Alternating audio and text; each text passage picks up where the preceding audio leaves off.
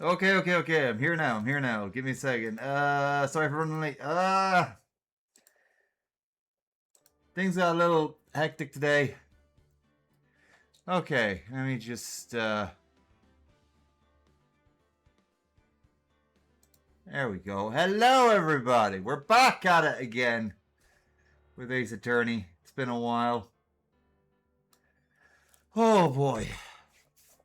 Oh, yeah. I have to do something in case someone joins me in my chat. There we go. Yeah.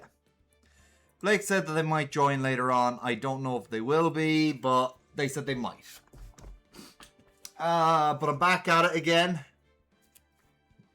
Running a little late. Oh boy. Right, let's see where we left off.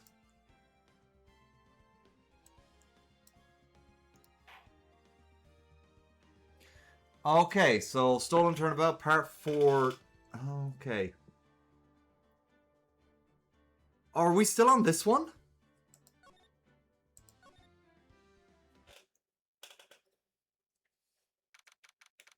Oh, we're still on the one where we had to help Phoenix. Oh, no, it's not.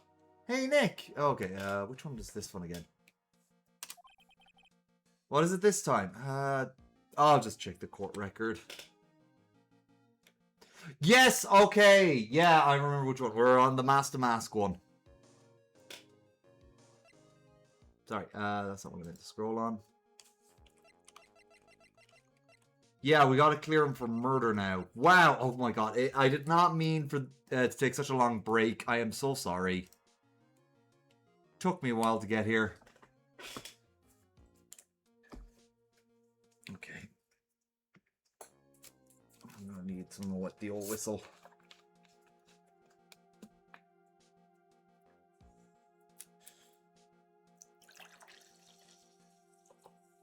We're still in the Phoenix Wright trilogy. We still have to clear the third game.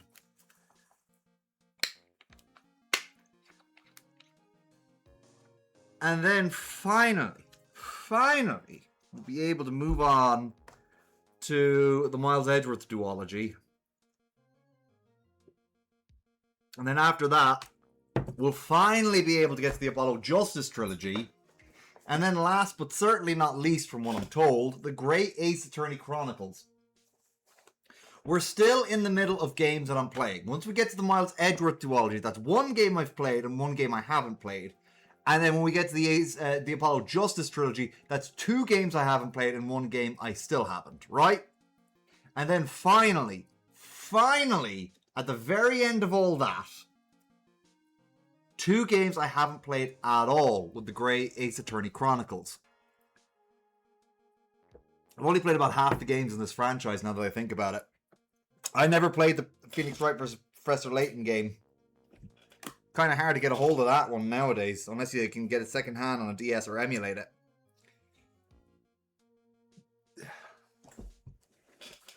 I don't really feel like emulating that.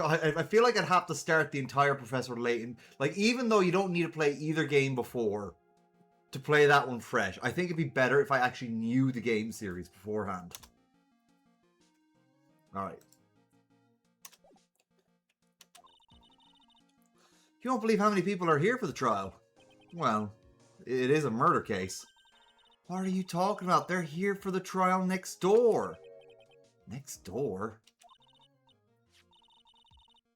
Why don't you know about this, Nick? They're having Detective Atmey's trial today. Detective Atmey? They say they're going to try him as Master Mask. Already? That was fast. Boy, I'd love to see Master Mask's trial. I know. By the way, where's Pearls? Oh no, hold on. I think I know who that was. Oh, she went back home. She said she can't neglect her training anymore. I know you don't like me. I know who that is. Pearls has really gotten into her training lately, huh? Yeah, ever since that incident last year. Please, don't ignore me. Oh, Mr. Delight, good morning. No one likes me. No one would notice me even if I'd killed someone. Come on, don't be silly. Wait a sec. You don't mean you're the murderer? No, I'm just a poor thief. No, wait, that's not right. Thief can't really be poor. Yeah, they can. Now, let's see. According to Mr. Delight, from his second crime on, he was following a bunch of set plans. Plans that someone had been sending him to help him commit the heists. Do you really think there's a connection between the thief and the murderer, Nick? And the murder, Nick? It's possible, but today's trial is a race against the clock. Huh? How come? Let's just take our time like always. I'm afraid that's not an option.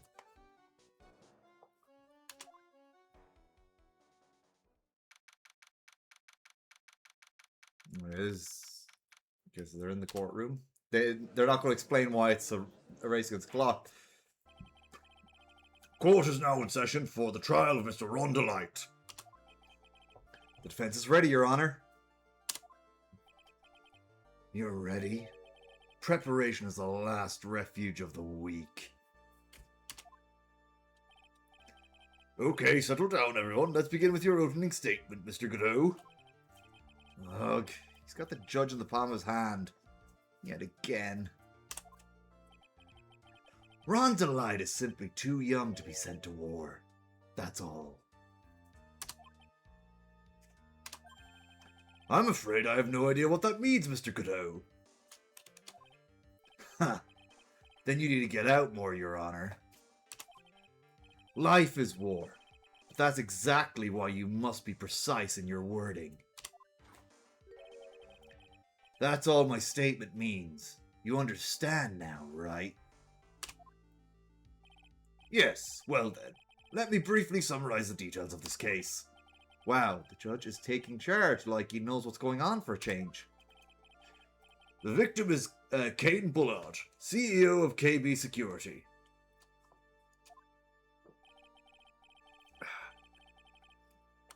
His body was found in a safe approximately 9 a.m. on the morning of the 13th. However, the time of his death was estimated as 1 a.m. the previous day. And that's when our little lost kitten dropped the ball. That little lost kitten is, of course, the defendant.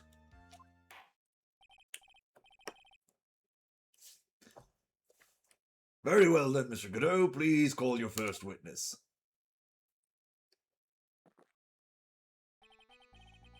I never drink more than 17 cups of coffee during any given trial. That is so much coffee!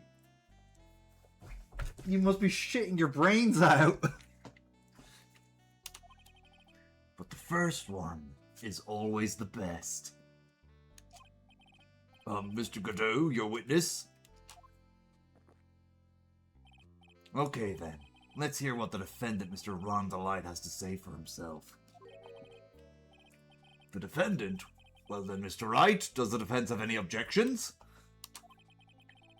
Maybe a bit of a disadvantage having the defendant testify, but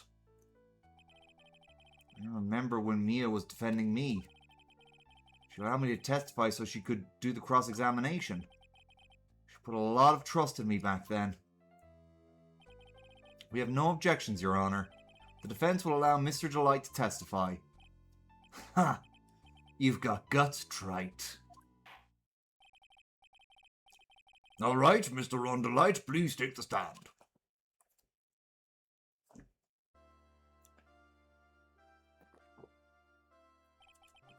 Okay, that was a coincidence. I was taking a sip of my drink, made a gulp noise right as Godot made a gulp. Didn't realize that was going to happen. You did it, didn't you? Yes. What? No. That's not true. For a moment there, I thought we'd set a record for the shortest trial ever. Well, Mr. Delight already looks plenty guilty with that face he's making. And once he opens his big mouth, he'll probably put the last nail in his own coffin. Ha! Very well. Now then, can you tell me something? If you didn't kill Bullard, why did you go to KB Security? Well, That's kind of hard to say. Boy, I wish I could go home. Now then, let's hear some testimony about what happened.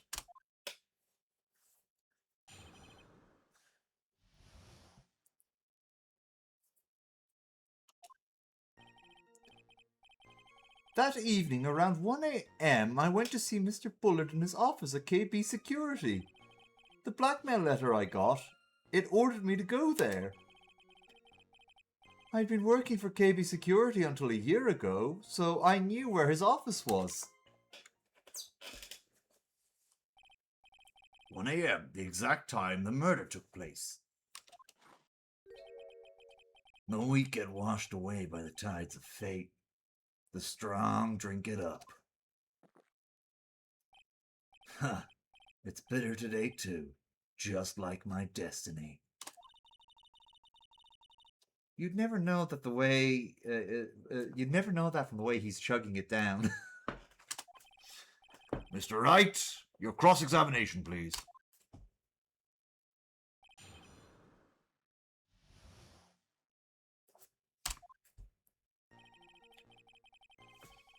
Press.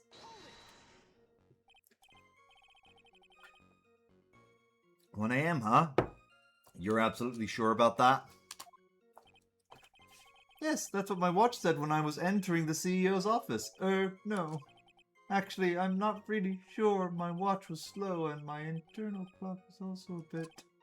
1 a.m. That's the exact time the victim, Mr. Bullard, was murdered, correct? It's too late for a coffee date, that's for sure. Press. It ordered you there?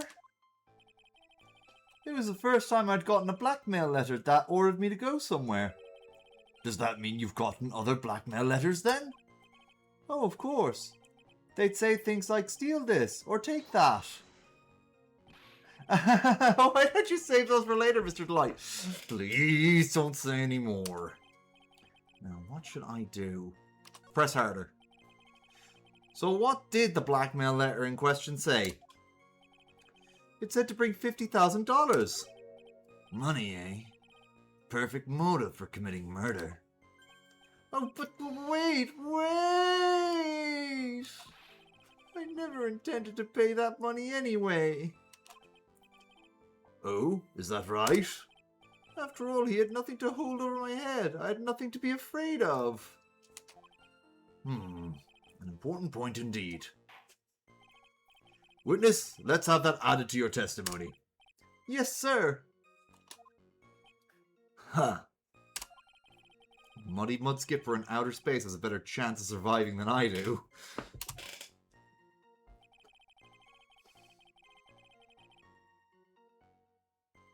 Let's press that. Just what were you being blackmailed about anyway? The blackmail letter said if you don't want your identity revealed, correct? I'm sure it was referring to the whole mask-to-mask thing. But I wasn't worried. Mr. Bullard didn't have anything on me. He didn't? Anyway, I don't care what anyone says about me. Just as long as Desi believes in me. So that's why Mr. Light didn't believe he was mask-to-mask. Oh! Hello, Dragonfey, and welcome in, Raiders! Why didn't the sound effect go on? Thank you so much, guys. Welcome on in. Well, it's great that you brought in your bookworms, because we're currently doing a visual novel. Welcome, Raiders. I am playing that, Oh. You heard it on your end. Weird. Why isn't it playing for me? I have to check that out. Okay. Well, welcome on in, Raiders. Welcome on in, Dragonfey. I am playing the Ace Attorney Trilogy, currently on Trials and Tribulations.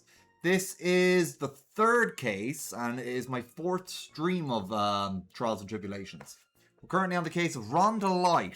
The second trial of him anyway, in the same chapter. So, yeah, right now, Rhonda Light is being set up by murder, when really he's a phantom thief. Okay. That's what the game is called. Okay, yeah. This is Trials and Tribulations. It is from the Phoenix Wright Trilogy Collection, and I'm hoping to finish this collection soon, so I can move on to one of the other 3 collections in the series. I want to get through them all. Because I have them, and I haven't played them yet. Anyway, that's why I knew they were just hollow threats. How was your stream anyway, Dragonfade? What were you up to?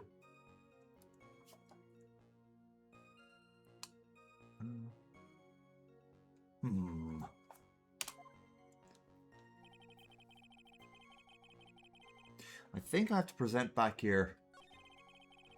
It was good. Oh, Vampire Therapist. Nice. Yeah. I've heard good things about it. Keeps calling you out. Okay. What is it itching any of your particular favorite things? Let me just see here now. Check.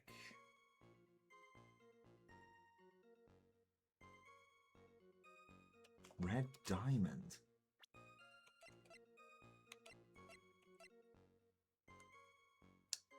Ah, yeah. That's fair.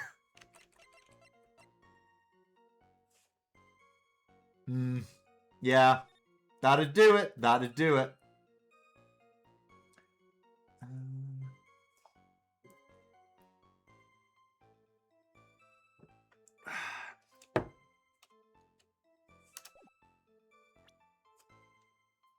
I mean, it's a vampire game. It has to have some pretty characters, right?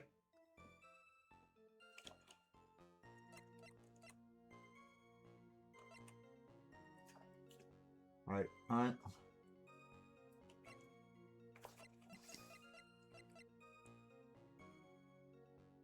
The problem is they all are except one. But that's Edmund Keane for you. I wonder what red diamond he's talking about. I'm going to keep pressing the other stuff until... Okay. You used to be a security chief for KB Security, right? Yes, that's right. A security chief? You? And yet, a year ago, you were fired without notice. Revenge for an old grudge? A perfect motive for murder, wouldn't you say? Okay. That's fine, Dragon Fate. I will...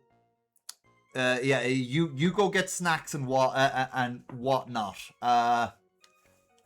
I will take care of your audience for the time being.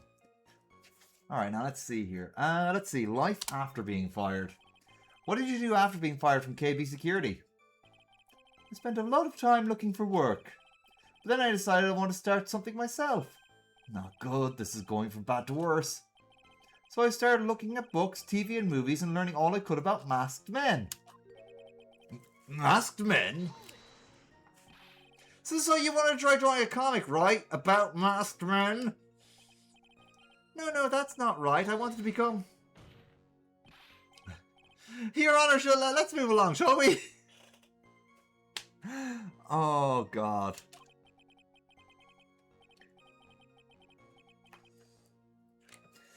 But you asked the question. You're being quite odd today, Mr. Wright.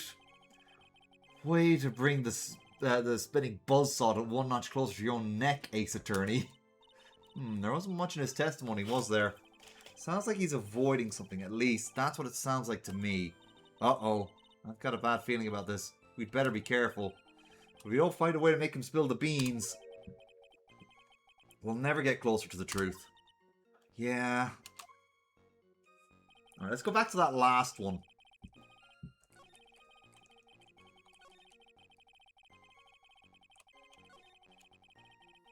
Oh god, I might need to floss my teeth or something. Oh, he's not. Oh, wait, I was supposed to hit Q to press. I hit enter. That's what went wrong there.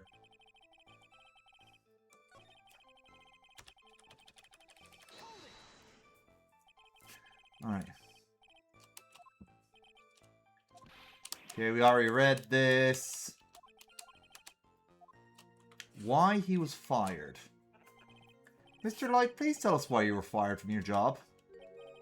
Well, the world is filled with those who have said, I wished I had never asked that.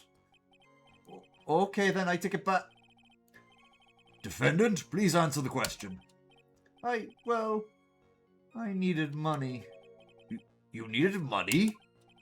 Well, you see, Desi loves to spend it. It's kind of her hobby. Not exactly the best hobby in the world, huh, Nick? My salary wasn't nearly enough. So I stole data from the company. Oh, holy shit! Come again? KB Security has a lot of security info on all sorts of companies. And since I was a security team chief...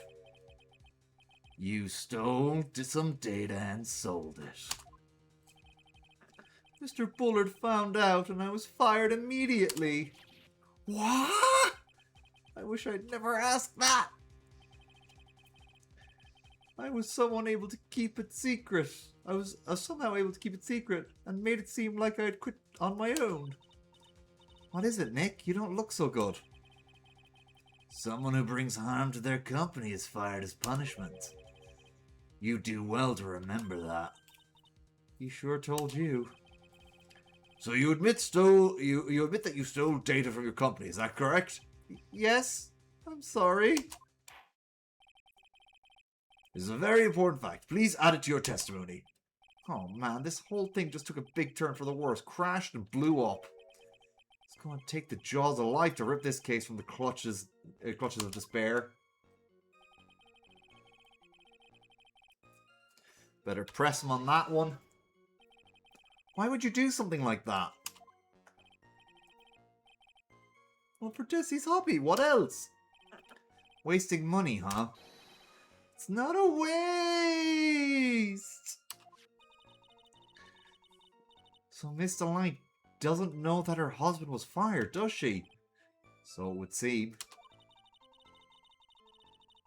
I'm not sure what to think about couples who keep secrets like that from each other. I can't believe it. This case has gotten even Maya to think seriously about couples. Please try to stay focused, Mr. Wright. There wasn't much to his testimony, was there? Okay. I'm going to try pressing that bit again, he says, where he doesn't... the guy didn't have anything on him.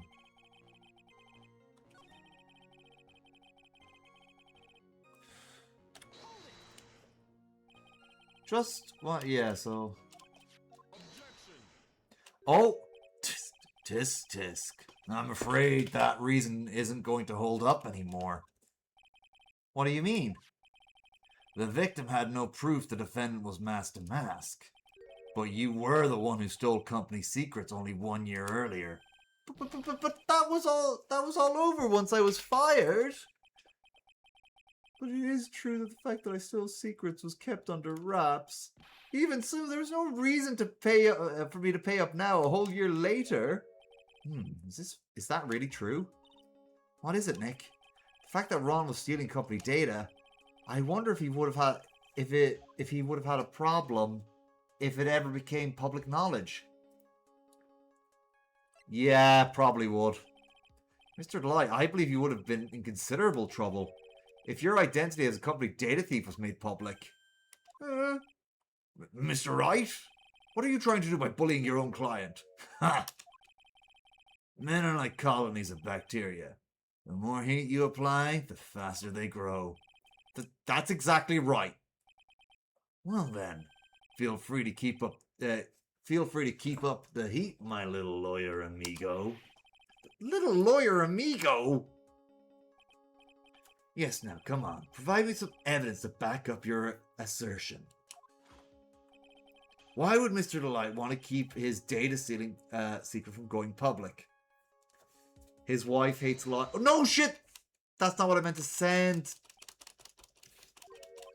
I meant to hit tab. God damn it. Ah, I hit the wrong button.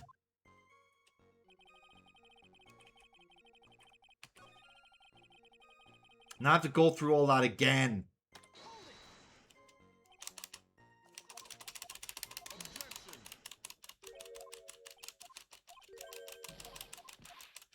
Yeah.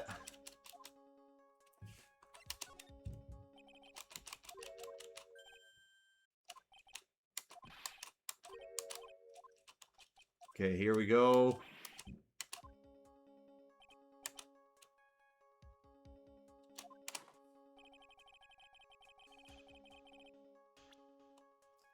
Right. Our profiles. Pretty sure it's Desi. She hates criminals and cowards more than anything. Mr. Delight, what you said just now doesn't match with what you told me yesterday. Huh? What doesn't? I think you must have been scared, very scared. Of a certain person find out your secret.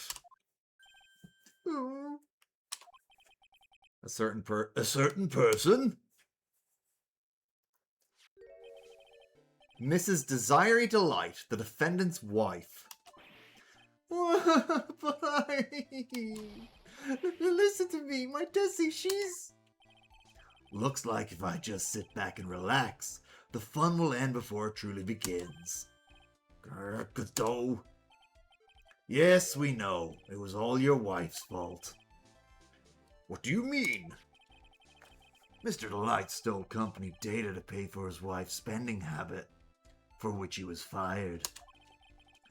Unable to face his own wife, someone used his dirty little secret to blackmail him.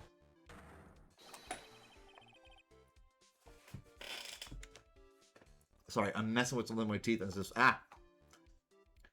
And that is how this murder came about.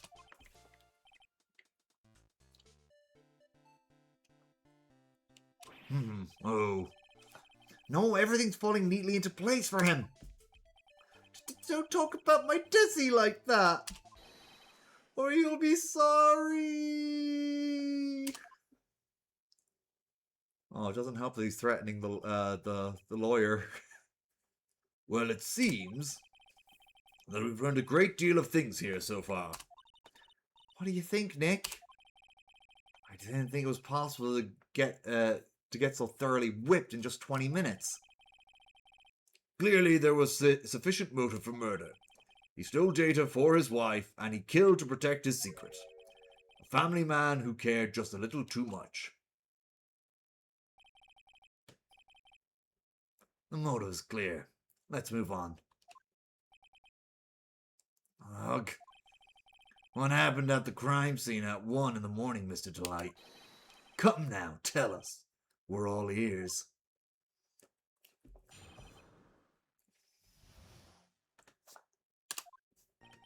When I entered the office, there was a suspicious shadow there.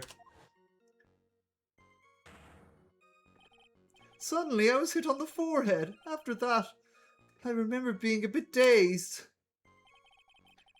If I hadn't been wearing that, I would have been killed. Sorry. When I came to, Mr. Bullard was lying there dead.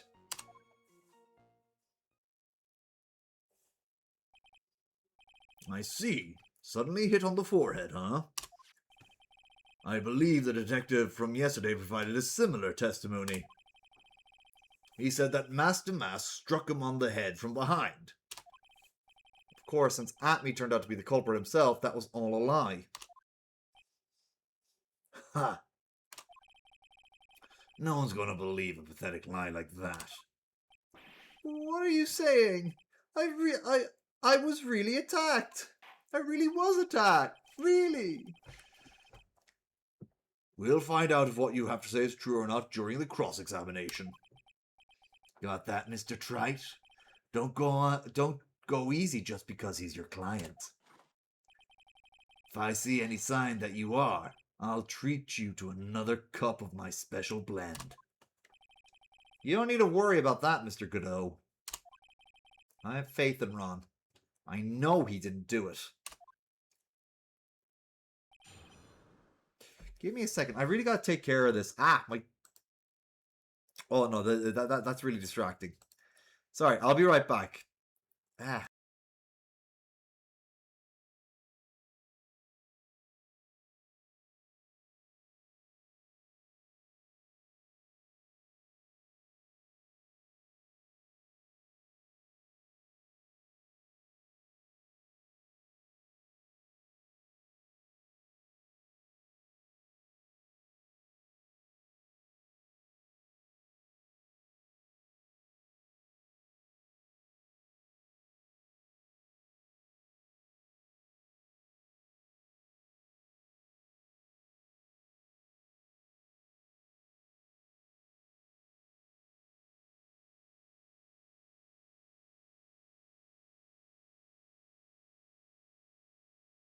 Okay, I'm back. Sorry, had to get a little toothpick to get rid of that. Oh!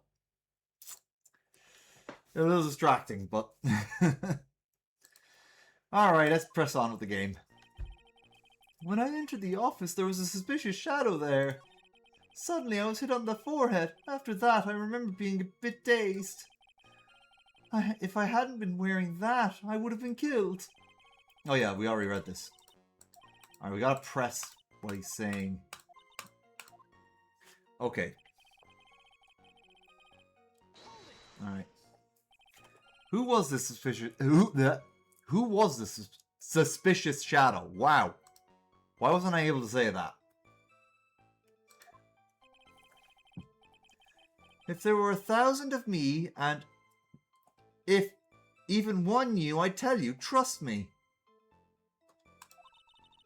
He's dodging all of our questions. His dodging of all of our questions is not helping us win his case. Okay then, how was the victim Mr. Bullard at the time? What do you mean by how was he? Was he already dead? Was he still alive? Maybe he was the one who hit you in the first place. That's a good question. What do you think, Mr. Wright?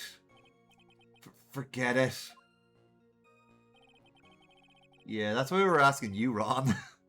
Suddenly I was hit on the forehead. After that, I remember being a bit dazed. So let's see what he says there after that. Your forehead? Yes, I was hit on the forehead as soon as I entered the room. It was an amazingly fast and powerful attack. Do you remember anything about who hit you? Well, like I said, it was a fast and powerful hit. So I think I was a little dazed for a while. I don't think Mr. Delight even grasped what you were asking. Yeah, I'd like to show him a fast and powerful attack myself. Maybe that would knock some sense back into him.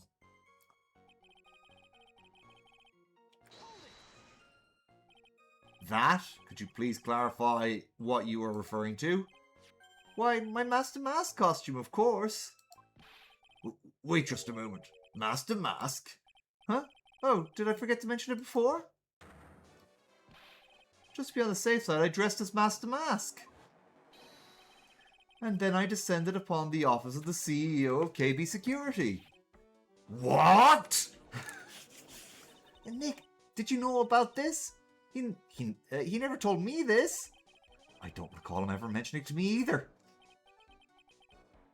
Even I didn't know that. Seems our little friend really loves to keep secrets. I'm sorry, I just never had the chance to mention it up until now. Wait, that's not right. You know, sometimes things just slip your mind. Ha, my 6th cup of coffee is staring up at me coldly. At any rate, we can't ignore this new piece of information. Witness, please correct your testimony. Alright, his Master Mask costumes. Let's press about it. Why are you dressed up as Master Mask? Why, because I'm Master Mask, of course. What are you talking about? Master Mask trial is being held next door. Yes, I guess so. Anyway, at that time, I thought I was being blackmailed over the Master Mask issue. So I thought I should go as him just to be safe. Oh boy. Let me tell you, it's a real pain to move around with that cape. That's why it took a lot longer than I expected. Took a lot longer? What is he talking about? Press, it's always press harder. What do you mean by took a lot longer? Oh, opening the safe, of course. My cape got caught in the safe door, you see. This all happened when I was hiding in Mr. Bullard's body. Why would you say that? What was that? Back up a second. Yes. You were the one that hid the body in the safe? Well, yeah. Inconceivable! Why? Just why? What reason could you have? What were you thinking? Question. When does someone toss their dirty shorts in the washing machine? What? The answer is simple. When they take them off. As usual, I have no idea what you're saying. Do you mean Mr. Delight hit the body because he's the murderer? Ha! So you're not as stupid as you look. His metaphor this time was really obscure. And kinda gross. Mr. Wright, you don't mean that you knew about this whole safe business, do you? Well, yes? Why am I the only one not in the loop here? I really should have read the case file. Witness, make sure you add this to the testimony. All right. Yes, sir. Wow, we're just extending this one bit of information a lot. Uh-oh. Looks like a storm is moving in over the Fairweather Judge. 10 minutes. Okay, let me just see here. There might be some evidence for that. Let me see.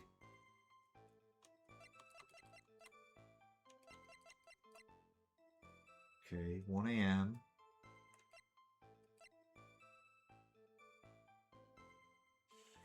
Let's have a look at that. Oh, that's the whole thing. Okay.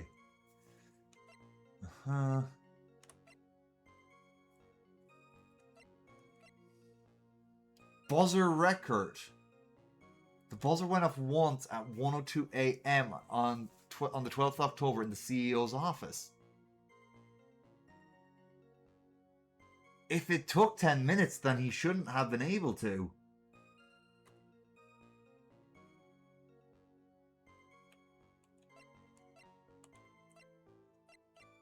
So I'm guessing it's the buzzer thing. Yeah, looks like I'm right. Your Honor, could you please take a look at this record? And what might this be?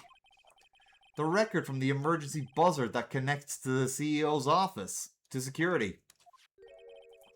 If the button in the office is pressed, the security team is supposed to come running.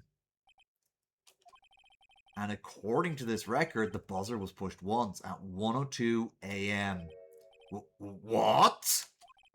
If Mr. Ron Delight truly was the murderer, he would have ran as soon as that buzzer sounded. After all, a security guard would have been heading his way. Huh. Let's remember who we're dealing with here. He probably had no idea there was security personnel in the building. He worked there a year before. Up until 1 year ago, my client was... Thank you, Phoenix! My client was working as a chief of security.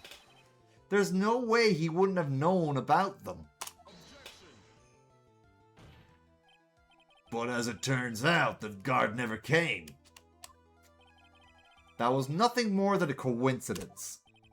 The fact that the guard was a pathetic loser and Phoenix's childhood friend, who had just gotten punched in the face by his ex's new boyfriend and wasn't anywhere in the vicinity, was not something known. It was not something Mr. Delight could have known. Huh. Again, remember who we're dealing with here. It's a sure bet that Mr. Delight didn't even notice the buzzer going off. Also, why do you know so much about the security guard? That's really weird, dude. The buzzer is extremely narrow. There's no way he could have ignored something like that. And it's just my luck that I happen to know the damn loser security guard to begin with. He haunts my every waking hour. Are you happy, Godot? If he had been conscious, that is. Conscious? What do you mean by that? Ugh. Fine, let's hear your theory. Recall the defendant's testimony. The moment he entered the victim's office, someone attacked him. Mr. Delight said he felt dazed. I'm willing to wager that he was knocked unconscious for at least a few minutes. Unconscious? So he fainted. That's why Mr. Delight didn't know the buzzer had sounded. And that's why he thought he had time to hide the body. So what are you trying to say? Mr. Delight was knocked out and the buzzer went off soon afterwards. Now, unless my client was able to hit the buzzer while he was unconscious, it can only mean there was another person in that room. That's right, whoever it was, they knocked out Ron Delight and pressed the buzzer. Order in the court, Mr. Wright. This is preposterous. It was this kid. Ron Delight is the one who killed Kane Bullard. Then who pressed the buzzer? It was the victim, of course. He pressed the buzzer when the defendant attacked him. He didn't die right away. He must have held on long enough to push that button. Ack! No, Phoenix, don't go ack at that. So Kane Bullard sounded off the buzzer himself. What's your opinion on this, Mr. Wright? It proves that the real criminal was there at the scene, but how? Can I prove it wasn't Kane Bullard? Yeah, because he was... I can prove it, all right. The defense's opinion is this. Your Honor, the piece of evidence proves that it wasn't the victim who sounded the buzzer. I'm pretty sure it's the autopsy report. He was dead. Oh yeah, there was no fingerprints on the damn buzzer.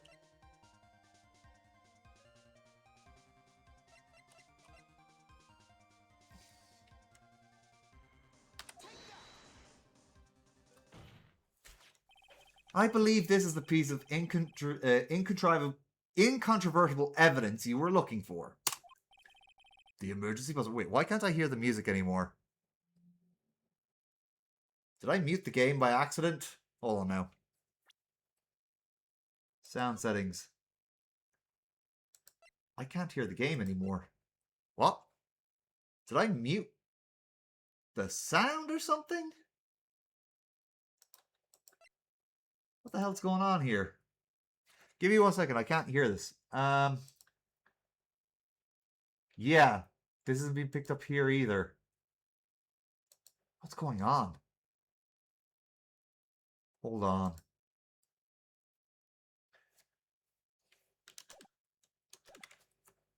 Let me just... No, that didn't fix anything.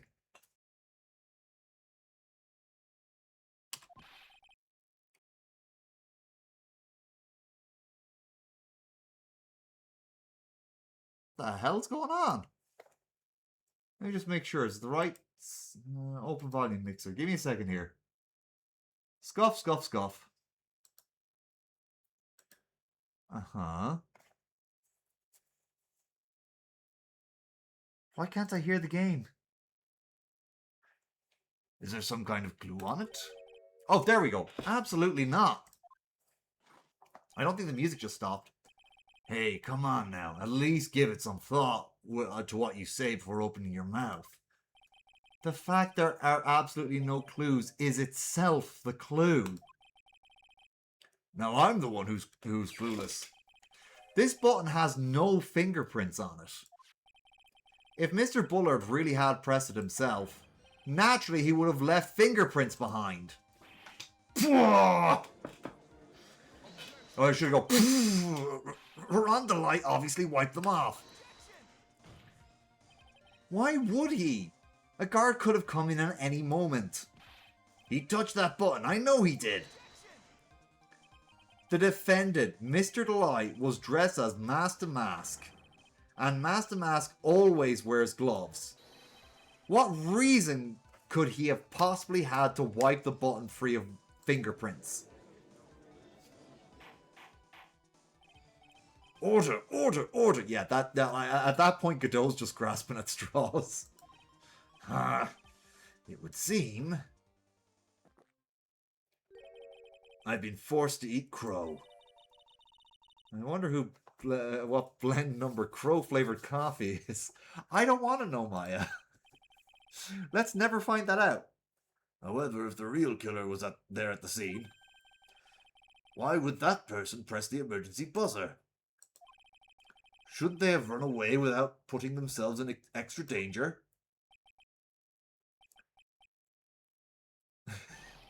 What's with that awkward silence all of a sudden? It looks like you're fresh out of parlor tricks. They're on to you, Nick. Well, obviously they were trying to frame Ron. That's the obvious answer. Just give me a minute to collect my thoughts. The real culprit killed Mr. Bullard at around 1 a.m. And Mr. Delight just happened to waltz in when the murder was taking place, right? The killer clobbered Mr. Delight and then sounded the buzzer.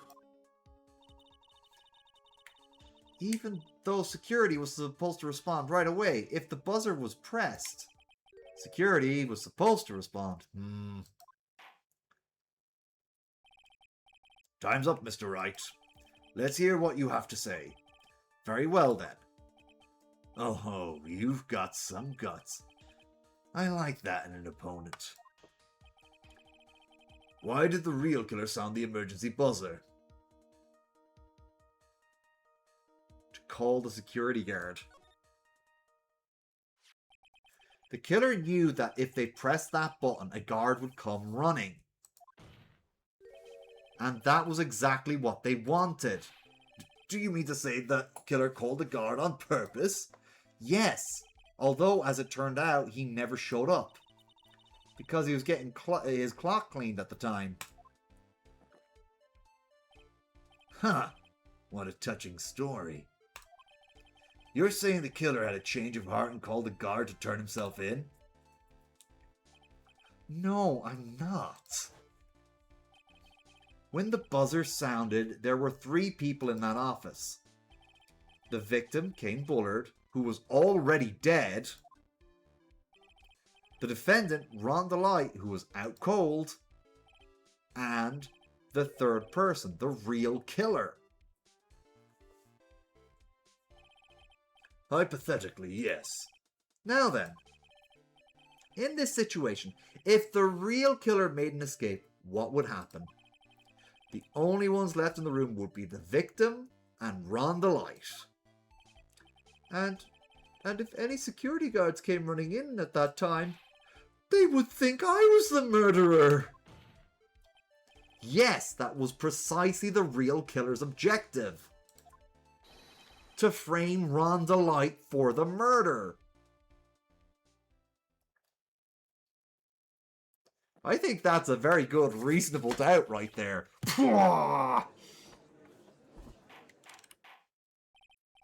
Order, order, order! It would seem I've been made to eat my own words once again. Actually, I've been made to do a spit take with a cup of coffee. Mr. Wright, who was it? Who was it that tried to frame me? Wait a second.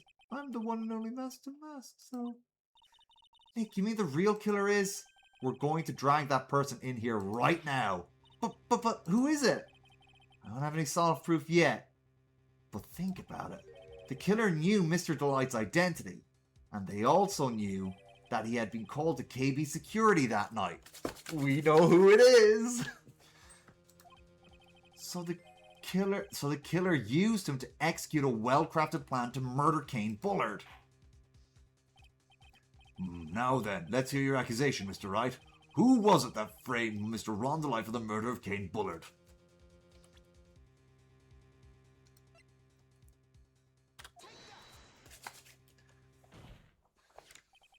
Detective Luke Atney. He's the only one who could have done it. Ace Detective? Look at me. You mean Master Mask did it? Your Honor, the person being tried in court next to us is not Master Mask at all. He is actually the true murderer of Kane Bullard.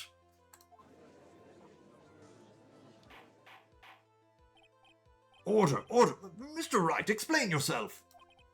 Theft and murder. Which is the more serious crime? They're not even close. Murder is the more serious crime, of course. It's a capital crime subject to a capital punishment. Please remember the trial from yesterday, if you would. When Look at Me confessed, there was a huge commotion in the courtroom.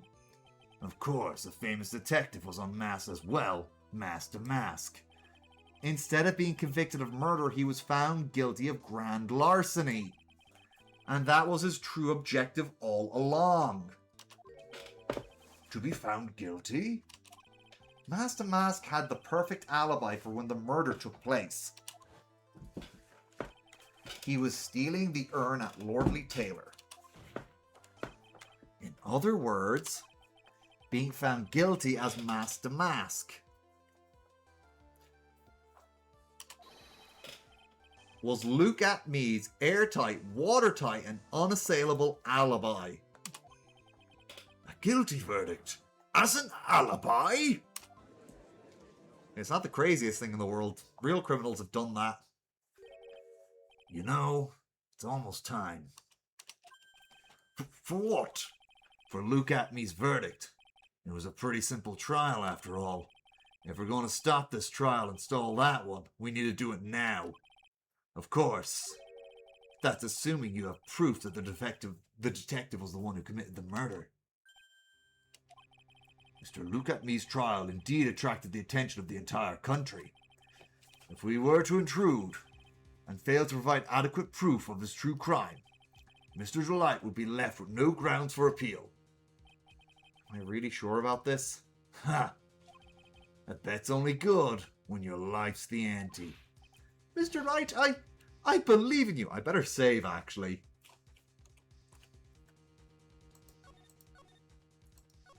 I get the feeling that if I'm not careful, I will blow it a bit. Mr. Delight. So please, I'm begging you. Thanks, but my decisions will determine the rest of your life. Can I really risk your life like this? Phoenix. What was that? Don't stray, Phoenix. For your client, take the path of trust. That voice, it sounds like Mia. Your Honor, the defense requests an immediate recess. Ha! So that's your answer, huh? Very well. I've decided as well. This court will now take a 20-minute recess. Mr. Wright, when we return, please summon Mr. Look at Me to the stand. Yes, Your Honor. October 14th, 11:58 a.m., District Court number 5. Oh, Winston Payne. Well, Sir Detective at Me. I have to say, Mr. Payne, you performed splendidly. Oh no, Sir Detective at Me. You're the one who... That's enough. This court sees no reason to prolong this trial. This court finds the defendant Look at Me. Wait! Don't hand down your verdict yet, please. Well, Sir Lawyer, welcome to my courtroom. Who's this, Jose? That's why I went for the accent. I remember this guy being Canadian for whatever reason. Like, cartoonish stereotype Canadian. I think I'm doing more of a Minnesota accent than I am doing a stereotypical Canadian accent, but they're close enough, I think. My name is Felix Wright, attorney at law, and I wish to file an accusation against this man, Luke Atme. Accusation? You accuse Master Mask? That man is not Master Mask. He's just a ruthless murderer. What? Ho ho ho ho! He's sweating bullets now. All right.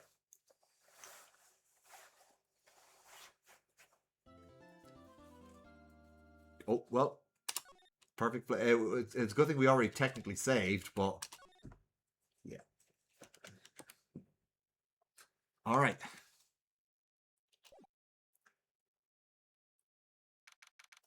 October 14th, 1214, District Court, Defendant Lobby, number 4. All right. My sis? Could have sworn I heard Mia's voice. So then she's still alive, inside your heart. Nicky boy! Oh, Mr. Light. Is it true that that detective is the real killer? To be honest, we don't have any definitive proof. But he's the only one who could have done it. But wasn't he at Lordly Taylor that night? Not to mention, we don't exactly know his motive.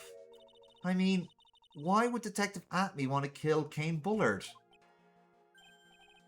Oops, almost time. Better get back to the courtroom. We need to find some solid proof. It's gotta happen sooner rather than later. Alright. So 14th of October, 12:21 p.m., District Courtroom number 6. Now then, this court is back in session. Mr. Luke Atme, please take the stand. Well, well. How do you do, sir lawyer? I never would have thought to see you acting so recklessly. I couldn't let them hand down your verdict just yet. Not when I have to... Not when it would have given you your perfect alibi. An alibi by the name of Master Mask. I'm sorry. I'm afraid even the great Luke Atme has no idea what you mean. Of course I have been in the courtroom, in the next courtroom ever since 10 o'clock this morning. I'm afraid there's no way I could know what's been going on in here. You've been in the defendant's seat all day long, correct?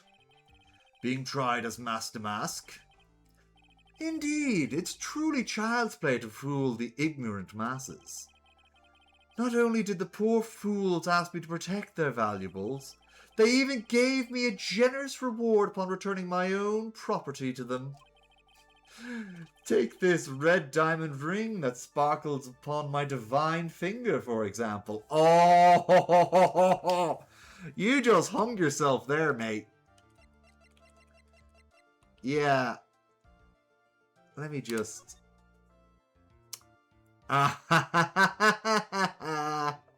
Look at that. He mentioned a red diamond. I'll take that red diamond you received the other day instead.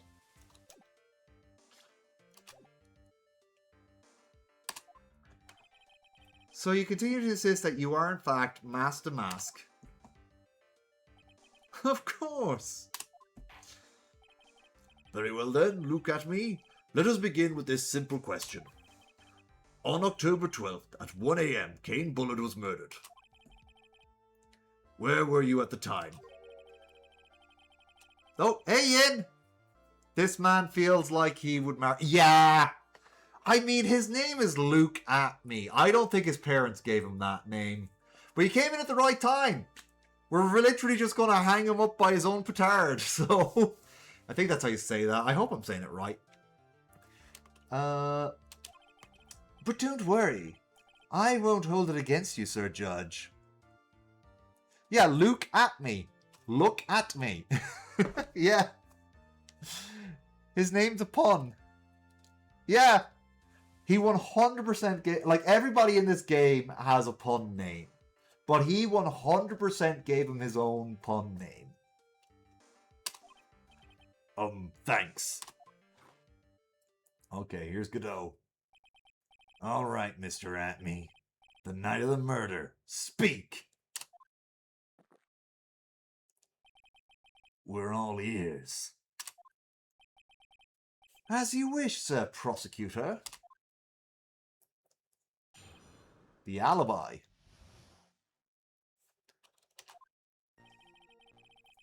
I was stealing the urn as Master Mask just as I announced I would.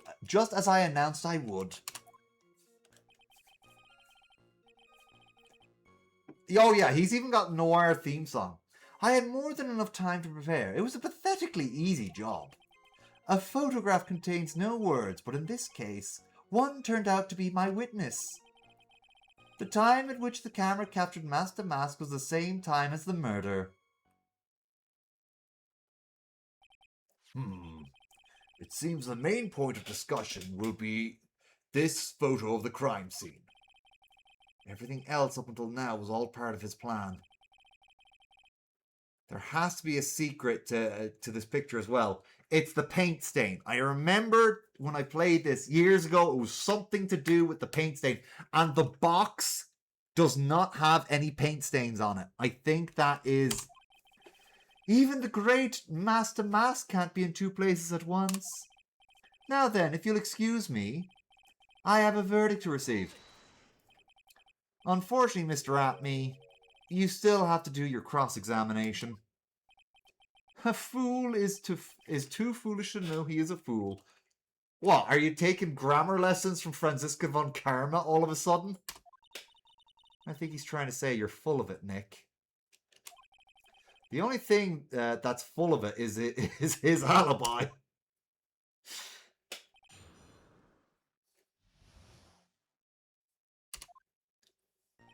All right. And press. So this photograph is the proof, correct? Indeed it is. And the man in the photo is certainly wearing a mask. That's why I'm called Master Mask. But conveniently, that also means there is no way to tell who this really is. What do you mean? Ha! Are you saying that this is not in fact Luke Atme? This could be an accomplice. Dressed up as Master Mask to create an alibi. Oh, what an interesting idea. Are you saying that I, Lone Wolf Luke Atme, had an accomplice? Ooh, yeah, hold on now. Name the accomplice. If Luke Atme was at KV Security during the murder... Hold on, let me just save here.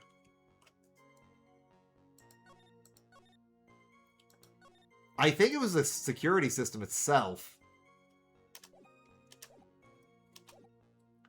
During the murder... Then the Master Mask in this picture has to be a fake. Exactly, you had an accomplice. Now remember you've said that, Mr. Trite, because there's no going back. If you're making baseless claims, I'll treat you to a penalty myself. That penalty is probably boiling hot too. Who is it, Mr. Trite? Who is the accomplice? Hold on. I want to say it's the camera data.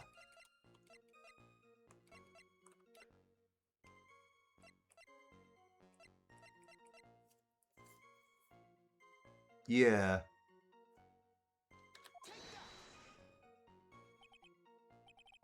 It was this. No, it's not a person. It was a. Oh wait. No, I'm trying to think now. Who? Ha! That's quite the prank you're trying to pull. Do you have any evidence that this person is... yeah, it's not a person. Well, it's a camera. Oh, no. May have to look up some stuff here. Alright.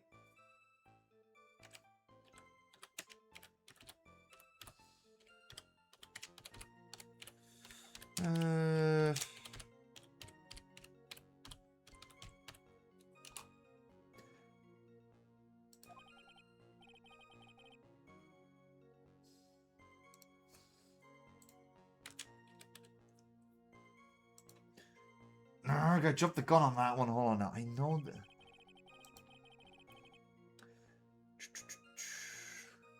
Let me see here. It's trial 4, I think. Stolen Turnabout. Yeah, part 4, 4-2, I believe it is. Oh, okay. Yeah, press the second and fourth statements. Okay. Alright, enough of looking at that. That's enough of a hint. No more hints. Alright. Yeah, it's there's things. A photograph contains no words, but oh wait, did I not press? I thought I pressed the last one. Oh no. Go back. 2 and 4. It said. I believe Adrian Andrews hired you at one point. That's right. That was over 20 days ago, if I'm not mistaken. You sent the calling card to Lordly Taylor 10 days before the heist. That would mean you sent out the card after you began your security watch, right? Indeed. There was no reason why I couldn't do both jobs at once. It was the perfect opportunity to steal my latest target. I see. You truly are evil, aren't you? Yes, evil is what I am. Well, that part he's honest about. Hey, Nick, isn't there something odd about this? Detective Atme always proud of his ace detective skills, right? But if the urn was stolen from Lordly Taylor while he was the one watching it, he'd have no way to maintain his perfect detective persona. You know, that's true. It's kind of odd.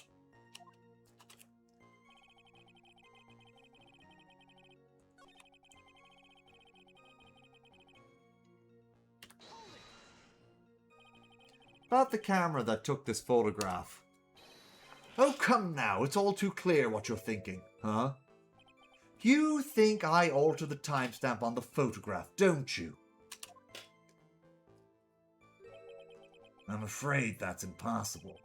The camera was set up by Lordly Taylor, and on top of that, it was Lordly Taylor's staff that printed that picture's data.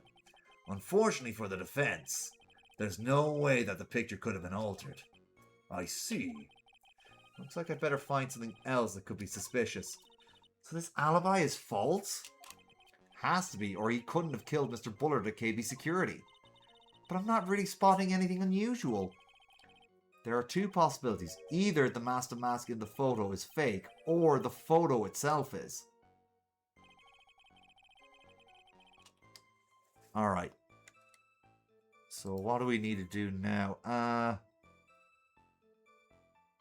Oh, okay. Yeah. Third statement. Yeah, hold on now. So by photograph, you mean this piece of evidence here. Is that correct? Indeed it is. That is it. That is it. The very thing that proves I committed the crime. The very thing that proves you committed the crime. Surely even you understand by now. Lordly Taylor provided the camera. There's no way I could have tampered with it. That means I could not have killed Kane Bullard unless I had an accomplice. Come on, think long and hard about that night. The basement warehouse and this picture that supposedly captures it. It's gotta be here. Is there something funny about this picture? You bet there is. Are you trying to imply that this picture is a fake? I think it's the Omni Faye statue, because the Omni Faye statue was on top of the paint stain.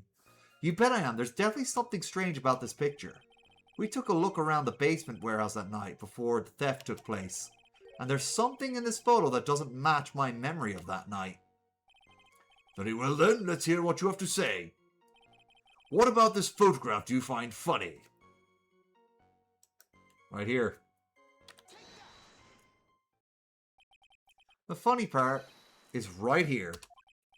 Why, this is a blood stain. Ah, blood! Now this case is getting interesting. Not exactly. The stain is actually pink paint. Oh, just paint. And peach coloured at that. From blood to peaches, the judge sure loves going on his wild tangents. The problem with this photograph is not the paint. The problem is when you consider the layout of the basement of the warehouse. Turns out that something that should be there is nowhere to be seen. Well, Mr. Wright, what is supposed to be in this picture instead of the paint stains?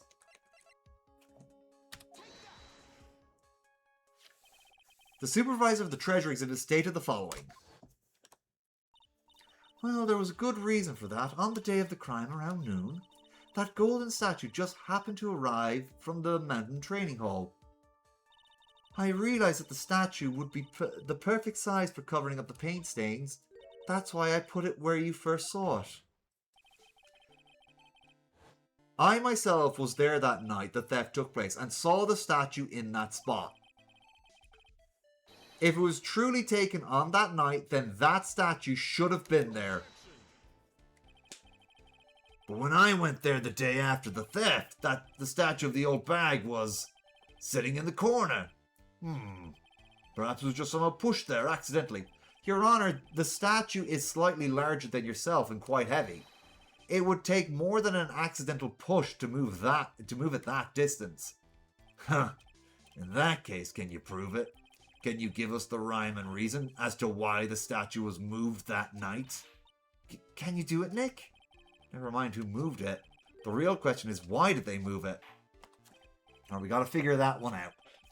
Well, I hope you're prepared with your answer. Now then, who was the one that moved the golden statue the night of the crime? Okay, well, it's gotta be, No, shit, why? Oh. That's not what I meant to do. Skip it. Get back to the thing. I'm not reading all that. Just... E is... like, why did they use E for that so often? Okay, profiles. I'm pretty sure it was Luke Atme who moved it. The one who moved the statue is none other than Luke Atme. Come now, Sir Lawyer. There you go again on one of your strange delusions. Mr. Wright, what basis do you have for your strange delusions? It's very simple. The witness was the only one in the basement in the warehouse that night. That is indeed very simple. However, why would I want to move a heavy golden statue? The reason for moving the golden statue. Here's where where our battle really begins. Well, Mr. Wright, what reason did the witness have to move the statue? The reason can be found here in this photograph. Okay. Look at me. You pretend to be Master Mask to create an alibi by showing you were at Lordly Taylor that night. But this photograph contains a single fatal flaw. If the statue had been there, your lie would have been exposed like cheap film at a drugstore. That is why you had to move the statue. A single fatal flaw? Interesting theory. Please enlighten us. Just where... I think it's the paint again. Might be the timestamp. I'll try the timestamp. Yeah. I'll try your... Oh, it looks like... Naturally, the lie is in this photo is the timestamp. What do you mean? I'll tell you exactly what I mean. On the night in question, Luke Atme went to KB Security and murdered Kane Bullard. Therefore, it's obvious. It would have been impossible for him to be at Lordly Taylor at this time.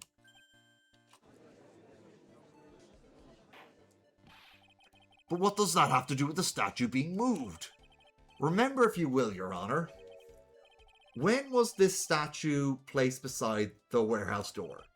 Well, the statue was taken down to the warehouse on the day of the crime, and it was placed there in order to cover up the paint. Exactly. Luke Atme had already decided on the time when he was going to kill the victim, and so, in order to create an alibi for that time, he took this picture days before the murder took place. What the... Of course, the statue hadn't been brought down to the basement warehouse yet. Ah! So on the day of the crime, Mr. Atme must have been quite nervous.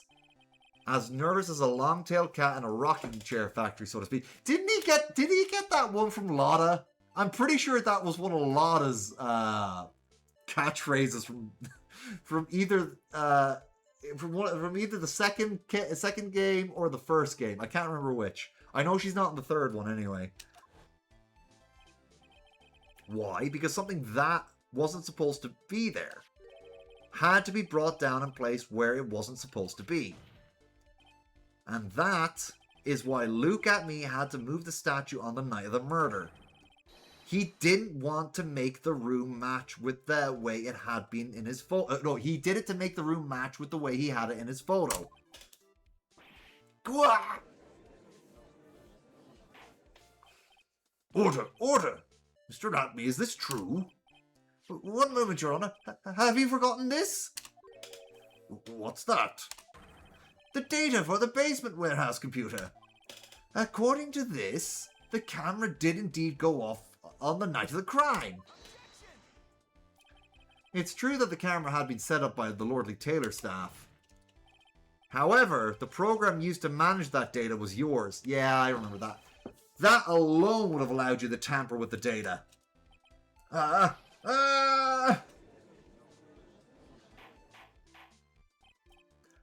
Order, order! Mr. Godot, what is the meaning of this?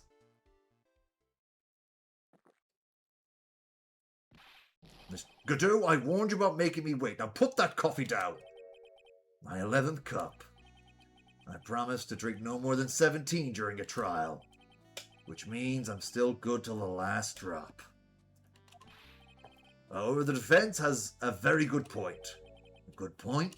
So what? We're all but travelers on a road of infinite points. Oh yeah, he's got a serious problem, Ian. I think he's got his points mixed up with his other points. So you say this photograph was taken ahead of time, and that the statue was moved in order to make it match. That's a very interesting idea. However, there's one point that can't be denied, which is that it's only a possibility. Men are trapped by the chains of maybe. Can never reach their dreams. That's very true. No way, don't fall for that, Your Honor. Hey, Mr. Damask. Yes? If there's no funny business in your actions as Master Mask, there should be no problem with you telling us your strategy, so let's hear it. Yes, please provide this court with your testimony about your plan to steal the sacred urn. Alright. I first received a request from Lordly Tail about 20 days ago. The urn was placed in a box, and Safari! It was sent to the warehouse. Hence, I was actually unable to see the urn for myself until the day of the crime. I knew it was an extremely valuable treasure, so I sent my card 10 days beforehand. I handled the security by myself to ensure my crime would go smoothly. At last I held the urn in my hands for the first time at 1 AM on the 12th of October. That's pretty much all the stuff we've heard before, isn't it? Yeah, but we'll find out the truth hidden in the nuggets of new information he gave. Witness, you're sure there are no mistakes this time? Zafari. Very well then, Mr. Wright. You may begin your cross-examination.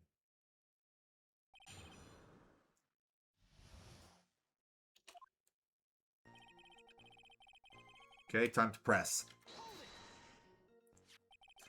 You were asked to guard the urn by Miss Adrian Andrews, is that right? Indeed, it seemed that they had heard of my Zavarkling reputation. Ah, the mistake is probably the calling card, because maybe it contrasts the time. Let me have a look.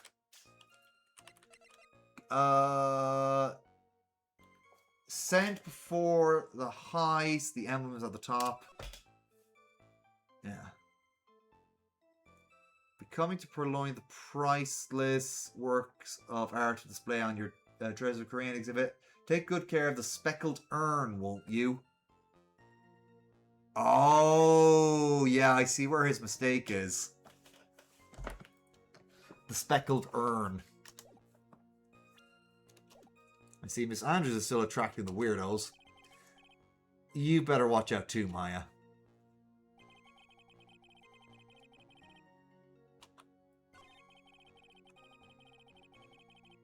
Alright. Well, I think you're right there, Yin, because how would he know it was speckled? Mr. Atme, if you really are Master Mask... Oh, wait a minute. I think I heard something there. Nope. Yeah. Yeah, she did. She dropped it. I remember that. Then you also wrote this calling card, correct? But of course. Is there a problem with that calling card? Allow me to read the passage from the calling card that Master Mask had written. Take good care of the speckled urn. Now, the speckled here surely refers to this pink pattern on the sacred urn. Yes, that is true, but so what? Truth be told, there is no way that Master Mask could have known about this pattern. What do you mean? This pink spotted pattern on the urn is actually nothing more than paint stains. Paint stains? And these stains did not appear until after the urn had been taken to Lordly Taylor. I'm not finding this joke to be funny, Mr. Wright. The day that the sacred urn was taken to the warehouse, the urn was broken due to human error, or should I say, an error-prone human. Oh, poor Adrian. And that's when the pink paint got on the urn. You can't be serious. And yet this calling card clearly mentions the paint pattern. Which means Detective Atme had seen this urn long before the crime even took place. In fact, he saw it when this fake photo was taken. And because this is photo is a fake, your alibi for the night of the murder no longer holds water. Try my best to make that noise the game just made there. Witness, do you have anything to say for yourself? Alright, that did it. He's broken. Nick? I think it's still a little early for a victory pose. Huh? Oh no, Godol's not done yet. Ha! It's so sad. No one has any conviction these days. Conviction, you say? Yesterday, we all decided unanimously that this man was Master Mask. And now we're calling him a murderer. You don't think we're being a tad fickle? That is a good point. No way, don't fall for that too, Your Honor. You say Luke Atme was the one who killed Cain Bullard? Then let me ask you this. Why would he do that? An excellent point. Motive, Mr. Wright, motive. Might you, my merry murderous motive manifest? Nick, he's getting his second wind. If he prepared an alibi and pinned this crime on Rhonda Light, as you say, he must have had a very strong motive for murder. Yeah, he was the one who was actually being blackmailed. Yeah, well, that's my Gruntilda impersonation really shining through.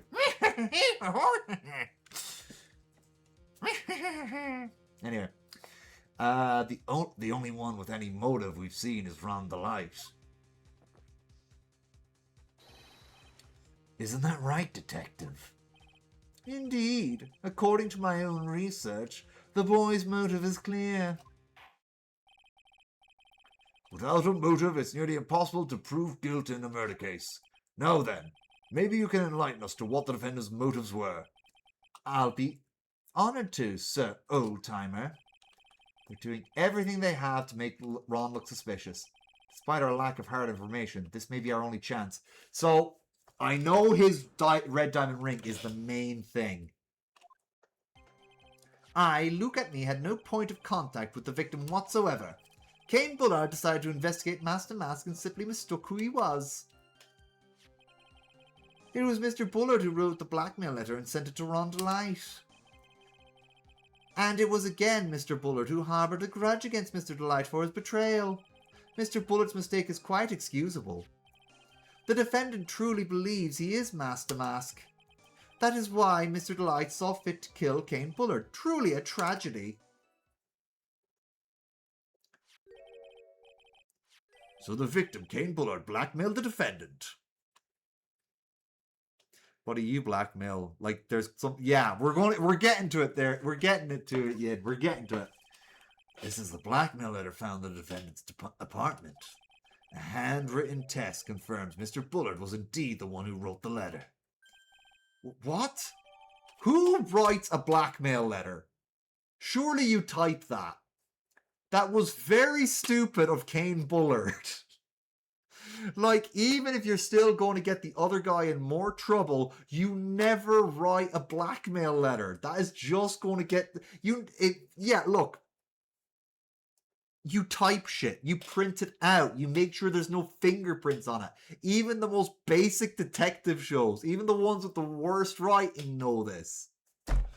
No one has written blackmail letters since like the 1900s.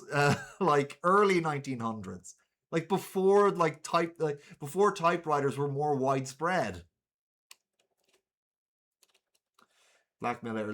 We're talking like when did typewriters... Yeah, actually no, it would have been the late 1800s. The late 1800s when typewriters came into being. So, blackmail letter updated in the court record. Very well, Mr. Wright, begin your cross-examination. Motive for murder.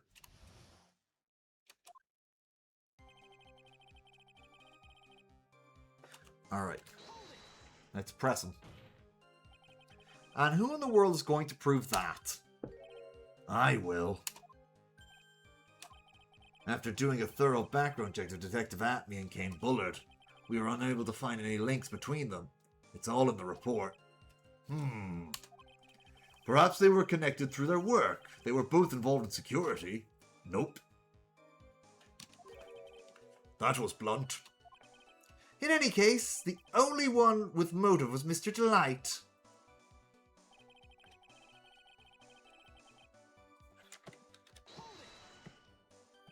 Yeah. It throws me off. It's green though. Yeah, an egotistical person would write. Yeah, I guess Cain Bullard might have been as egotistical as Luke Atme. Mistook. That's right, mistook.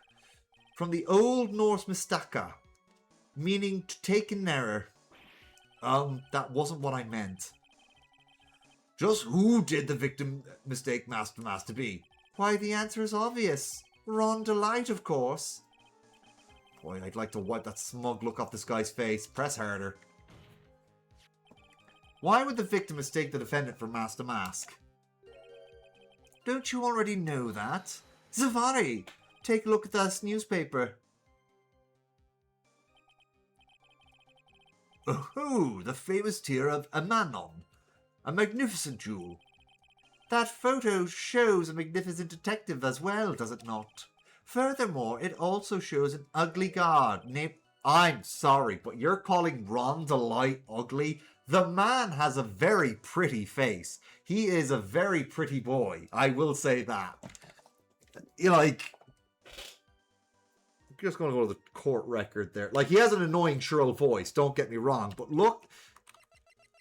He has that beautiful androgynous face, and he's calling him ugly? Nah.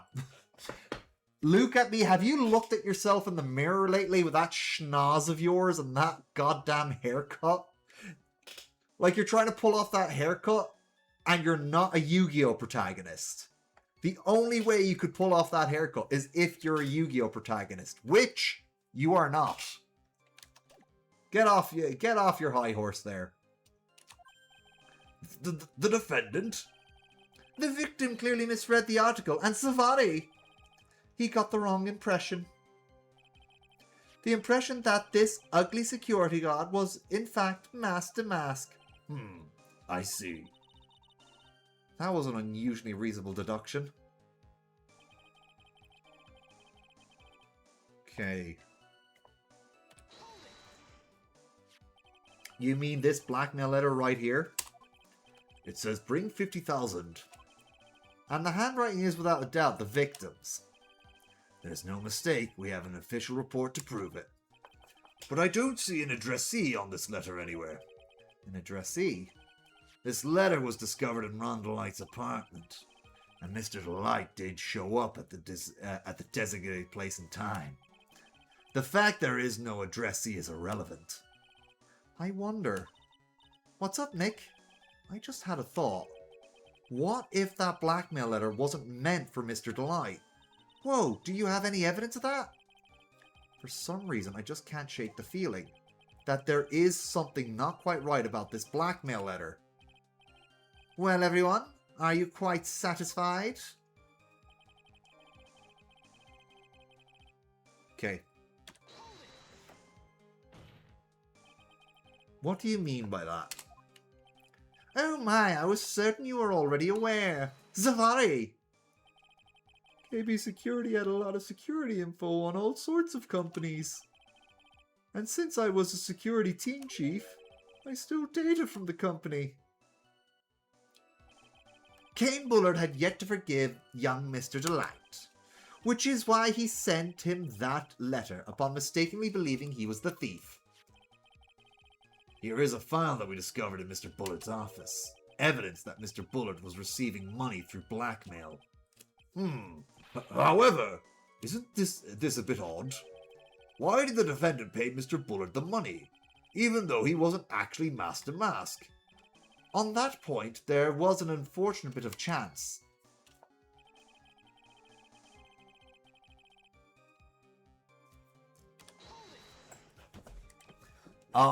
Do you really think that story is going to hold up? And that assertion is not merely my own, I'm afraid. What do you mean? I have here a memo from Ron Delight's wife, Desiree Delight. Ronnie thinks he's Master Mask. Don't you feel sorry for him? Please don't think too badly of him. Ha! Well, Mr. Trite. Ugh. Was he trying to act like Miss Delight just now? I thought he was actually pretty convincing. I love how silly this is. Alright, the final thing to press. Now that's just your imagination talking. Come now, Sir Lawyer.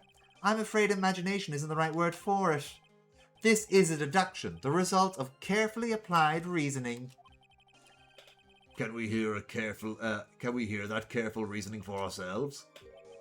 It's a long story, and better saved for another time. Very well, another time. Those so-called long stories aren't usually all that long. At least not in my experience. So you're going to try and connect Detective Amy to Mr. Bullard, right? Yeah, that's right. Hopefully it won't require surgery either. In that case, you'll have to talk about that blackmail. That's true. What was the blackmail really? Well, yeah, I think we have to present the blackmail letter at some point, so I better save. Since we don't have enough information, you should press him for more testimony. You'll be able to shake some contradictions loose that way. Okay, I've already pressed him a lot. I think, yeah, the first one's where he says he has no connection. See, he says he has no points of contact, but the blackmail letter mentions the red diamond, and he's wearing a red diamond ring. Give me a second here, I want to save.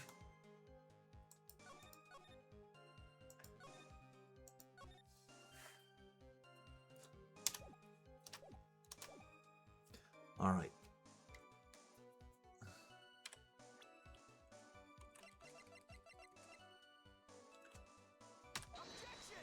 No, that wasn't it. Hold on. I'm not going to lose any more health to that, so. Right. Let me go through this again.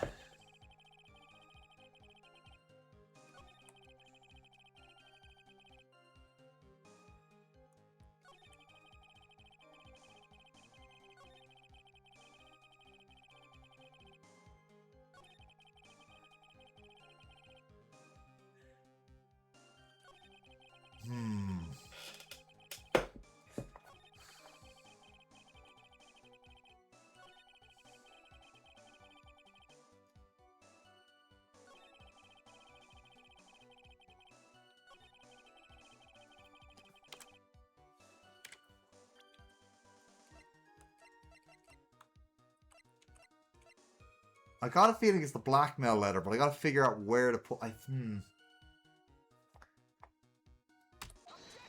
Oh, it's there. Okay. Mind if I ask you a few questions, Detective Atme? Well, if it's just a few, I guess it's all right. When you said this letter was addressed to Rhonda Light, I couldn't help but notice one major contradiction. Contradiction?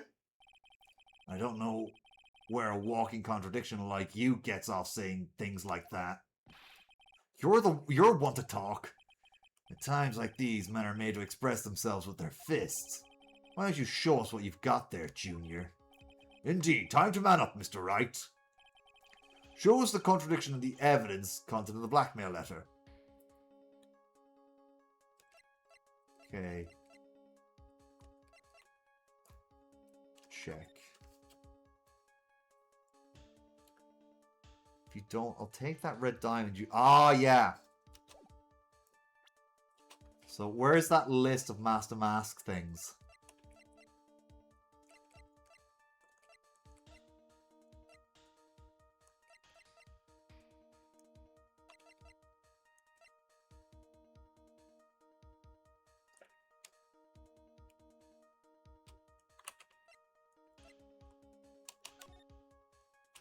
Those are all the things that... Yeah, I think it's this.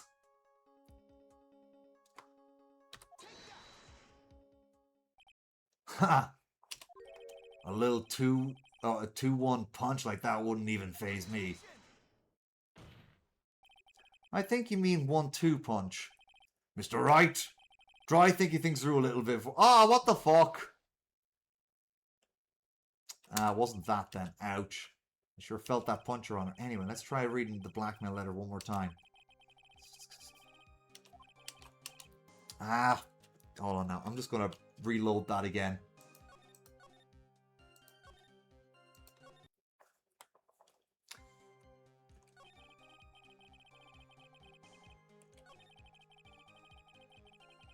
Okay.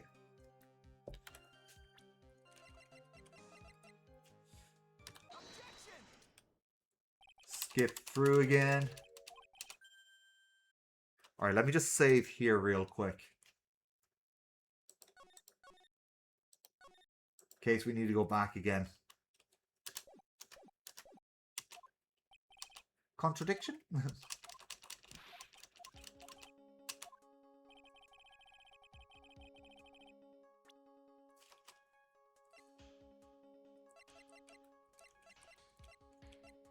Let me see that newspaper clipping again.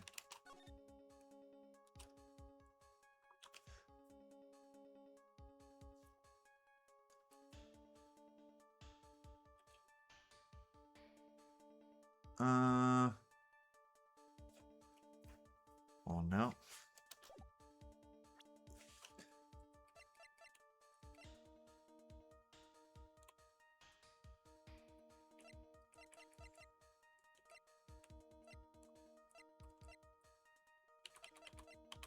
Okay, so I think it's something to do with the ring.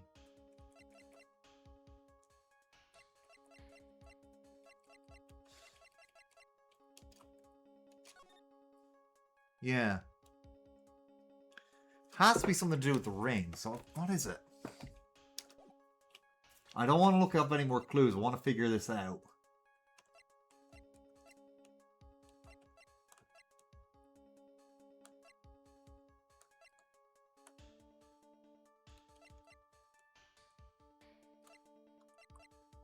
I guess it's the from Mass second heist on. He was stealing as directed by blackmail letters. So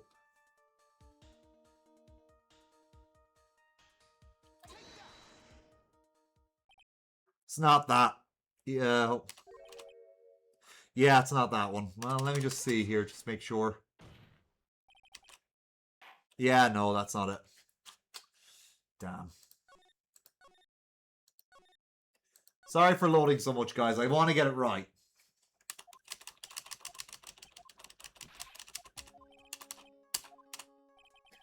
Okay. What's the contradiction of evidence? Otherwise we can't move.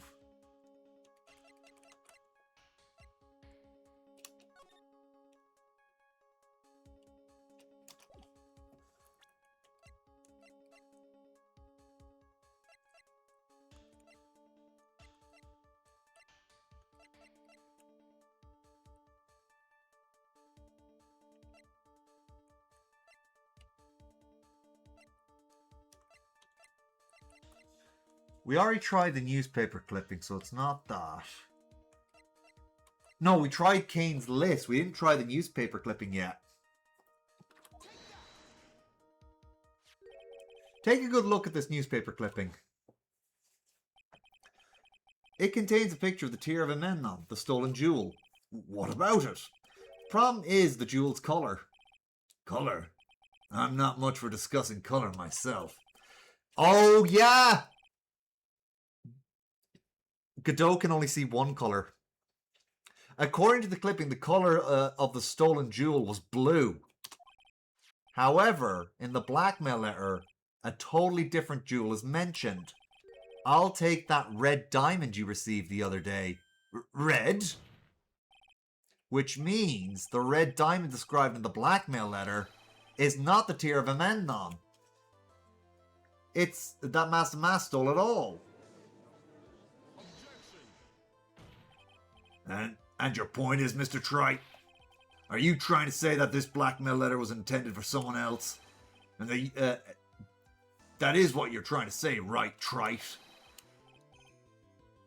That is what you're trying to say, right, Mr. Wright?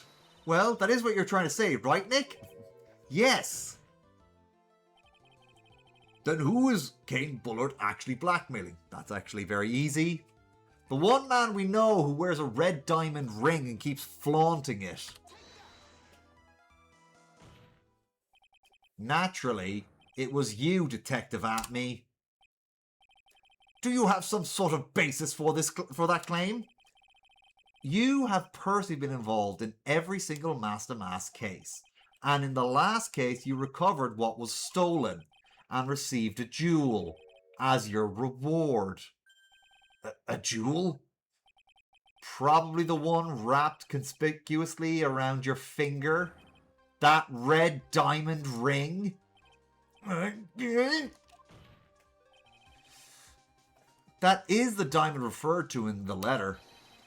Which means that Kane Bullard wrote that letter in order to blackmail you. Ah! We got him. Order in the court. Order, I say. It seems you've gone too far with your childish pranks, Mr. Trite. Uh-oh. I don't like the way he said that. Kane Bullard blackmailing Luke Atme? Are you for real? Yes, I am. Nick, come on, stand up to him. Then answer me this. The blackmail letter contains the following passage. If you don't want your identity revealed to the world... Yes, it certainly does. Kane Bullard threatened to make Luke Atme's identity public knowledge. An identity he wanted to keep secret. So just what was that identity? Atme killed Kane Bullard because he was afraid his secret becoming known. What was the identity he wanted to keep secret? This is what all comes down to, Nick. The identity Luke Atme wanted so desperately to keep a secret as... Hold on, let me just save. I think...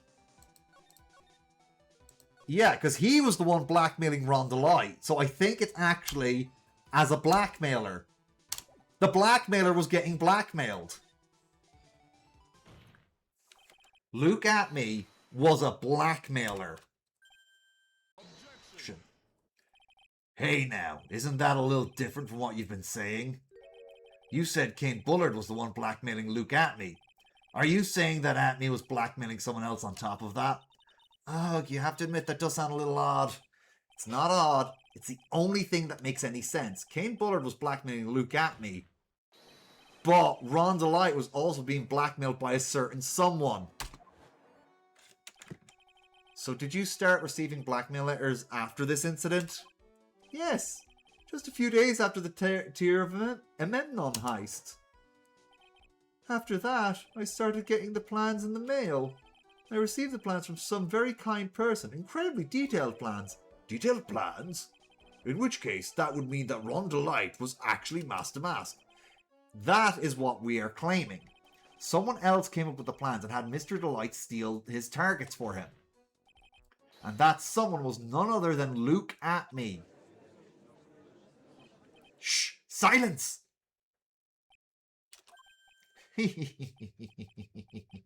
Now I see. It's all becoming clear. What is?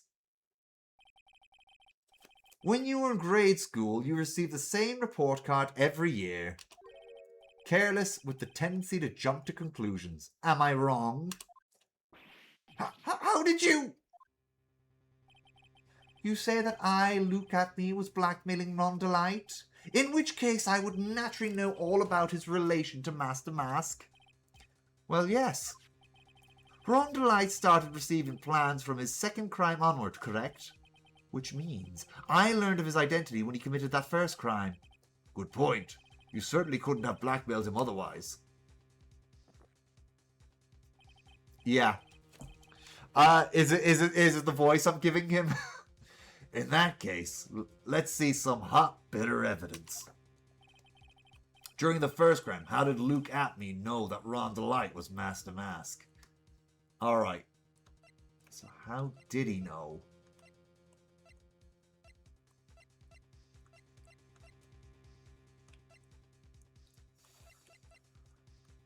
Check.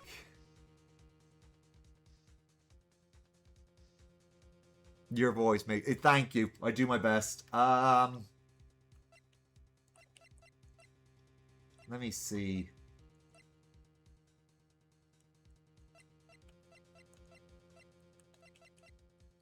See, that's the blackmail letters that he has. I'm going to guess it's this. I think I see it. See what? When you were in grade school, you received the same report card every year. Gets into lots of mischief trying to be the center of attention. What do you mean? This newspaper clipping. It has a picture of you and Ron Delight in his guard uniform. It seems that Master Mask didn't just disappear into thin air. He just took off his outfit and hid it in a bucket. That sounds far too stupid to be true. Correct. With tricks like that, it couldn't fool a baby, let alone an ace detective. And that's when you figured it out, Mr. Atney. When you learned that under his mask, Master Mask was Ron Delight. What the? Wasn't he supposed to be Master Mask? Not only that, it looks like he wasn't even an ace detective. I can't believe it. He was just a slimy blackmailer. What a fraud. They're trying to pass him off as an ace detective. Why, you? How dare you expose me like that? Why, I mean, I've never blackmailed anyone in my life. I'm a famous and proud ace detective, and also Master Mask. Why can't you understand that? I'm afraid you are neither a proud thief nor an ace detective. You are a blackmailer and a murderer. That's your true identity. Why, you? How dare you imply couldn't even touch a fall lily if I tried to... You big-mouthing as you're fools. I say none of you can comprehend my genius. You're all just jealous. So come desecrate me. Commemorate me. He's addicted to blackmail. I'll get you. It's enough to make one laugh. He is, yeah. And I had a hard time keeping up with him. It would seem we finally arrived at the real answer. That was quite an performance by Mr. Atney. Bailiff, please prepare a cell for Mr. Atney. Oh, Godot's not letting us get away that easy. You know what? We still haven't done anything with the box and the urn yet. We haven't done anything with the box yet. The box I still have to do something with. The paint stains on the box specifically. I think it's that. The hammer that strikes too fast has no true aim. What do you mean? I'm already prepared to deliver my final ruling. Allow me to say one thing. I will be the one to judge. You don't get much more in your face than that. It appears that your claws weren't quite as sharp enough, Mr. Trite. What are you... It's true that you've proven a lot of things. Things like Luke Atney was a filthy blackmailer, and that he wasn't at Lordly Taylor at the night of the murder. That's right. That's why he's the one who killed Mr. Bull. But there's still one thing you have yet to prove. What's that? Just because he wasn't at the warehouse doesn't mean he was at the murder scene. Therefore, if you can't prove that this pitiful excuse for a man was a KB security, then I don't see how the verdict can be delivered. No way! Order the court. Well, Mr. Wright, this is it. This is the final round. I've got to prove that Atme was at Mr. Bullard's there. But can you really prove that? Okay, he's in Mr. Bullard's office that night. We got to prove that. Yes, we can. That's long enough, Mr. Trite. I want to hear your answer. Okay, better save here then.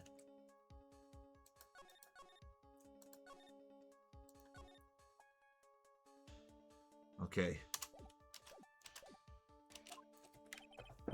That night, Luke Atme was at KB Security, and the defense can prove it. With evidence. Are you sure? Ha! Don't you worry. I'll watch over you as you break down and fall into pieces. Very well then, let's see this proof. Okay.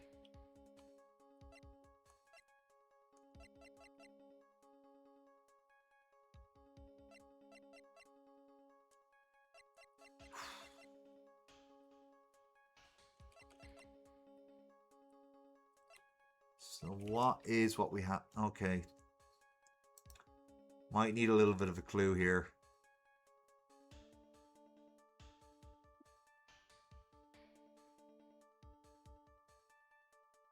Oh no, I was supposed. Oh yeah, I was supposed to say I can't prove it.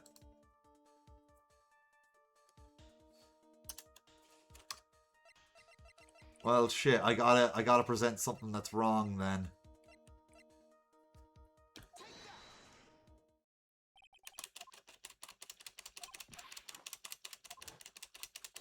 Oof, there we go. He got hit in the face.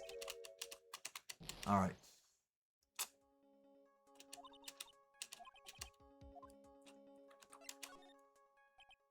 I can't prove it. Just as I thought. But, if we were to hear more of Detective Atme's testimony... Unfortunately, that's as far as you go, Mr. Trite. What do you mean? I won't allow for any more testimony, that's what I mean. What? Have you forgotten? Luke Atme is here after we interrupted his own trial, and you have failed to prove that he committed the murder. I think it's time for this witness to return to his own trial, and face his guilty verdict as mask to mask. No! Well now, Sir Lawyer, it seems that love wins out in the end after all. What the fuck are you talking about? Are you talking about the love for yourself? I am the ace detective as well as master mask. My verdict will verify that. Just as Rondelite will verify that he is the true murderer. I declare with the full force of my ace detectiveness. Order in the court. That's enough deliberation over this witness. I can't believe this. At this rate, Ron is... Don't give up now, Nick. We still have tomorrow. We can look for more evidence and by then it'll be too late. Huh? Why? Because if... Double jeopardy. One basic rule of any court of law. Double jeopardy? Should a defendant be tried and found innocent in court, that defendant cannot be tried again for the same crime. This is a fundamental rule of all courts. Yeah, that's not a great one. And it applies to this witness as much as it applies to anyone else. Mr. Atme will be found guilty in a matter of minutes. Sorry, I need a drink. Guilty as mask to mask, which means he will be innocent as far as the murder of Kane Bullard is concerned. No way! The fact is that you were unable to prove Mr. Atme's guilt of that crime here. That means he will never again be tried as Kane Bullard's murderer. Wah! Wait for it. Oh, wait. No, there's nothing I can possibly do to win. Even if Ron's proclaimed to be innocent, the real killer, Luke Atme, will go free. You have cross-examined every statement the witness has made here today, and as long as there is no more testimony, I'm afraid I have to declare that there will be no further questioning of this witness. Are there any objections?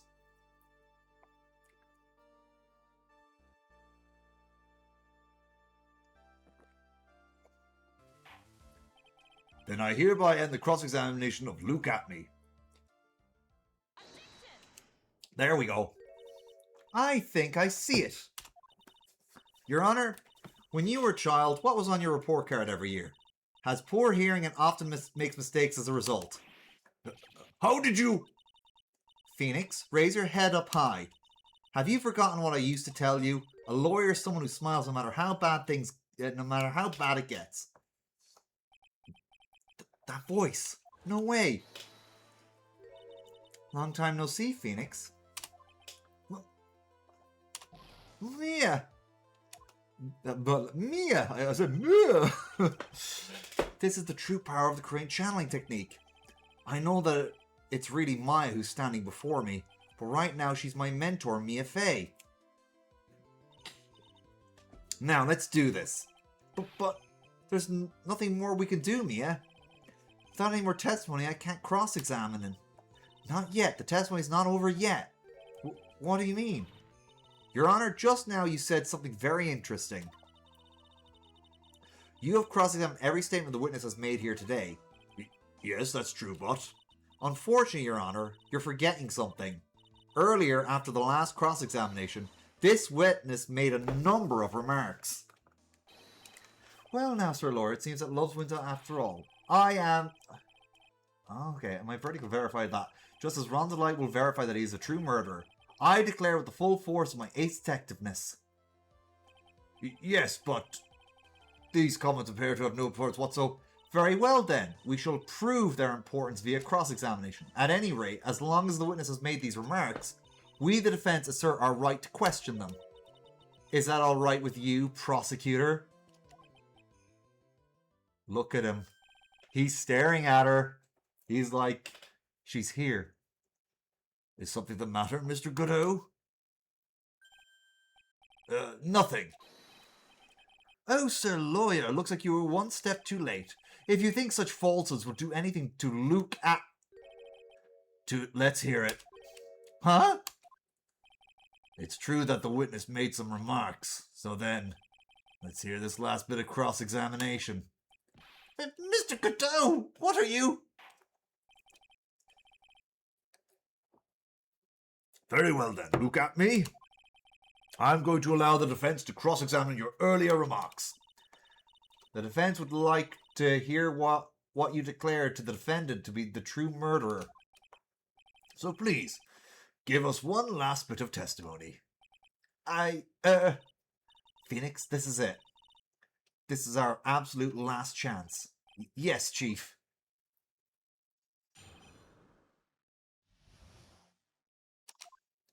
Indeed, it is true that I was not at Lordly Taylor. I had to leave to see about another vitally important job request. I had known about the date beforehand, so I had this photograph readied. My brilliant deduction was what informed me that the true culprit was Ron Delight. And thanks to the keycard and wallet, it was abundantly clear that he was there. I was also able to make a deduction from the buzzer, which only sounded once. The button did not have any fingerprints on it. Why? The victim would have left fingerprints if he sounded it, which means the killer sounded it. Mr. Delight was wearing his mask-to-mask outfit, which is why he left no prints. And the blackmail letter? The victim likely just mistook the colour of the jewel. Zavari. Therefore, all the evidence points to that poor boy.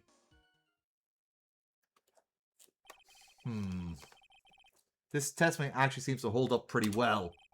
The witness's earlier remarks do not appear to have been hastily prepared.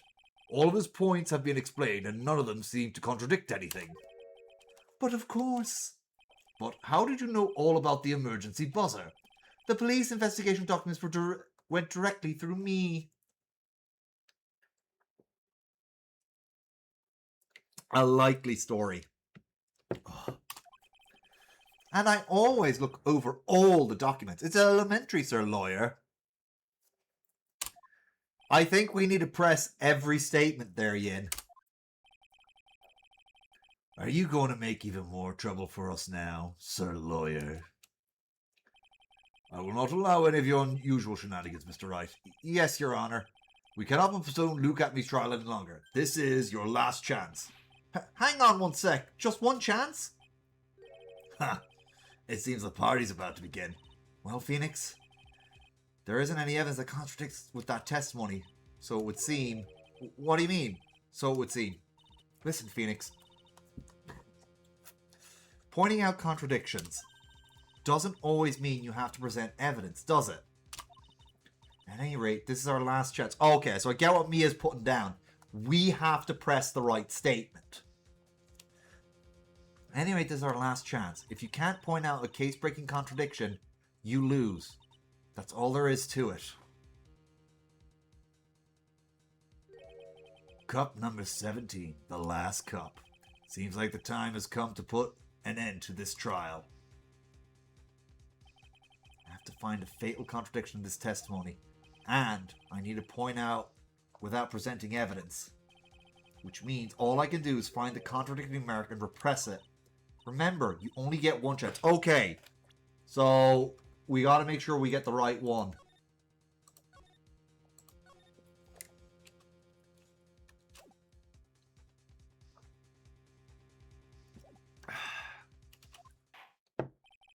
Very well then, Mr. Wright. Please begin your final cross-examination.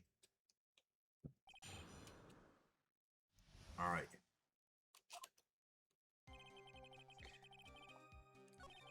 Yeah.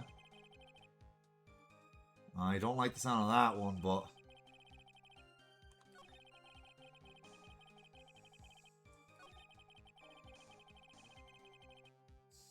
I want to know how he knows about the keycard and wallet, but...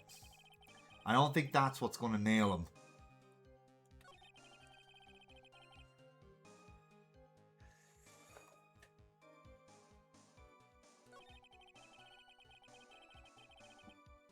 Yeah, hold on now.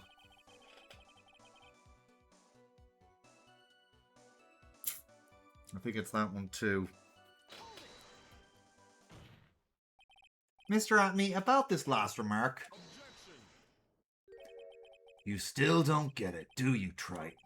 This isn't the time to be pressing the witness on every little statement. I'm afraid you're the one who doesn't get it, Mr. Godot. What? Mr. Atmey, it seems you finally admitted that you were in the CEO's office on the night of the murder. How can you say that? Let's review your testimony, shall we, Mr. Atmey? The button did not have any fingerprints on it. Why? Mr. Delight was wearing his mask-to-mask outfit. Is that correct? Indeed. That's what I said. My deductions are absolutely foolproof. More like your deductions prove that you're a fool. I'm sorry. Whatever do you mean? For some reason, I'm starting to get really thirsty.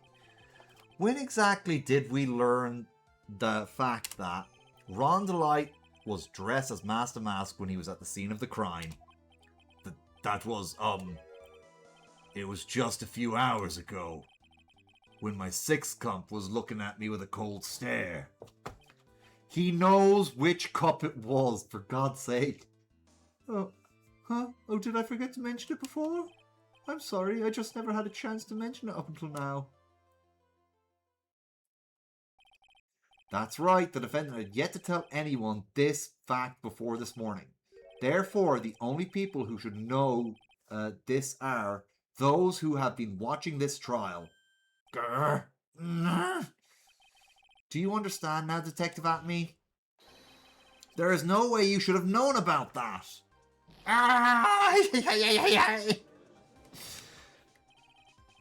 There was more of an yeah. You were in the next courtroom being tried as Master Mask. So then enlighten us, just how did you know about that piece of information? Well... Come on, this detective might have known about it. He probably had plenty of chances to find out beforehand. And those chances that I want... and it's those chances that I want to discuss next. That night, Mr. Delight was wearing his Master Mask outfit. There's only one and only one way for Detective Atme to have found that out. Only one way, you say? Please recall, if you will, Mr. Delight's testimony. When I entered the office, there was a suspicious shadow there. Yeah, it was Detective Atme's shadow. For a second, my client witnessed the real killer.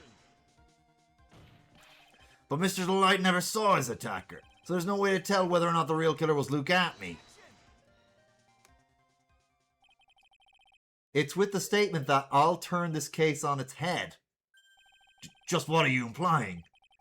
Mr. Delight saw the real killer, correct? Now, if you turn that statement around, it stands to reason that the real killer had also seen Ron Delight. Impossible!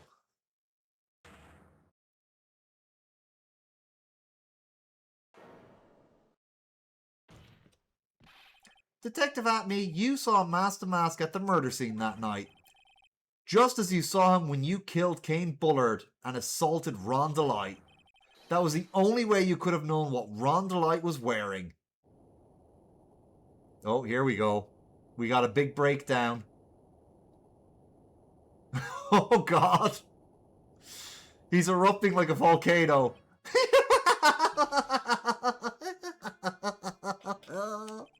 Take a good look, everyone. Unable to find a rival worthy of my genius, I was forced to create one by myself. I am the tragic clown. That is the same line you gave yesterday. But I think there's a little more meaning behind it this time.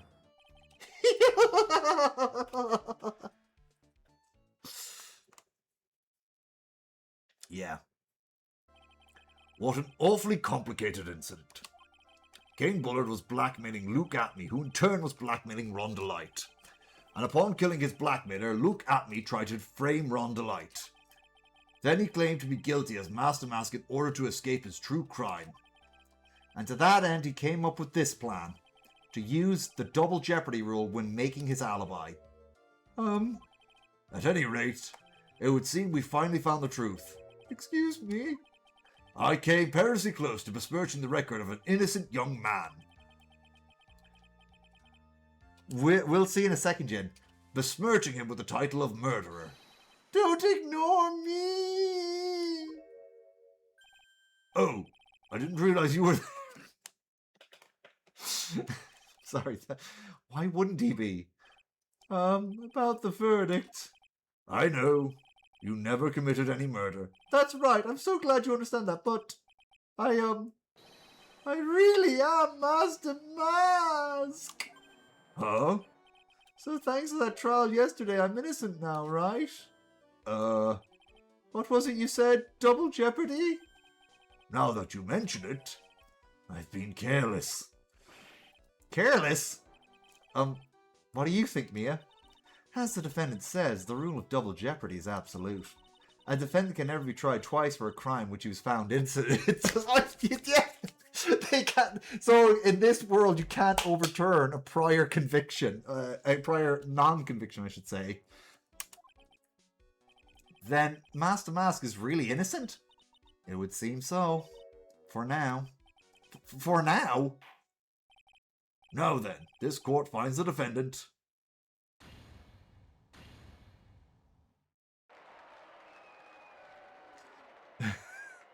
Yeah. Boy, this is really lucky. Wait, this isn't so good after all. You see, the thing is, I still have Master Mask after all. 14th of October, 3:35 p.m. District Court, Defendant Lobby, number 4. Oh, by the way, Ian, I remember this from years ago, back when I had the booklets, and I wish I still had them, of the original Ace Attorney trilogy. I think it was Injustice for All, which is the second one of the Phoenix Wright trilogy. There's a little comic in it that reveals Gumshoe is the one who actually makes and throws the confetti. Now, I don't know if that's canon, but that was in the instruction booklet. It claimed that Gumshoe, at the end of every trial, is the one doing the confetti.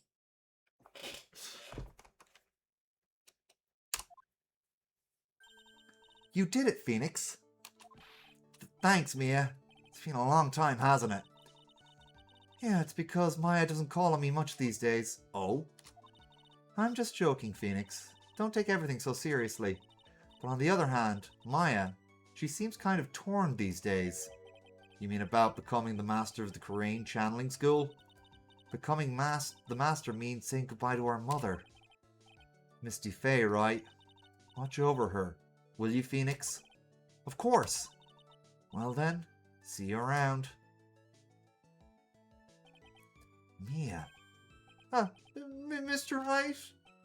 I don't know what to say. Congratulations, Mr. Delight. Thank you so much! No, wait. Nothing really matters anymore now, though, that all of this stuff. Come on, just be happy already. She is already right back in the moment. She's already read the room. She knows he's innocent. Even though she was Mia just up until now. Maya, you've been cleared of murder charges and got off as Master Boot. Unless her channeling's gotten better, where she can witness what Maya's doing. So Mia is doing. I think Maya is getting better, and she was able to tell what Mia had done. I think that, or they're just waiving that bit just for the sake of brevity. I don't know. But in exchange, I lost everything. Huh? What do you mean? Stealing security information from KB Security, becoming Master Mask? I did it all for one reason. For her. You mean your wife, Desiree? She hates criminals more than anything. Come to think of it, she was once held hostage by robbers, wasn't she? Yeah, but Master Mask never hurt anyone. I think the kind of criminals Desi hates are the ones that hurt innocent people.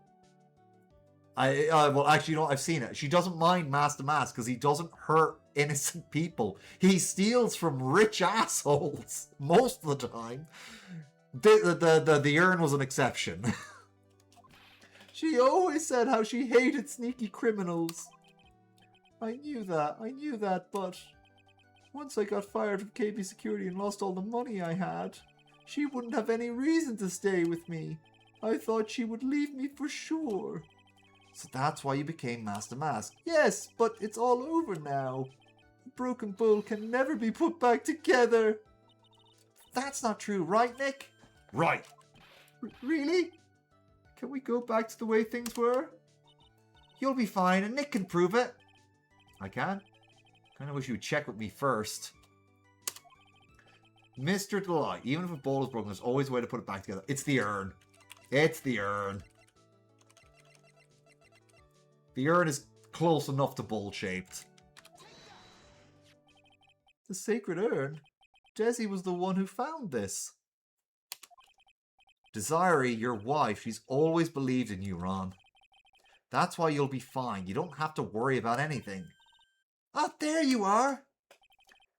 Mr. Light! You did it, Ronnie. You're innocent. I'm so happy. Thank you. I appreciate that, but, I suppose you don't want anything more to do with me, do you? Ronnie, why didn't you talk to me about what was going on?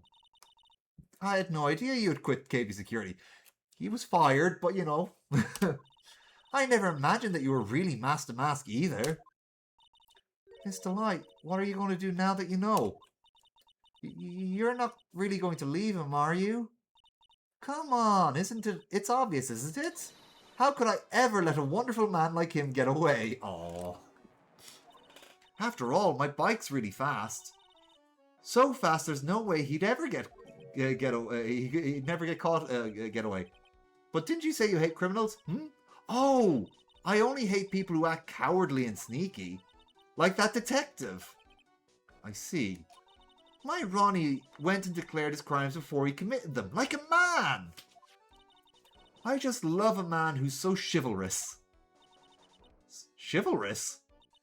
I knew I was right about you. Every day I spend with you is filled with thrills and excitement. Yeah, she is. She's absolutely a keeper. Desi! Desiree, you really do love Ron, don't you? Nicky boy? Yes? I'm really glad I asked you to defend my Ronnie. Thank you so much. I'll never forget what you've done for us. Oh, well, take care of yourself. You too, Nicky boy. Ooh, can feel my face going red. Mr. Nick, Mystic Maya. Oh, I can see what's going to happen. Phoenix is going to get slapped because Desi made him blush. Talk about bad timing. Mr. Nick, how could you? With another man's wife in front of Mystic Maya. No, you've got to... I'll never forgive you. Never, ever. That was what? 5, 6 slaps? So just as the case came close, so too did my consciousness. Ron said a broken bowl can never be put back together, but I know that's not true. I mean, just look. There's a perfect example of one that was put back together even better than before. Yeah, it actually says Ami now.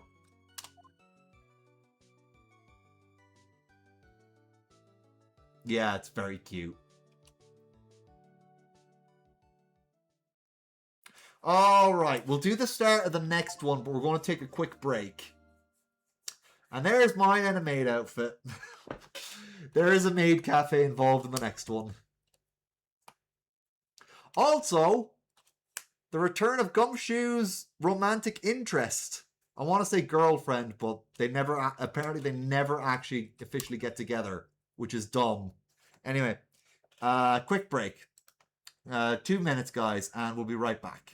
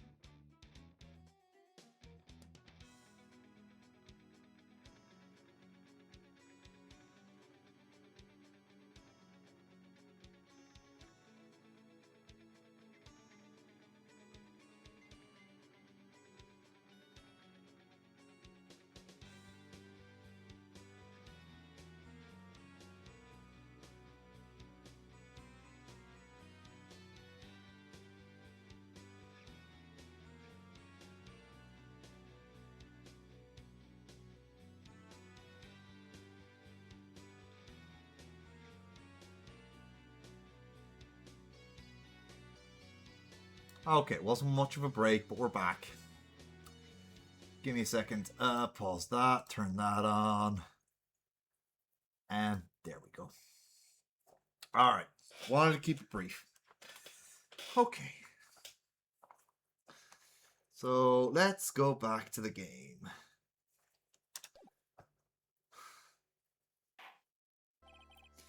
€18 next case, someone is going to be dead by poisoning because it's cafe. Oh, wait, shit! Did I? Oh, god damn it. It wasn't me, I swear it wasn't me. Okay, yeah, hold on now. The evidence and testimony we have seen and heard are conclusive. The victim was alone at his table when he drank from his coffee. No, you're wrong. I know what I saw. I saw.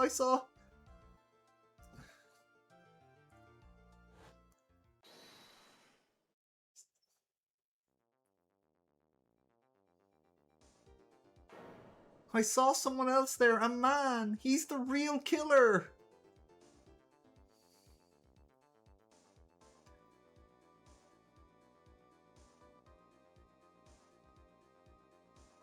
Oh. Hey, I didn't take you on that bet. Why won't anyone believe me? Of course it's Winston. Well, I'd say that pretty much wraps up this case, wouldn't you, Mr. Wright? This court finds the defendant.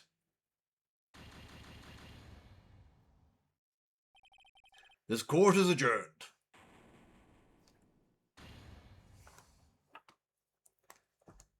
Except 6th of January, 10:03 a.m. Oh wow, it's been a few months since the last case. Ah, the start of a new year always makes me feel like we can take on the whole world. I bet it does, Maya. So I've decided that our resolution should be Zavari. Take on the world. Why are you saying that? Like, it's been months since that case. It's been a whole 3 months and you're still saying Zavari? What do you think? Sure, whatever, Maya. But I think you maybe had more than enough mistletoe cake. Never. You've got to eat a lot of cake during New Year's. It's practically a tradition. Like watching the fireworks on TV or playing a board game. Hey, pal! Detective Gumshoe? Happy New Year, Detective! Likewise. Now listen up, Wright, I wanna... Here's to another fruitful year of lawyer-police cooperation. Yeah, me too. Alright, pal, you've got some explaining to. Have you got a holiday present for me, Detective?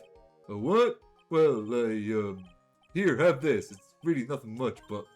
Yay, thanks! Look, pal, we need to have a talk. Take a seat. Hey, what about Pearlie? You haven't forgotten about her present, have you? No. I mean, yes. I mean, no. Are you doing this on purpose? Haha, guess I'm busted. How did you like my first practical joke of the year? Very funny, pal. Now let's see how funny you think it is when I show you this. What is it? A magazine? Hey, I want to see. Deadly poisoning brings guilty verdict. Defense attorney Wright trounced? Trounced? Let me see that. Defense attorney gave an almost childishly amateur performance yesterday? What the heck is this? It's a report, pal, about you. Listen to this. Mr. Wright must take full responsibility for the ruling on this case. Well, and don't tell me you don't remember anything about it. But I don't remember anything about it. When was that issue from anyway? December of last year. Which I guess makes it last month. Which makes it old news, you mean? But I wasn't involved in a poisoning case in December.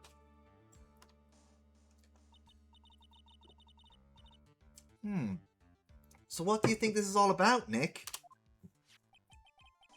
If it wasn't you, pal, that leaves only one possibility. No way. You don't mean a phony Nick? This must be Gumshoe's idea of a joke. Guess he's starting off the year with one too. So what are you going to do about it, pal? What do you mean, what am I going to do about it? Well, it's your fault the judge found the defendant guilty in this case. My fault? How do you figure that? Because the Phoenix Wright is super famous now. Well, maybe only sort of. Yeah. So what happens when you hotshots start getting too full of yourselves? But I didn't do anything wrong. At least not that I can remember. You better make this right, pal. Now.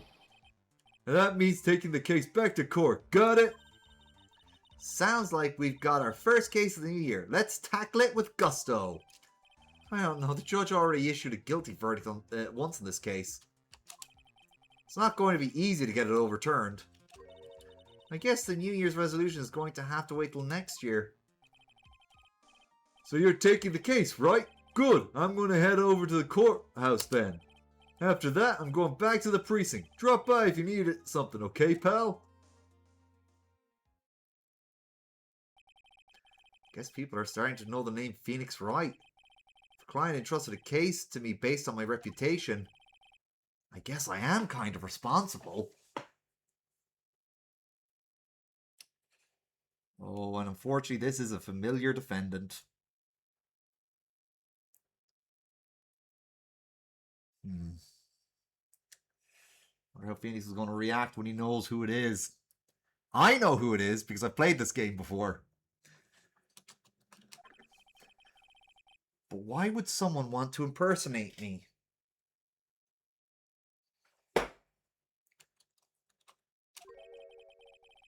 What sort of guy would do that? Alright.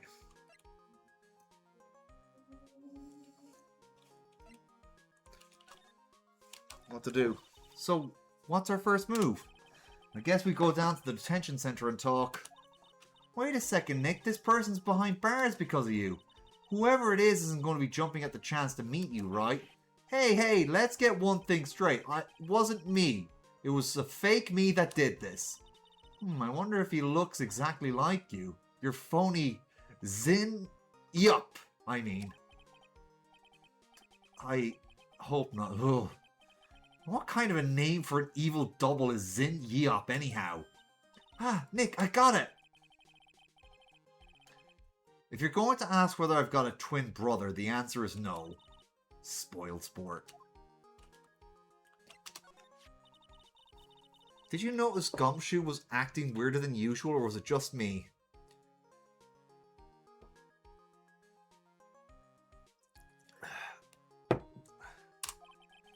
What do you mean? I mean, he was really worked up. Like a guy who just found out he's going to be a dad or something. Yeah, I guess he was acting kind of strange.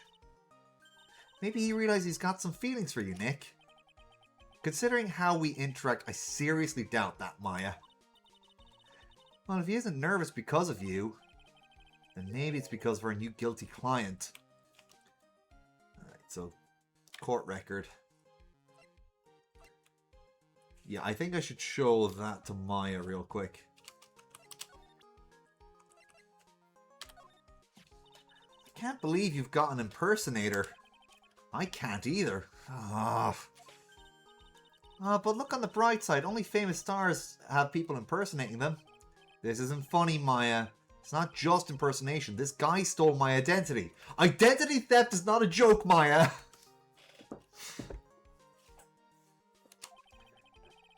And someone may have been wrongly convicted as well. Guess you should have gone into showbiz, huh, Nick? I will never understand how your mind works, Maya. Alright, let's move. I guess we could stop by criminal affairs first. Wait! Why does the blue badger... There's a pink badger now. There's a pink badger with the blue badger now. January, 6th of January, police station. Why is it the 6th of January? Of all dates, why is it the 6th of January? God damn it. This is before that incident even happened. A good, like, 12, 14 years estimated. It's been ages since we came down to the precinct, huh, Nick? Looks like Gumshoe isn't around. He's got it so easy, leaving everyone else to do the work. No, he's out there somewhere. My bet is on the courthouse. He's probably trying to arrange the retrial of this case. Guess that means we should go to the detention center and chat with our killer, huh? After being convicted without a fair trial, I'm not so sure the killer is the right label. Alright. Let's move then to the detention center. This is so nerve-wracking. Waiting to meet our new client? I wonder just what kind of person you tricked and got found guilty. Keep it down, Maya. That kind of talk could ruin me. Ah! How could you, Mr. Wright? How could you do this to me? It's Maggie! Maggie's back, everybody! Remember her from the second game? They put me in solitary. I haven't been able to stop crying. She's been in there for a whole fucking month. Oh my god, I feel so bad for poor Maggie. Aren't you? Yes, I am. I am totally and utterly let down. Are you? Don't pretend you know me. It's me, Maggie. Remember? Maggie Bird. Maggie Bird? Ah!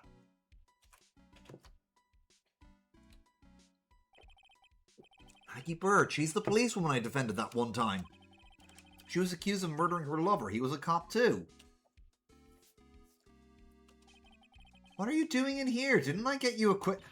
Oh, sure, very funny. After a fifth-rate defense job, you come in here and start making jokes? You better hurry up and tell her what happened, Nick. Oh, I see. So that's where we stand right now. I'm sorry you've been caught up in another murder. My whole life has been nothing but a whirlwind of bad luck and failures. Poor Maggie. I vaguely remember her saying the exact same thing last time. But I don't mind. What's one more disaster in my life?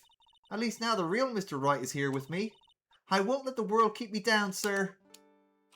Alright. So how come you're dressed like that, Maggie? Last year you looked so sharp in that police uniform. I was fired after that incident last year. She was fired for being framed? I fucking hate the police department. In real life and in this fictional world. They are so inept. They are so inept.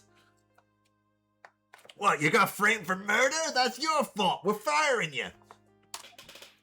It's okay. I don't mind one bit. I sure mind though, Maggie. You did nothing wrong. Hey, Sparta. Welcome on in.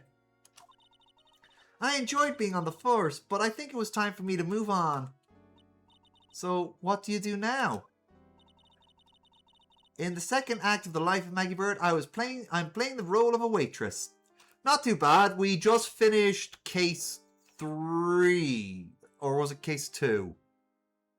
I think Master Mask... No. I can't remember which number Master Mask was. I think Master Mask was case 2. And we're on case 3 now. Early on case 3. It's kind of a filler case, but it's a fun case. I really think Yin is going to enjoy this one. This one is going to hit that funny bone. Oh, nice one. Doom the Dark Ages DLC. Very good. Crit handled the penguin, now he's dealing with an imposter. To be honest, I dealt with a puffin more than anything. Maybe one of those penguins with the... the yellow spurs that come out the top of the head. I forget what they're called. In the second act of The Life of Maggie Bird, I'm playing the role of a waitress. A waitress? A maid. Yes, in a French restaurant. It's a small place, but it's quite fashionable. It's a maid cafe. This is before, the West really knew what maid cafes were. So they just localized this maid cafe as a French restaurant. My charming smile and shapely figure came through for me. And the owner, Mr. Armstrong, hired me right away. Now I know. Oh, hold on now. Let's see here. And the man, the hub music of the DLC. Well, it's Doom music, so I imagine it's really good. Made me fall in love with it. It's like a camp song, yet you hear the anger and despair at the same time, and we get, oh, that's actually pretty cool. Doom does have amazing music. It's been a key staple of the franchise ever since its inception. So I'm glad that the music, this soundtrack, is yet another banger. Anyway, let's see. And then you got into this mess straight away, right? Yeah, you could put it that way. So what happened? The whole mess started on the 3rd of last month. So 3rd of December. It happened at Tribulations. Tribulations? Yes, it's a restaurant where good service and a friendly smile are always included. It's not a soundtrack of heavy metal. It's more like, yeah, but still, like, good music is good music, Sparta. Anyway. Oh. That's where two men at the table, both drinking coffee. And then...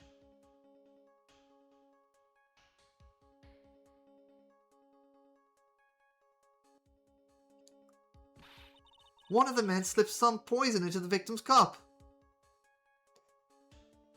Yeah. The victim just took one sip and was gasping for air. I was so shocked I passed out. Hey, hold on there, Maggie. What? You keep calling the guy the victim. Don't you know didn't you know the guy who was killed? Not at all. I'd never seen the guy before. Oh. So she wouldn't have had any motive to kill him then, I guess. And the other man, the killer. You saw him, right? Of course. A good waitress must be attentive to the clientele. So you saw the killer, but you were found guilty of the crime anyway. How come? You tell me, Mr. Wright. I guess the answer to my question is my phony. Anyway, she saw the killer. Better see if I can get a description of the guy. Alright, actually, let's go to...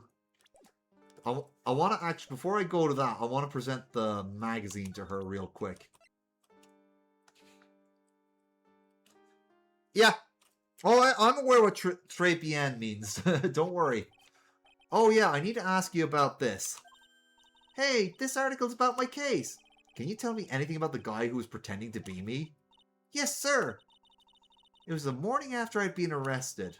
I met you in the visitor's room. You were wearing one of your super sharp suits. Me? Yes, you, Mr. Wright. Arg. Hey, Maggie, was my evil double A.M.? A.M. She's saying her evil double is A.M. Saying, oh, thanks, Bart. I'll have a look at it later. No, I don't remember phoning you, Maya.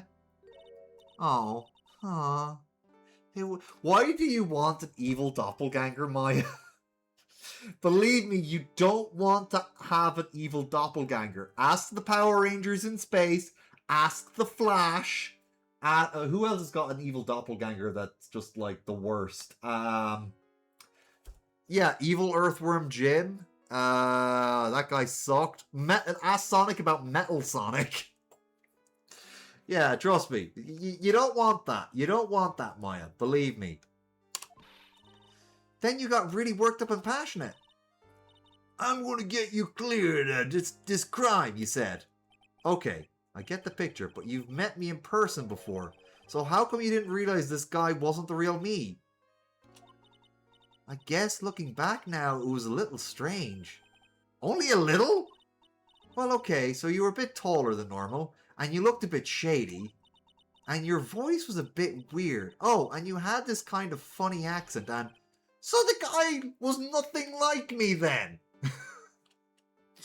Oh yeah, the evil Doctor Strange from another universe. Yeah, the evil universe doppelgangers are also in there. But he had your spiky hair and blue suit.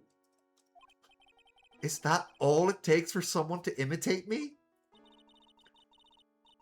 How about everyone else in the courtroom, like the judge and the observers? Didn't they realize he was an imposter? Everyone had those big question marks on their faces, but it seemed like no one wanted to say anything, sir. So this case just keeps getting weirder and weirder. Alright, let's go back to the talking part. So if you saw the murderer, why are you still convicted? Because no one else saw. Saw what? Oh, no, because everyone is really dumb or intimidated. Yeah. Oh, wait till you see it again. Wait till you see this guy. Saw what? The other man. The one who put the poison in the victim's coffee. Everyone testified that way. Mr. Armstrong, the customer, everyone. The victim was sitting alone at his table the whole time. But how's that possible? I don't know, but nobody, not one person, would believe me, sir. Even Felix Wright, my one last hope for fair trial, failed me. What a pathetic defense. My granny could have done a better job. Look, that wasn't me, okay?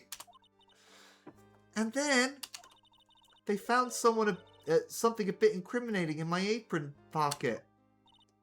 What? Small bottle of poison. What? Poison in your pocket? Well, I passed out when the victim collapsed. The killer must have slipped the poison into my pocket. I was unconscious. And no one else saw this other guy. No, sir. That's what everyone said, but I don't see how they could have missed him.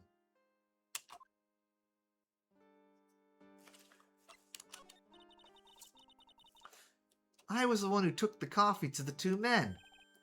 Oh? And what was your impression of them? Well, when I first saw them, I kind of thought they might be in the music industry. In music? How come? My Maya and Maggie voices are very similar. I apologize, but I gotta deal with it.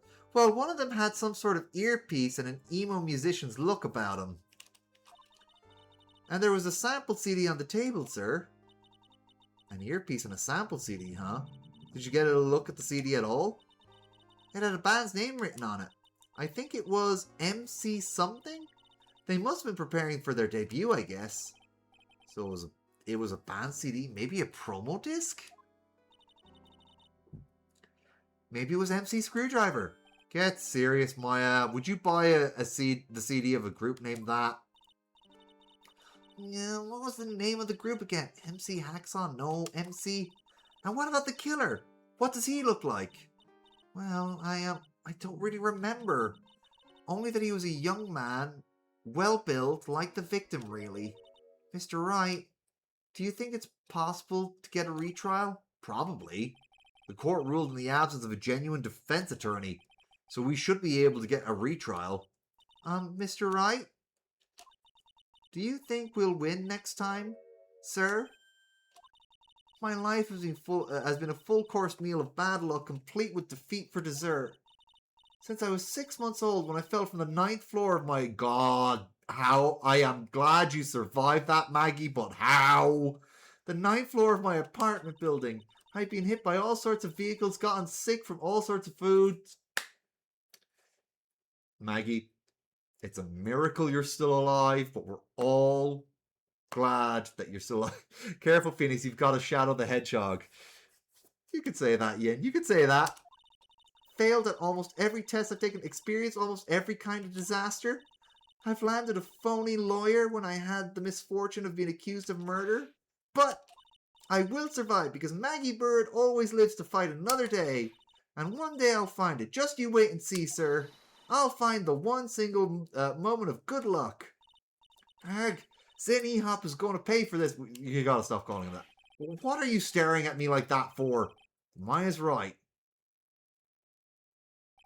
Whoever it is that thought it was a good idea to use my name and get an innocent girl convicted of murder had better watch out. We'll find him. Don't you worry. We'll get Zin E-Hop for you. Thank you. Oh, and I'll tell you where Tribulations is. Right, the restaurant where the murder took place. Yes, sir. When you go, please tell Mr. Armstrong I said hi. Sure. Alright, Nick, let's go to this restaurant and its food. Of course, Maya's interested in the food. Okay, over to Tribulations. January 6th, Tribulations. Oh my god, the booth where the murder happened still has crime scene tape on it.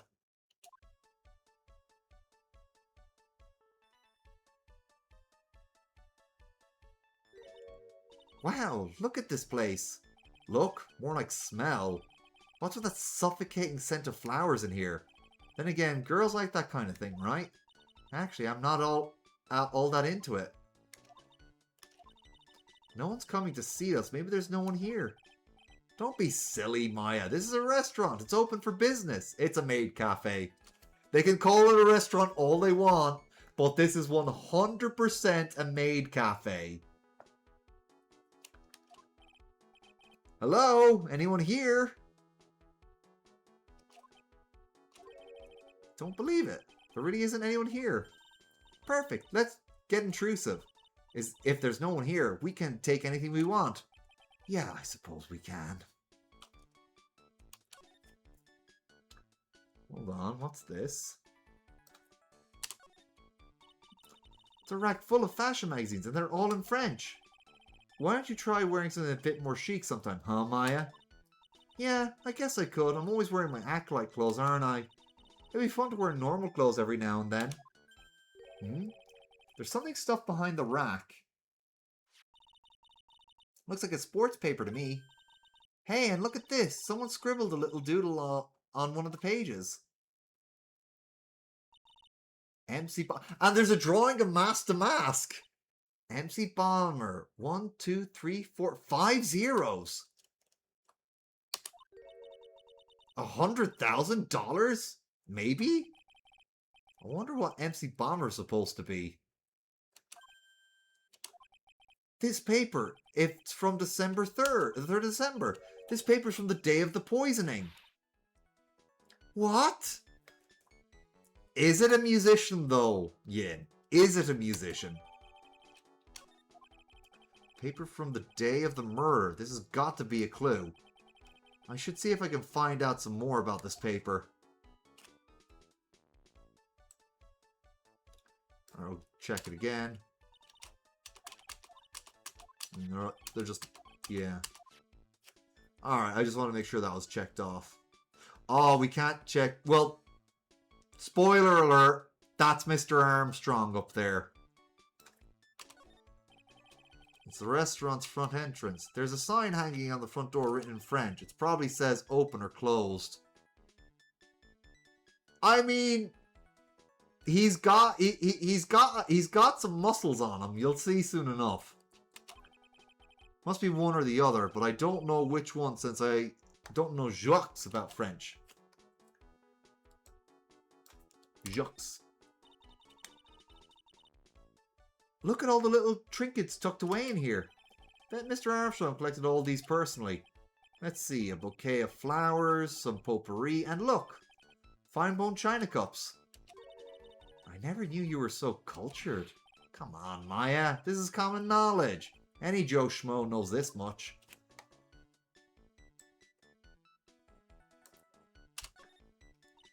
He probably had a mother who was into that sort of thing, but you know, everybody had either a mom or an aunt who was all into that shit at one point.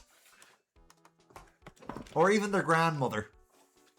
Look, it's one of those magical boxes that spits out money. You know, you're the only person who would ever describe a cash register in that way. Alright, so we gotta slide on over. We better check out the crime scene anyway. This must be the table where the murder occurred. I guess so, with all this police tape around it.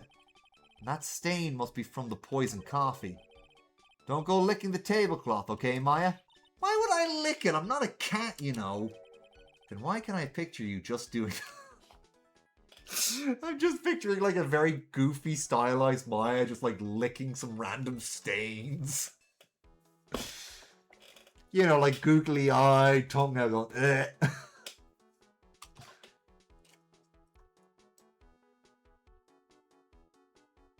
Okay, there's a divider.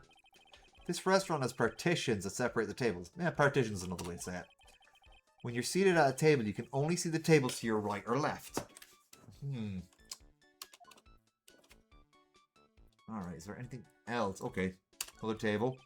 This table's set nicely. It just needs a customer. What do you think this flower is, Nick? Let's see. Well, it doesn't look like a tulip, and it's not a sunflower, I don't think. Duh, even I could have told you that. Well, those are the only kinds of flowers I know. Dag nabbit, I'm a lawyer, not a botanist. Damn it, Maya, I'm a lawyer, not a botanist.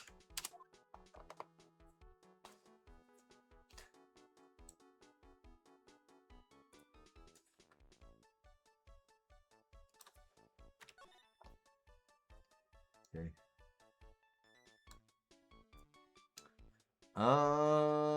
Let's see. Is there anything? Maybe we have to go see Gumshoe because we're not seeing anything else to do here. Yeah, I think we might want to go see Gumshoe.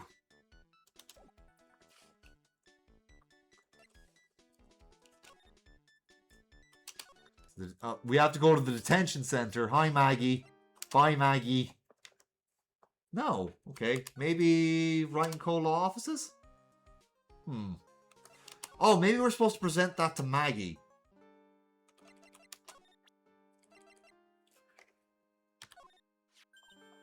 Yeah. Oh, sports paper. Yeah. I mean, it makes sense. Let's see. Did Gustin Braun manage to defend his heavyweight title? Sorry, Maggie. This paper is actually a month old. It's from the day of the murder. And Gutson got knocked out yesterday, I'm afraid. Oh, no. I found this paper in the magazine bracket Tribulations. Really? That's strange. Tribulations doesn't get newspapers. And Mr. Arms says he's not really fond of them. Then maybe one of the customers left it behind. Anyway, what I want you to take a look at is this scribble here. Aha! That's it, sir! MC Bomber! That was the name of that was written on the CD. Just as I thought. I guess it wasn't MC Screwdriver after all, huh? So this $100,000 must have been a down payment for the record deal, right? If someone gave me $100,000, I'd sing for sure. The Master of Korean, or even the Spirit Song, or even Maya's theme, which is... I think those are all OST track names as well. I think. So it's like a code words, I imagine. From what I remember, it wasn't a music CD. You have to remember, this game came out back around 2003, 2004, right? It would have released about the time, it would have released around 2003 in Japan, I think. And then the English release was 2007. So around the time when CD drives were all the rage. Floppy disks were a thing of the past at this point. Hell, floppy disks were becoming outdated by the early 90s. CDs started taking over in the mid-90s. But yeah, so... it's more to do with music. Okay, Maya. So if the sample CD was on the victim's table, that means this newspaper may have belonged to the victim. You're right. So the victim left this behind on the day of the murder, huh?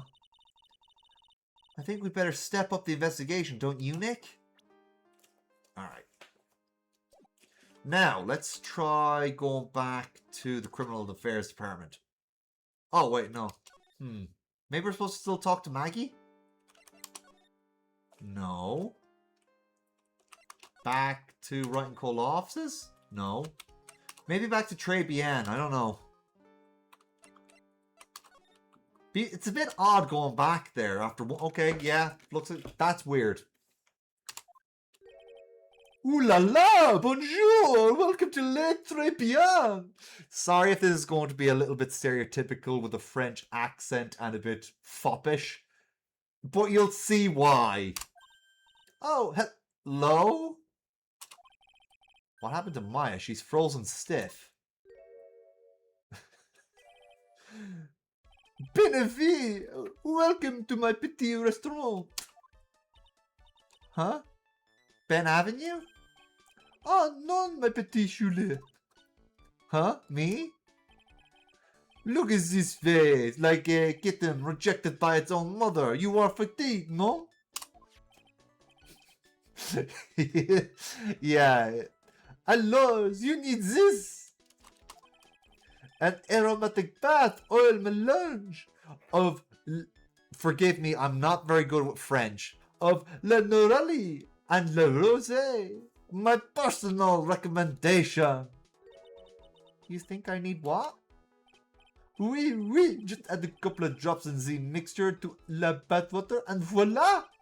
It will soothe your body and your mind. It's simply fantastic. Really? And for la bonjour? Me? Look at that face, like a puppy rejected by life itself.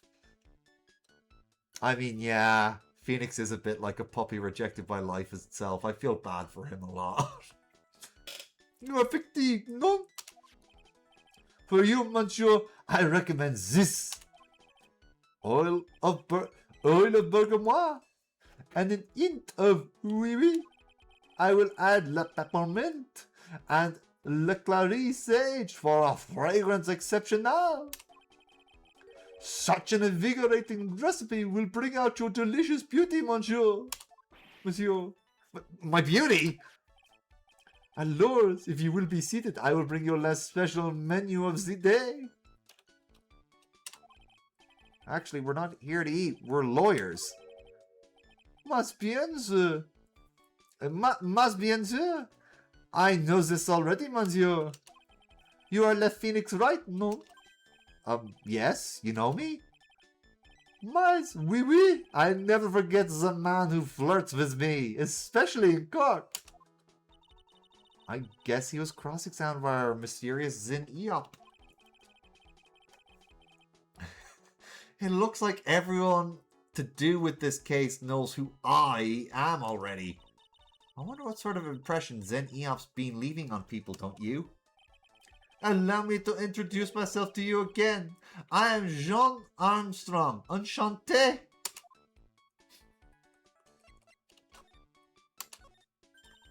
So what does très bien mean? I know très, that means 3, right? No, no, no. Très bien is Français.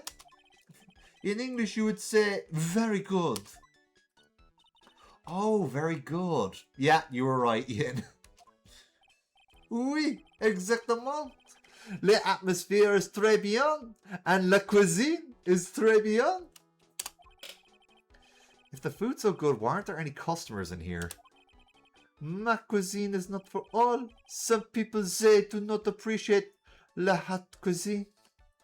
I thought everyone liked hot cuisine. Since I have lost Maggie, I do not have enough hands. So you're running this place on your own now? Oui, for le moment. For le moment. No one has answered my advertisement. Oh, pour moi.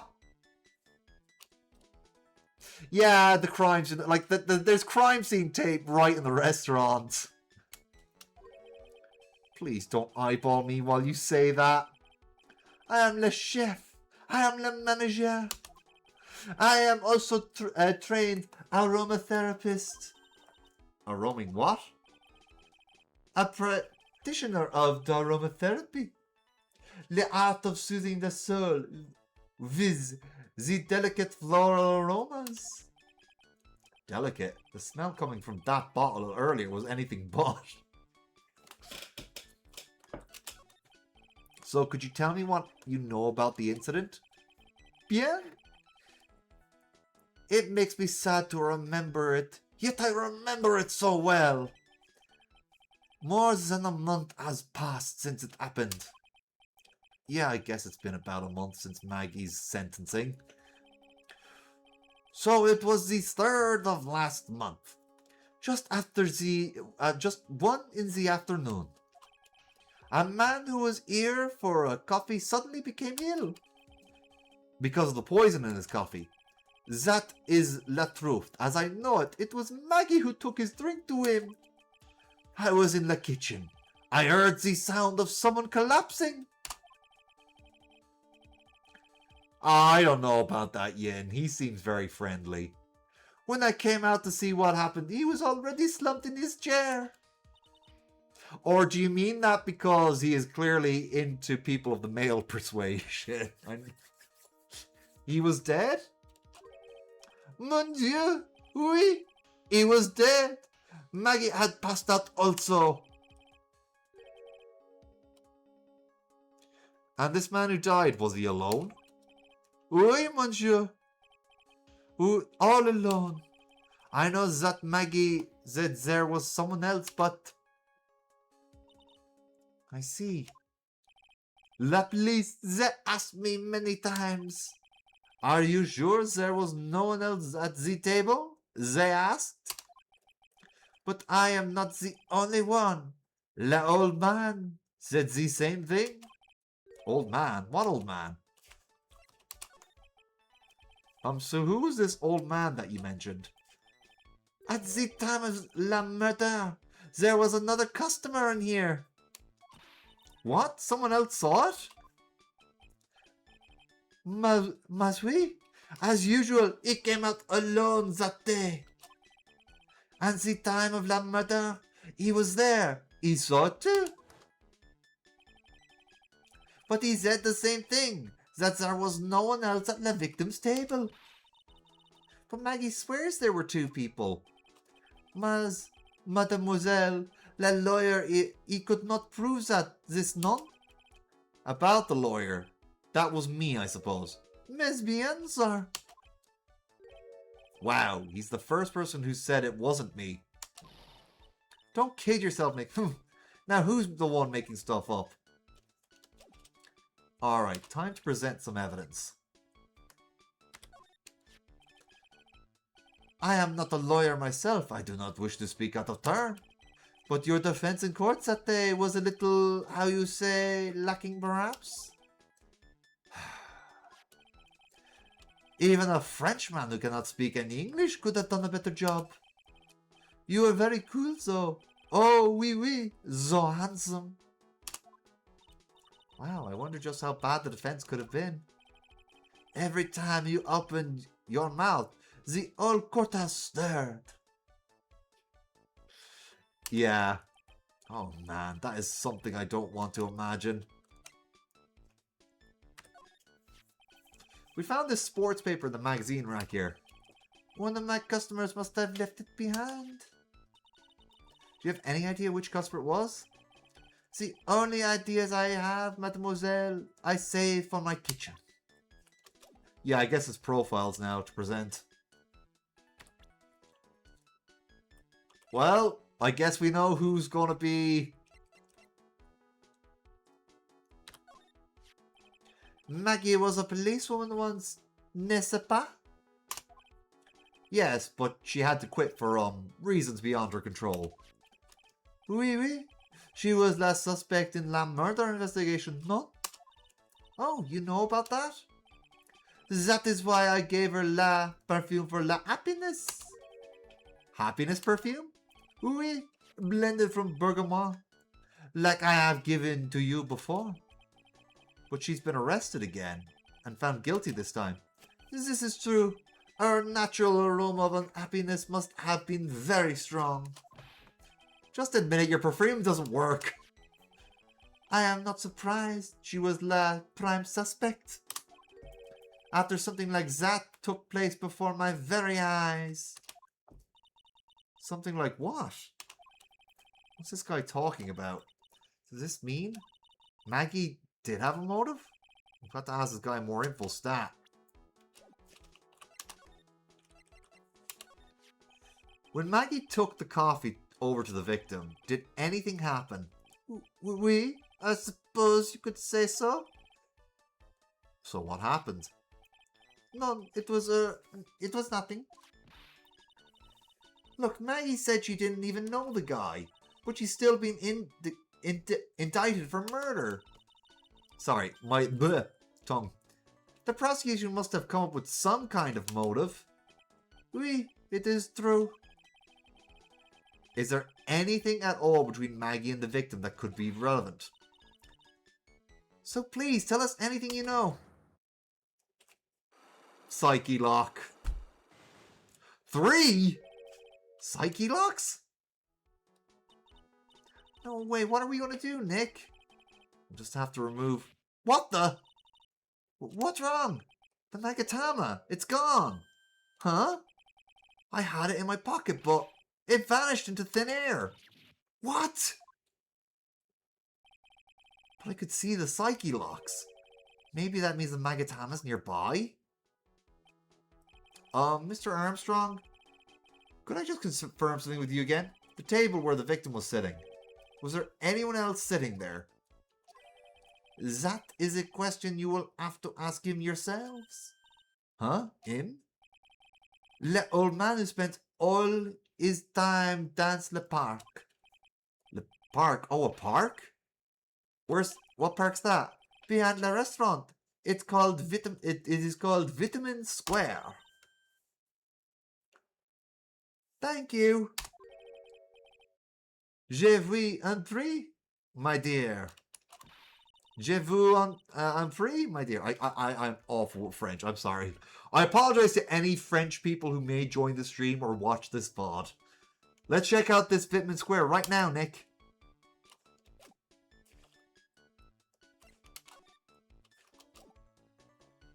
Yeah, I guess we gotta go to Vitamin Square. 6th of January, Vitamin Square. So this is Vitamin Square. Yeah, I see where they get the name from now. The fruits scream vitamins at you. Hey, Nick. That's the guy, right? Isn't that the old man Mr. Armstrong was talking about? That grouchy-looking grandpa?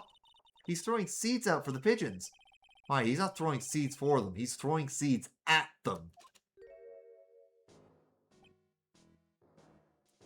Oh my god, this music. It's so ominous. Oh, my grumpiness threat level has just been raised to red. Excuse me. Would you mind if I had a word with you? Yes! I just want to ask you a couple questions. What's the matter with you? Can't you see I'm busy? So you don't like my seeds, eh, pigeons? He's really chucking those seeds at them. That's got to hurt. Go on, eat this!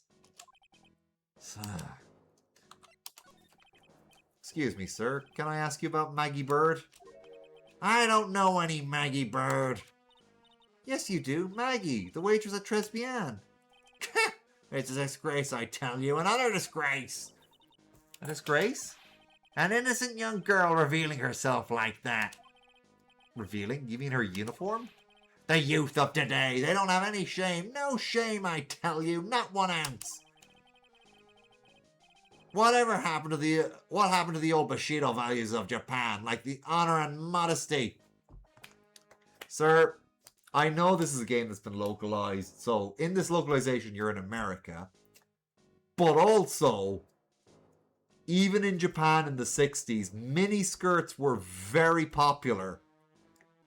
I know this because I watch a lot of old Japanese movies, mostly involving kaiju, and I've watched a lot of Japanese TV shows from the time. And women had, like, modern for the time fashion, which included mini skirts. So, yeah, it's not... Yeah, and also this game is supposed to be taking place in, like, 2021 or something like that, so... You know... What about me? I'm not wearing anything revealing. You? Your problem is you lack any sense of grace. Talk about hitting a girl where it hurts. Tribulations. Do you go to Tribulations a lot? That miserable excuse for a restaurant. That garbage they serve in there is not food. Where's the sushi? The tempura? The rice? Tribulations is a French restaurant, sir. Where do you think we are, boy? In Paris? I want real food, not snooty snacks. And what about the shameless girls? You mean the waitresses? You can see all the way up there. Yes, the waitresses. They're practically naked. It's a disgrace, isn't it? Well, isn't it? Listen, it's not my restaurant. God, it's a miserable excuse for a restaurant, that place. Miserable. He certainly knows the place. He must be a regular. But if he hates it so much, why does he keep going? Because he's probably a dirty old man. Are you a regular at the restaurant, sir? It's just if you dislike it so much, why do you keep going there? Sir? There you are, filthy pigeons. You want food? Haha, take that. He must be hiding something, right? If he is, I should be able to see a psyche lock or two. Oh, wait. I don't exactly have the Magatama right now, huh? Remember, Nick, that Magatama is only on loan. You better find it or else. If Pearls ever gets wind of this, I'm going to be in the whirlwind of pain.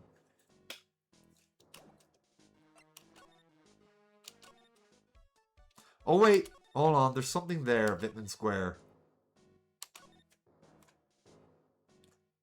Job listings. Oh, there's a magazine here. It's a magazine full of job listings. You disgusting rogue, picking up something someone else threw away? Threw away? Did you throw this away? Are you looking for a job? That's none of your business! Sorry, I guess I'll just take the magazine with me then. I don't want anyone else having it. Give it back! Too bad. Now that you want it so bad, I don't want to give it up. Hey, that's mine! Wait, by the cover we could show... Yeah, I think so. I mean, we did see Maya... Yeah, I'm pretty sure that's where it's going. Like, Maya does end up working for him. So... Mademoiselle! Yes? Are you looking for le job? What? No. I was just... Let me see. Your style is un peu different. But you have a good face. Different? Tribulations. You have passed. I will hire you. Bien, come with me. I will teach you everything I know. Nick, help! I don't know whether to laugh or feel bad for Maya. Maybe I should do both. I mean, laughter's sometimes the only response you can have to a situation. Looks like they have Maggie in for questioning. I guess I'll have to ask her. I guess I asked her pretty much everything. I'll come back if there's anything else I need to ask her later. Let's see here now. Let's go to criminal affairs. Ah, finally, Gumshoe. Well, pal, have you found the evidence yet? The one that's going to find her innocent? No, not yet. We've only just started our investigation. Well, whatever you need to know, I'll give you the dirt on it. I'm putting off all my other cases for now, pal. Gumshoe's really fired up about this. Oh yeah, one more thing. The retrial's been approved. The court's sitting at 10 a.m. tomorrow. And Godot's gonna be the prosecutor. Oh, him. Now listen up, pal. If Maggie's found guilty again... yes? I'll make sure you get locked up for good. I'll make sure you get locked up good for it. Got it? Alright. Actually, I do want to examine the area real quick. That must be one of the detectives. He's mumbling something to himself. Hitting the gas is like hitting fast forward button on your life. No, that's too obscure. Oh yeah, this is the guy who's writing stories instead of doing detective work. No, that's too obscure. You don't really get you'll die before your time idea. I need something more direct. Something a bit more lighthearted. Something like hitting the gas is your passport to paradise. You must be coming up with the slogans for a safety campaign, I guess. Hold on, more importantly. No matter what, whenever I come here, the mascot's there to greet me. You got that right. That's the blue badger. It was my idea. I made it, and now it's the national symbol of the police force. So what's with the pink one? It's new, right? Yep, meet the pink badger. So one's called blue and the other one's called pink? But they're both called Badger? You got it! They're married! So should I expect to see Baby Badger next time I'm here? Yeah. Weirdly enough, what they go for next is criminal badger for them to arrest. Poster of a female police officer. Wait, no. That's the latest Babes in Uniform calendar. My bad. They keep getting Babes in Uniform calendars. How did the women in this force not complain? Oh, wait, no, that's... Well, I guess I could save, but nah, I don't need to. Not yet, anyway. Let's talk to Gumshoe. Actually, let's present the stuff we've gotten so far. What's that? A sports paper? Yeah, I found it in the magazine rack at Tribulations. It's dated the same day as the murder. You may be onto something here. And take a look at this. See this writing here? MC Bomber. Hey! What is it? I've heard that name somewhere before. Yeah, MC Bomber. Wow, he actually seems to be thinking for once. Heck, it's no good, I can't remember. And he goes back to being the Gumshoe we all know and love. Hey pal, I'm going to borrow this paper for a bit, okay? I'm going to get a handwriting analysis on done on this scribble. Handwriting, huh? Be good to know more about that in any case. Thanks, pal. I bet it'll turn out to be an interesting clue. Sports paper given to Detective Gumshoe. Alright. I don't think we need to present anything else to him, so let's talk. So the guilty party was Maggie Bird, huh? Yeah. Back when she was on the police force, you were her mentor when she was a rookie, right? Yeah, I kept a close eye on her. I mean, not too close, you know? Hey, what's with the funny look, pal? I was just her... It wasn't anything like... Look, sure, I was her boss when she was doing her training. But it was like nothing happened. Gumshoe sure is sweating up a storm over nothing. Phoenix is grinning. He's like, ooh, Gumshoe's got a crush. That's what Phoenix's face is saying right now. Ah, so that's it. Our big old Gumshoe has a little old crush on Maggie. How did you not know this yet, Phoenix? It was obvious in the last case. I don't like her or anything. I was... Note to self, gossip with Maya about this later. Look, pal, don't tell anyone, okay? You gotta keep it secret, got it? Sure. And would you mind not guessing what I'm thinking all the time? Hey, tell your face, pal, not me. You'd have to be blind not to see what's on your mind. Oh, sorry, my nose is a bit stuffy. Phoenix is a social himbo. Yeah. So I was wondering, could you fill me in on the victim? Glenn Elg. He was a computer programmer. I see, programmer. He was just a regular Joe working for a small-time computer firm. Maggie never had any contact with the guy before that day. And all she did was take him his coffee on the day of the murder, pal. Yeah, Maggie also claimed to have never seen the guy before. Did the victim go to the restaurant often? Not according to the chef. Said it was his first time he'd seen the guy. A programmer and a first-time customer at that. What possible reason could Maggie have had to kill a guy like that? That's what I thought. But a motive was still somehow established in her trial. You're kidding. What was her supposed motive? Sorry, pal. I'm real busy and I haven't even had enough time to sift through these papers.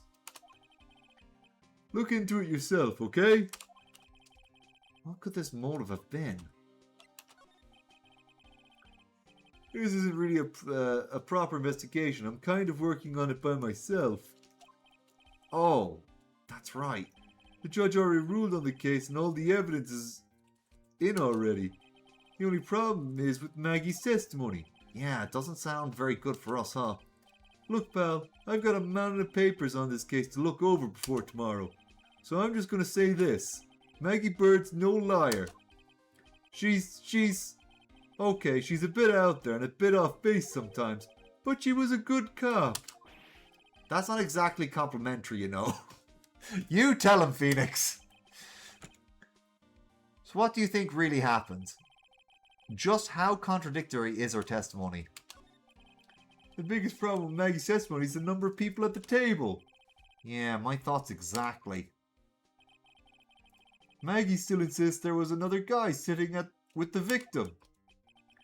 Right. Right, but get this. Oh yeah, I keep getting it. Everyone else in the place says the guy was alone. Even the chef. And then there's that CD. CD? Oh yeah, she did mention something about a CD. And there was a sample CD on the table, sir. But our guys turned that place upside down. There was no CD. What? Not on the table, not anywhere. In the whole restaurant, pal. But didn't Maggie say the victim was wearing an earpiece too? Yeah, but that was for the portable radio in the front pocket of his hoodie. A radio? He didn't have a CD player. You got it. Your phony never explained that contradiction at all. Come to think of it, the owner of Tribulations didn't mention that CD either. I don't know why, but I get the feeling that Mr. Armstrong's got something to hide. Alright, maybe we'll try presenting something else. I know he gave this to us.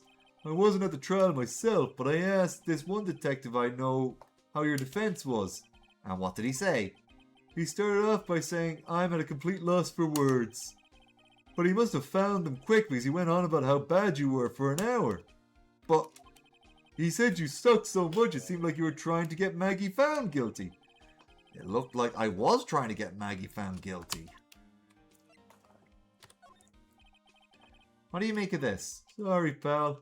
All I can think about is Maggie at the moment. No, I don't mean it like that. I meant... You don't have to explain, really. Wait, actually, maybe the profiles. Alright. Well, let's see what Gumshoe says about Godot. That's the guy who's going to be the prosecutor in Maggie's retrial tomorrow. Oh, really? He was working on a bunch of more important cases at the moment, but he cancelled them all just so he could take you on, pal. Why is that guy so determined to see me fail? You sure attract a lot of attention, huh? Too bad it's all the wrong kind. Have you gone to see Maggie?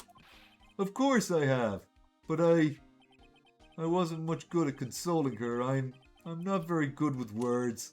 Oh, well, that's something you and Maggie have in common, unfortunately. The two of you need to work on that. Yeah, I guess I must have looked a bit down. Maggie was really supportive of me. It was great to have someone to talk to. Did he go for her or for himself? The chef of Tribulations, huh? You know what that chef said to me? Ooh la la, your body is full of the toxins. And then he gave me this bottle. What's in it? I don't know. The label just says juniper. I'm under orders to put a few drops in my bath every day. Under orders? Yeah, you know. There's something about that lady, I mean guy. Huh? You can't stop thinking about him? Not like that, pal. Give me a break. He's not my type. I mean, I can't stop thinking that he's involved with this case somehow. Sounds like he knows a little something more about our charming chef. So what do you... Oh, he won't tell me more about the victim. Okay. Alright, we already read that funny line. I guess I'll show him Maya. I want to see if he notices Maya's missing. Hey, so how come she's not with you today? She's working down at the restaurant right now. Working, huh? Yeah, it's tough to be being broke, I would know. Okay. Next time I see her, I'll show her how to make the world's best instant noodles. We low earners have to stick together, it's the only way. And he's only a low earner because fucking Edgeworth and Franziska kept slashing his pay. Why is he shaking my hand with such enthusiasm? Alright. I don't think there's anything else to show him. I could show him Mia, but I don't think that'll do much. I'll go... Okay. Back at the law offices. Poor Maya. Looks like Mr. Armstrong's really taking a shine to her. I suppose I'll just have to let her work at the restaurant for a while. I'll go pick her up from Tribulations once things have cooled off. Alright. Detention center.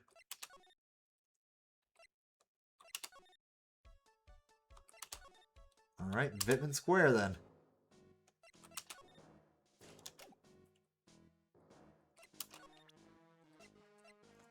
Oh, let's present him with his job listing thing. Excuse me, sir. Could I just ask you about this? Okay, yeah, he's just ignoring me. Wait a minute. I think I know what I'm supposed to present to Gumshoe. I know he wasn't at the trial, but I remember something very funny. Is that thing real, pal? Why does everyone keep asking me that? I wonder what this phony of yours is like. He had Maggie found guilty of murder. Doesn't that tell you? I've got to track this creep down. Alright, so not yet. I think I have to go find Phoenix's Magatama.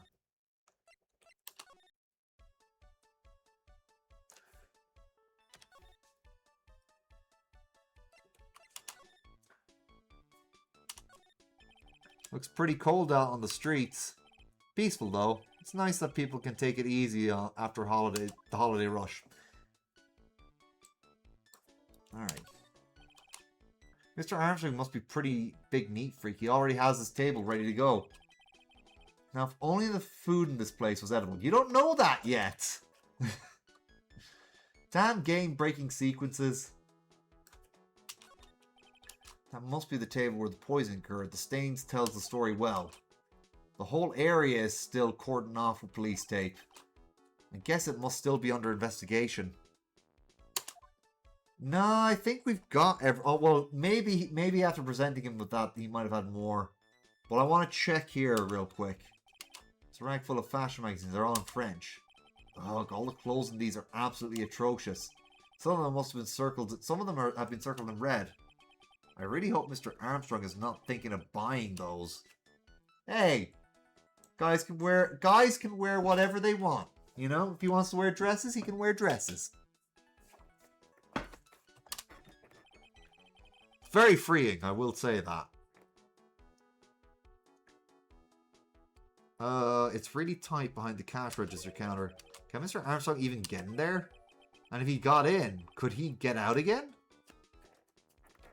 Like, I know he's like he's got a strong man build, but still, I'd say he'll be fine. There's a bunch of little trinkets on the shelf by the door. I bet Mr. Armstrong collected these personally. Alright, can't find the Magatama, it seems. Because I don't think there's anything else I can click on. Alright. I guess we go back to Gumshoe then.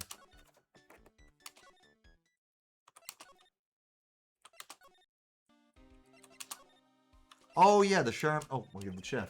So what exactly is it that caught your attention about the chef at Tribulations? It's kind of hard to say. You guy's probably not even connected with the case anyway. Hey, come on, detective. Didn't you say you'd give me the dirt on anything? Well, this sort of stuff is kind of important, unimportant gossipy stuff. You know, pal? Look, how about this?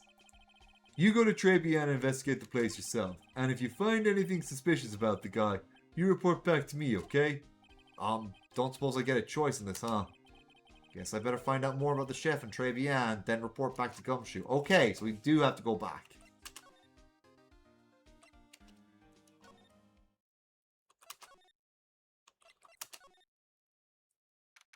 Okay.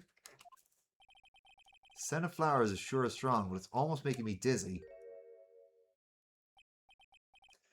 Okay, there's a yandere here with a head injury.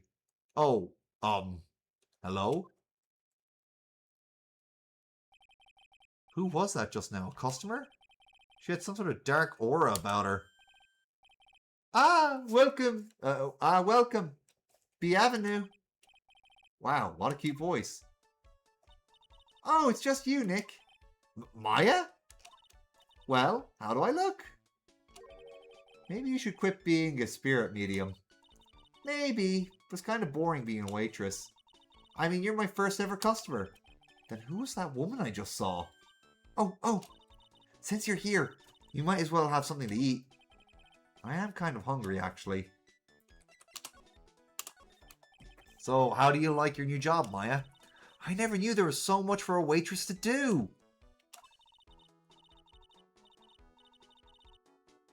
Take people's orders, bring them their food, make coffee, work the cash register. Of course we need a customer before I can do any of that. Yeah, it is a nice looking restaurant. It's just a shame more people don't come. Don't forget about the ultra cute waitress. Check out my gimme a tip smile. Of course she has one of those. Hey Nick, why don't you order something? The chef's preparing a tasty lunch set at the moment, or so he says. How much is it? It's the twin tea set. So it's $20, of course. The twin tea set? I believe I'll pass on that. I'll be taking a pass on that. It's kind of expensive. What? But you can't. Come on, Nick. It's not every day I get to it. Unfortunately, that's about average price now. I'm not saying that's not expensive, but yeah, restaurants and cafes have gotten a bit pricey. Oof. I want to try carrying plates and working the cash register. How about cleaning the toilets? That should keep you busy. Yeah, right. Maybe later. About the lunch. Oh, a fine choice, sir. No, Kitchen! A lunch special, please. With all the extras. Drink, side salad, dessert, and gift.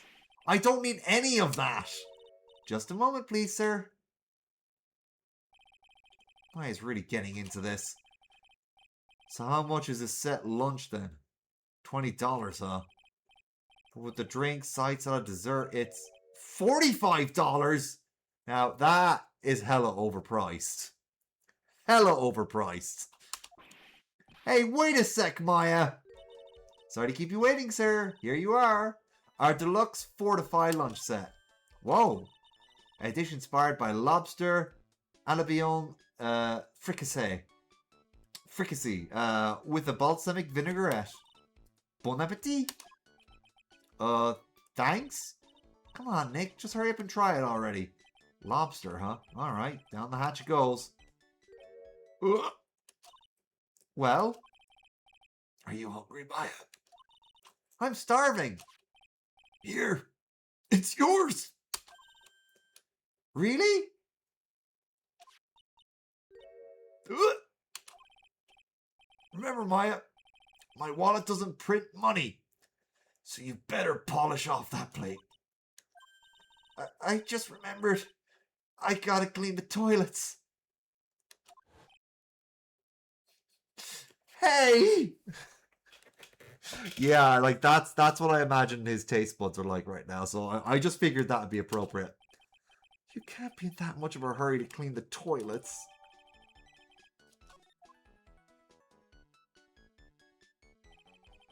How does that guy manage to make good food taste so bad? Hey, Nick, you want to take a peek at the kitchen? The kitchen, huh? Not a bad idea. And now, what was it that Maggie said again? In the kitchen, you'll get to see all the chef's greatest secrets. In the kitchen? That sounds tasty. Hey, wait up, Maya. What is it? I'm pretty busy right now. Weren't you going to show me around? Tisk. There goes my plan to find some cool clue and show it off in your face. I better conduct a search in the kitchen myself. Alright.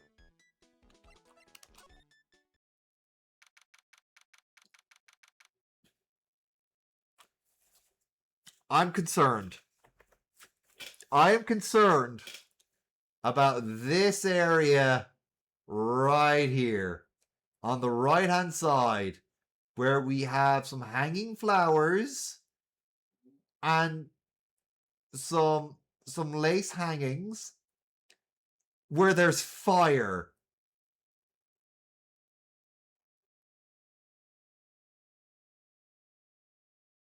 How did that get past the safety inspector? Yeah, and not in the fun way. It's a massive hazard.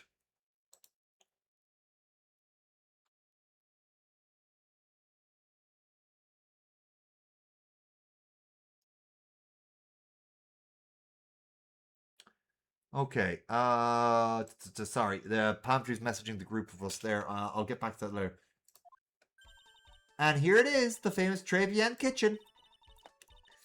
It's my first time in here too, actually. There's a weird atmosphere in here, that's for sure. Mr. Armstrong will be back soon, so we better search quickly. Chop chop. Wait. Now I know I'm in a French restaurant. I've never heard of most of these seasonings. Hey Nick, this container has oyster sauce. What's that? Isn't that used in Chinese food?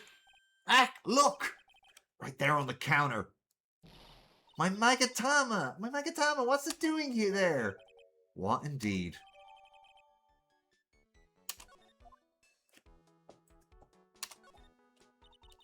Now I know I'm in French restaurant. I've never heard of most of these seasonings. Hey Nick, look, this container has oyster sauce. What's that? Isn't that used in Chinese food? And look, these knives, they look really sharp. I'd like to know how one of these slices through a cheesecake. A cheesecake? You don't exactly need a sharp knife for one of those, Nick. Yeah, but Maya, cutting into a cheesecake with a very sharp, like, knife, it's weirdly satisfying. Like, you know, you get the perfect slice of cheesecake out, and you can get it out quickly. If you get it with a sharp knife, the base doesn't crumble. Because, like, if you try and cut it with a dull knife, you break apart the base. So cutting it with a sharp knife, you get the base out perfectly every time. Believe me, you want a sharp knife.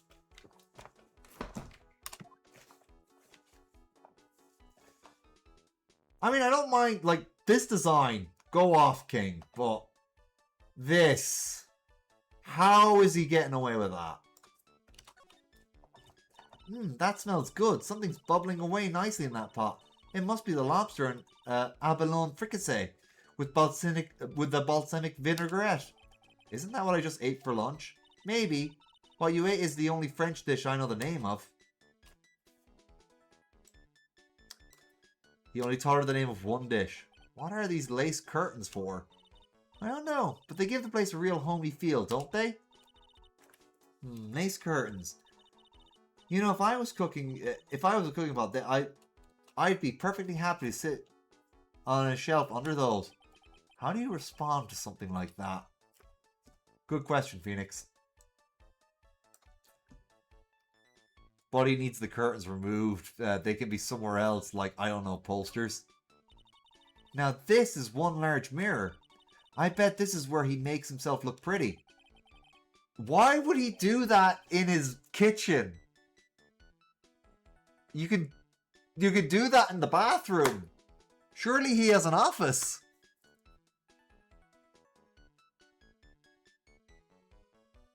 Like, I don't know. There's a book on the dresser. Clarice Armstrong's Bedtime Literature. Oh, his name's Clarice. Okay. Not exactly Pulitzer Prize material, is it? It looks like a collection of poems he's written. Poems? Cool. Read one out. And say it in your best French accent with intensity, okay? Okay, here's one.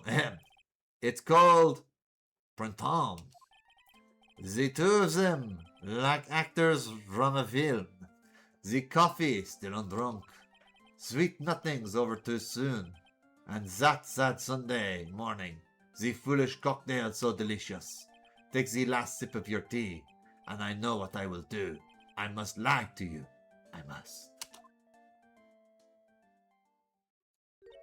Huh? That's it? Yup.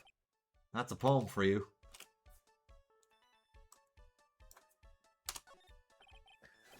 What's this? It looks like a treasure chest or something. Wow, look at all these little bottles. Oh.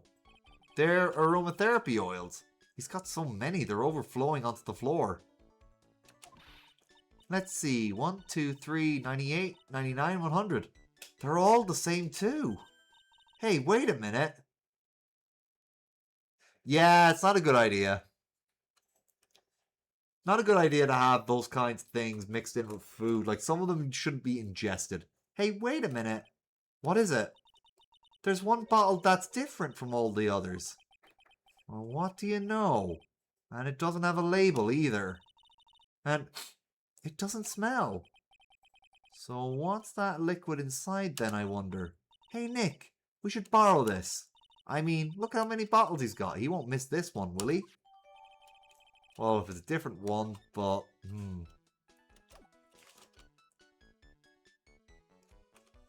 pretty sure we got everything now. Let me just double check.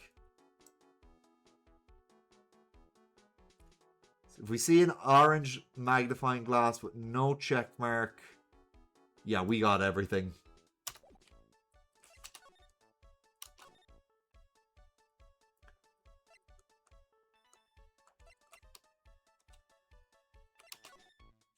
Okay.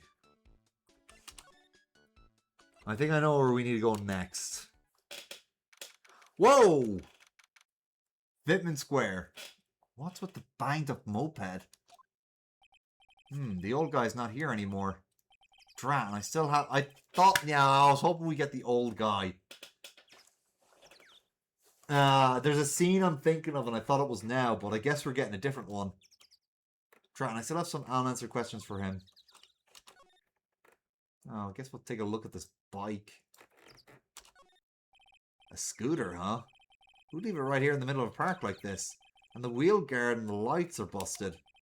I guess it must have been in an accident. It's totally wrecked. I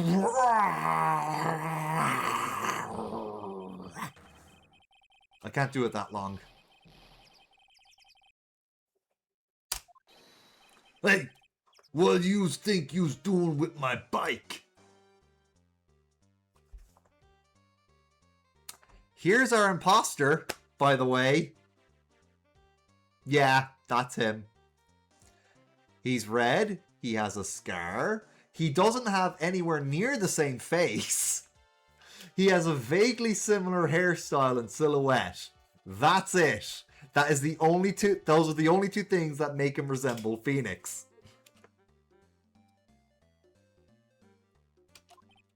No, I was just... Wow! You must be messing with my new ride. Is that what you've been doing? New ride? Isn't that kind of a little growl?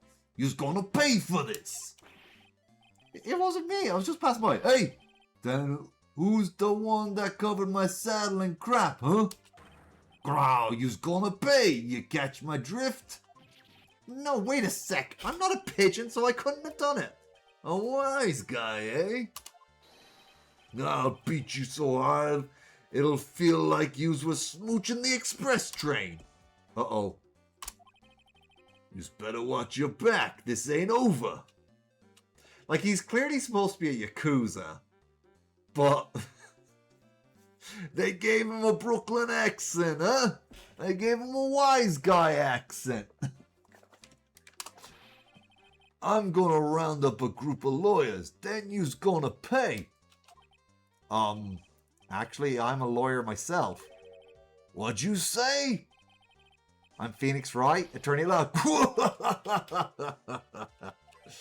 Phoenix Wright? You saying you Phoenix Wright? Yeah, I am.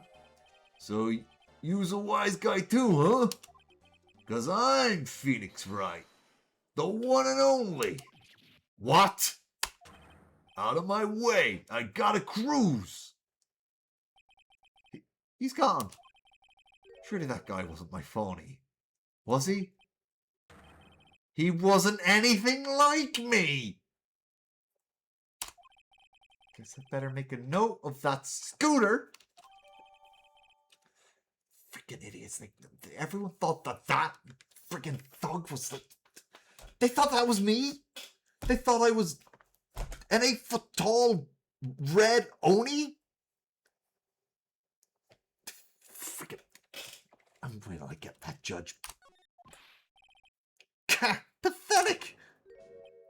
Oh, it's you. A few threats from a little brat like that. And you look like a pigeon that got seed in its eyes. Have you been here the whole time then? I was in that strawberry. I had some thinking to do. More like you had some cowering to do.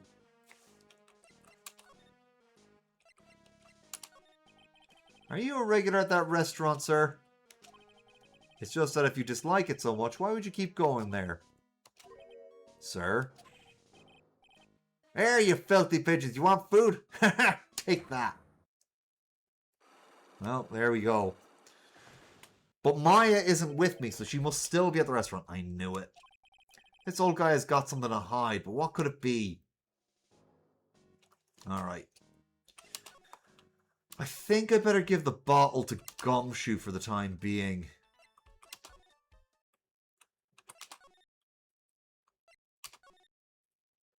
Oh, he's not here. Oh, he is. Hey, you're just in time. What is it, Detective Gumshoe? The lab got back to me about that newspaper you gave me. He must be in the sports paper with the memos scribbled on it. So, what did they say? Did the analysis turn in anything up? They said the doodle was written by the victim, Glenn Elg. No doubt about it. I expected as much. The victim took the paper with him to the restaurant the day of the murder. That's our best interpretation of the facts at the moment. Alright. MC Bomber. I get the feeling I've heard that name somewhere before. Oh well, I guess it'll come back to me. Don't forget to report to me with whatever you find in that restaurant, okay, pal? That's why I'm here. Since when did I start taking orders from Gumshoe? Although, I get the feeling there's something I need to show him. Yeah, there is. That much is obvious. I might show him the scooter, too. You got one of those aroma bottle twos, huh? Now, only this one doesn't smell. Huh? I don't get you. This was mixed in with all the other aromatherapy bottles, but it's not the same. It doesn't even look the same, wouldn't you agree? Cologne bottle that doesn't smell, huh? Smells like a skunk to me, pal. Mind let me borrow that for a while? I want to send it to the lab for analysis. The victim was poisoned, so the contents of this bottle are pretty important. Alright. I had a hunch there was something funny about that chef. You suspect Jean Armstrong? Oh, wait, no, Clarice Armstrong must be a relative of his, because he's Jean Armstrong. Okay. I've got that guy's number. I know what his secret is. That must be some secret the same secret Gumshoe was talking about before. I guess I better fill you in on the details. About this Armstrong guy's secret, I mean. Well, before that, hold on. I want to show him some other stuff. Oh. Okay, he doesn't know anything about that. Let's see if he knows about the food. Alright. Nothing new there, then. We've already showed him everything else. So what's Mr. Armstrong's secret? You ever had lunch at Tribulations, pal? Yeah. So how was it? To put it nicely, it was inedible. Hey, don't worry about being nice around me, pal. You and I both know the reason that place is so empty is because of the food. I mean, the place is clean and he's got a girl like Maggie as a waitress, so... Yeah, I guess it's probably the food. So even Phoenix agrees that Jesus, I nearly said a slur there. I nearly said an F instead of an M for Maggie. Wow. Holy shit. That would have been the wrong word. Woo! Money trouble. Yeah, he's definitely got money trouble. But my God, I can't believe what I nearly said there. Anyway. Man, Maggie gets bad jobs. She does. She deserves so much better. But yeah, Maggie, like even I'll definitely agree. Maggie in a waitress outfit, just like, she's gorgeous, utterly gorgeous. Yeah, I guess it's probably the food. The real scoop on this guy, he's up to his ears in debt. Really? How much does he owe? Here's a copy of his loan contract. He's about $500,000. Oh, whoa! $500,000? Are we talking dollars? Yeah. Hey, if it was sterling, he'd really be in trouble. Sorry, that figure just took me by surprise. Yeah, this case is full of surprises. And I'd be willing to bet that Chef's got something to do with most of them. That's my hunch. Jean's loan contract added to the court record. Jesus. Let's present it to Gumshoe. Might be more information. It's for $500,000, pal. That's, $500,000 bills. What was the almond there for? Is there really that much money tied up in this case? I can't give you an answer on that, pal. Not without the case file in front of me. But I'll tell you this. That Armstrong guy would have done anything for cash. He was desperate, you know? No, I don't, but I think I get the picture.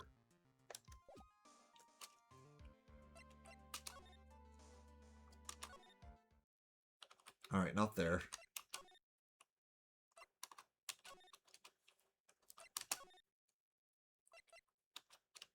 I better show Maya.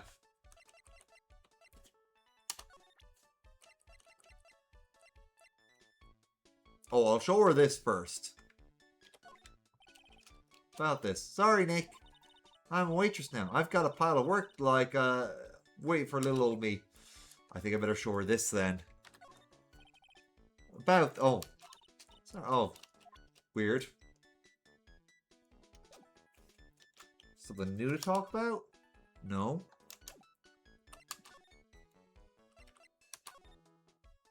Armstrong's not back there. Huh.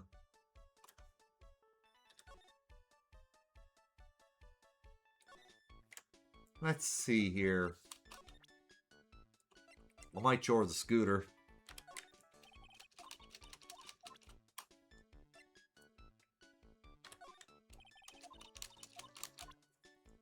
Maybe the food.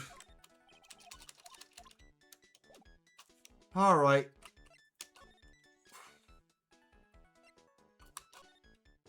He won't talk to me without attacking me.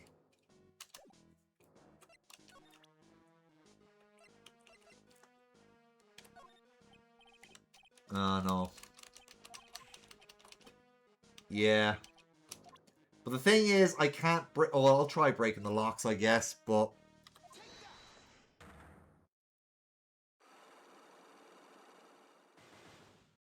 Alright. Tribulation regular. It's time you told me the truth.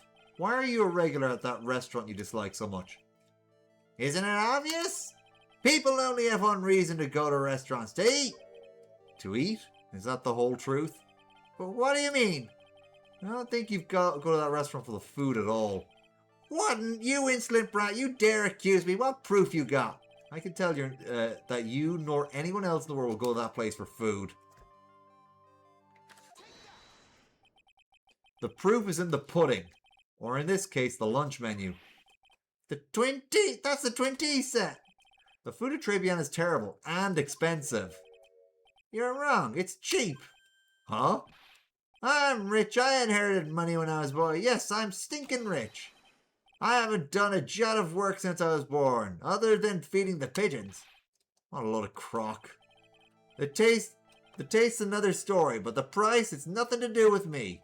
So you're saying you got there because you got money to burn. Exactly. I have so much cash, I'd go for a swim in my money vault every day. Well, there's a DuckTales reference there. Unfortunately, that's a lie. What? You don't have money to burn, you're flat broke. Where's... There it is. This is yours, right? My magazine! Why would a rich retiree be looking for a job? I was... so what? So I was looking for a job. I'm buying a lot at the moment. I need spending money. Oh? I don't go to that restaurant for food. I just go for the... Javachino. Yeah, I think you mean cappuccino. Anyway, how much does a cappuccino cost there? $8. Those had better be some golden beans. What's your problem? You think a poor man would be better off drinking dishwater, do you? Is that it? No, I wasn't thinking that. I was wondering if the coffee there is really that great. No, it's not. But anyway, yes, that place has some free newspapers to read every day. Newspapers? Exactly. They don't want me hanging around at home, so they don't want me hanging around at home, so I go there. I'm sorry, sir, but there's no free papers to read at Tribulations. Yeah, the only paper we got was this one.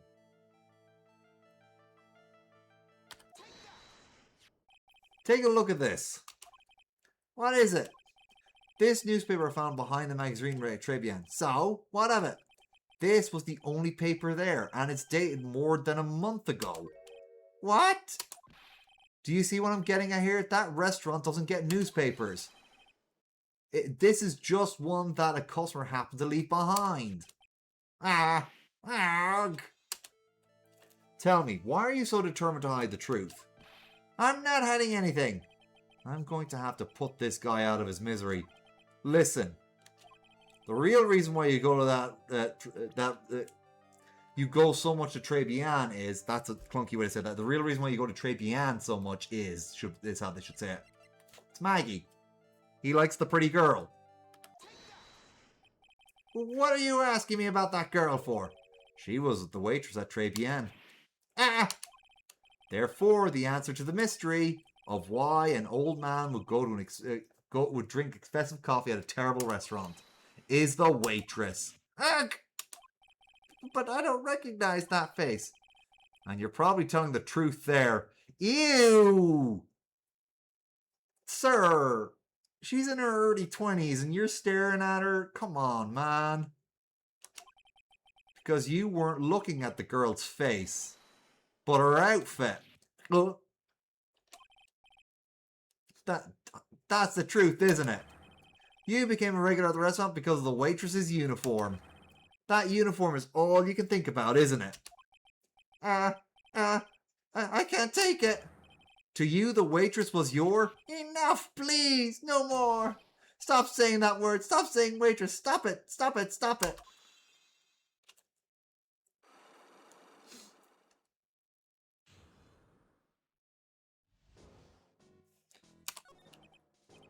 Sir?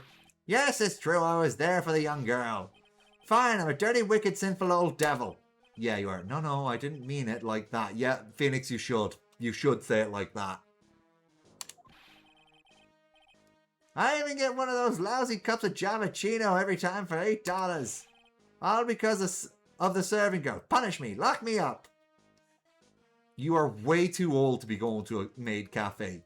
Like, maybe if there was a maid cafe with older women in it, sure, I wouldn't blame you then. They'd at least be more age appropriate. But come on, man. Really, that's not what I'm here for. You'll be the same, another 20 years, and you'll understand what it's like.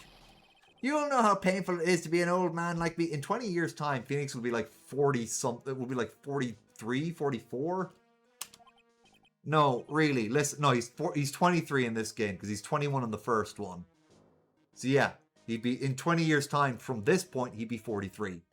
No, really, listen, sir. Stop calling me that. I have a name, you know, boy. Show some respect. I'm Victor Kudo. Sorry, Mr. Kudo. You young ones think you know it all, don't you? Well, I'm not saying another word. I won't tell you anything more. This guy was in the restaurant at the time of the incident, which means I have to hear out his testimony one way or another. Huh! I don't believe this. I even broke his psyche locks and everything.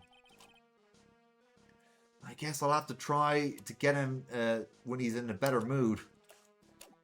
Oh yeah, speaking of psyche locks and Psylocke, I found something interesting out about the characters. So, Psylocke was an Asian woman possessed by a British woman, and there was good reason at the time, because the Asian woman was an assassin who kind of killed the English woman, but the English woman moved her consciousness into the Asian woman and for years was possessing her. Only recently has the British woman named Betsy Braddock has gotten a new body of her own, and the Asian woman who's possessed, Psylocke, has gotten to keep the identity of Psylocke and is her own person again. It was kind of fucked that was how it was for years at Marvel. But she gets to be her own person again, and technically Betsy Braddock does get to be as well. Yeah. And the thing is, Psylocke doesn't have a real name right now. She has a Japanese code name and the name Psylocke. Yeah, it's kind of weird. But yeah, in X-Men 97, still technically possessed by Betsy Braddock, but in the comics, and I think Marvel Rivals, she's her own person again. I don't know. That was a weird thing I found out the other day. So there you go. Like, I knew about Psylocke being, like, the mind of Betsy Braddock for ages, but I didn't realize they fixed it recently. Alright. I can't get Victor Kudo to talk. You have a bad idea? What's your bad idea?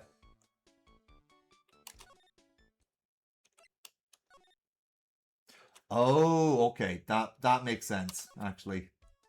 I guess we would have his personality now.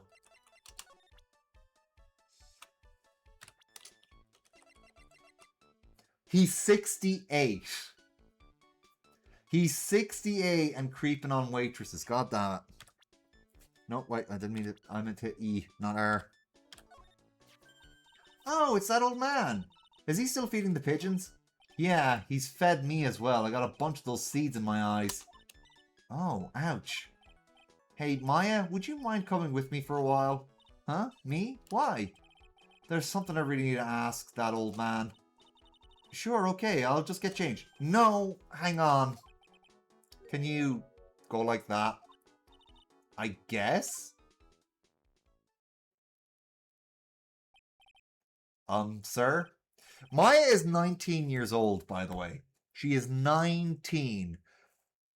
Yes, legally an adult, but not legally old enough to drink in America. Technically doesn't have her frontal lobe developed yet.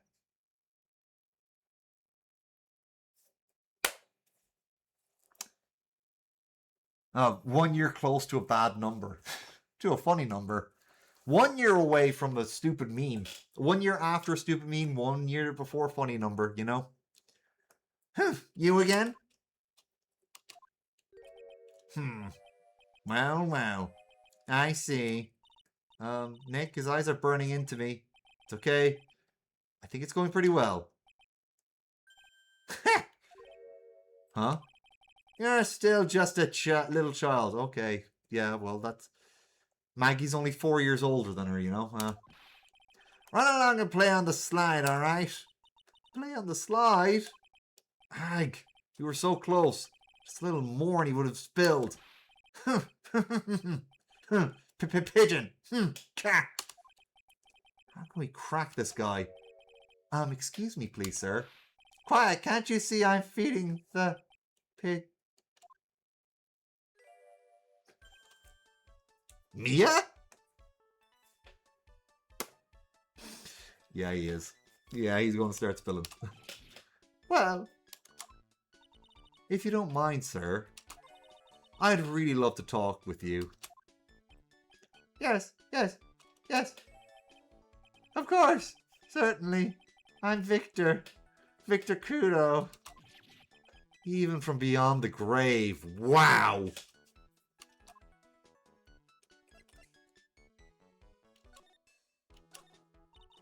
About the incident. You mean the man who died after drinking the Javachino? It's like he's a different person. It was quite a shock even for me. He was a strange-looking boy. The girl took the Javachino over to him, you see. And? Was the customer alone? Definitely! He was the only person at the table.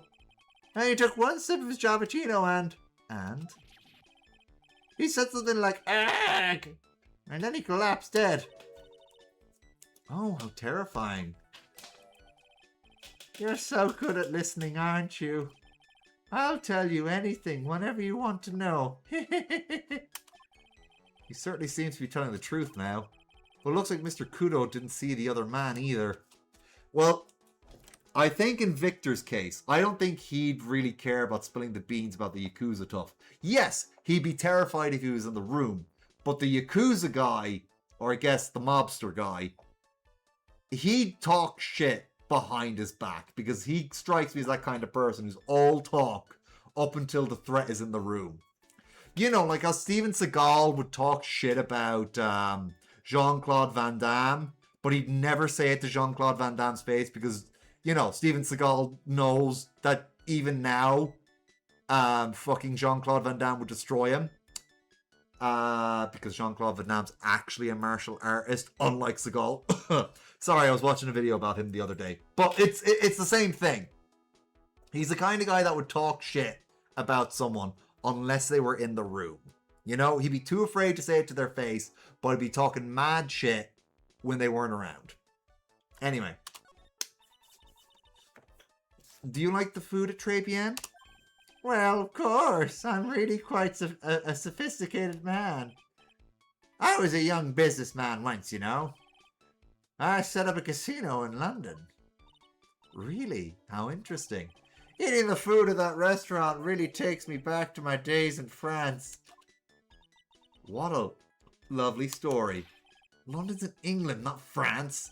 Oh yes, France is wonderful. I'd love to show you around the city sometime. It's too much. I can't take it. I want France. I can't believe Mia's laughing at the guy. You visit Tribulations a lot, don't you? Of course. I mean, well, yes. I like to come and see you there. Really? Oh, you flatter me so. The owner would be delighted to welcome you, I'm sure. Careful of that chef, my dear. The chef, you mean Mr. Armstrong? That's right, that man's an ex-con. He's an ex-con? Whatever did Mr. Armstrong do? Oh no, those eyes. I can't take this. Yeah, he's an ex-convict. Mia's got this guy eating out of her hand. He steals things from his customers. From his customers? Gloves, handkerchiefs, little things. Mainly, I forgot about this part. So he must have been the one who pickpocketed Phoenix. You see, I only played this game once or twice, like 10 years ago. So I didn't really remember much about, you know, Armstrong, apart from, like, you know, his flamboyant nature and French accent. I completely forgot he was a pickpocket. He's a pilferer, so you be careful around him, my dear. Are you sure about this? Of course, he was arrested for it once. I was there when it happened, having my cappuccino. He really is a regular. Let me write you a little haiku about it. A haiku? A Japanese poem. It'll explain all you need to know about that chef. Convicted before a wicked man or woman. Repeat offender. Victor Kudo. If he takes anything again, you let me know. If it's not too expensive, I'll buy you a replacement. Poor guy. He couldn't do enough for Mia. Okay, Phoenix. That's about as much as I can do to help. Thanks, Mia. We got some really important information thanks to you. Honestly, I can't believe Maya called me for something like this.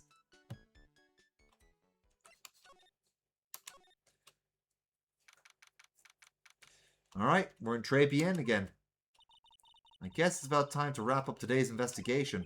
Had enough of being a waitress? Yeah, plus no one came to the restaurant. Ooh la la! Mademoiselle Maya! Non! How can you leave me like this? I'm sorry? That reminds me. Mr. Armstrong had a Psyche Locker 3, didn't he? I'm going to have to break those. Mr. Armstrong? I hope you won't mind, but I'd like to have another word with you. Volunteers? Of course!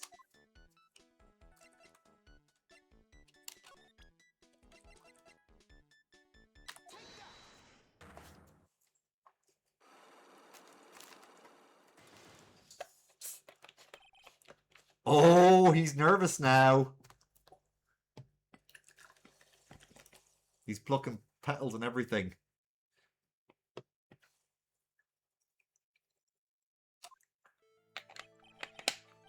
What is happening? I do not like this horrible feeling. I have to know the truth. What happened that day?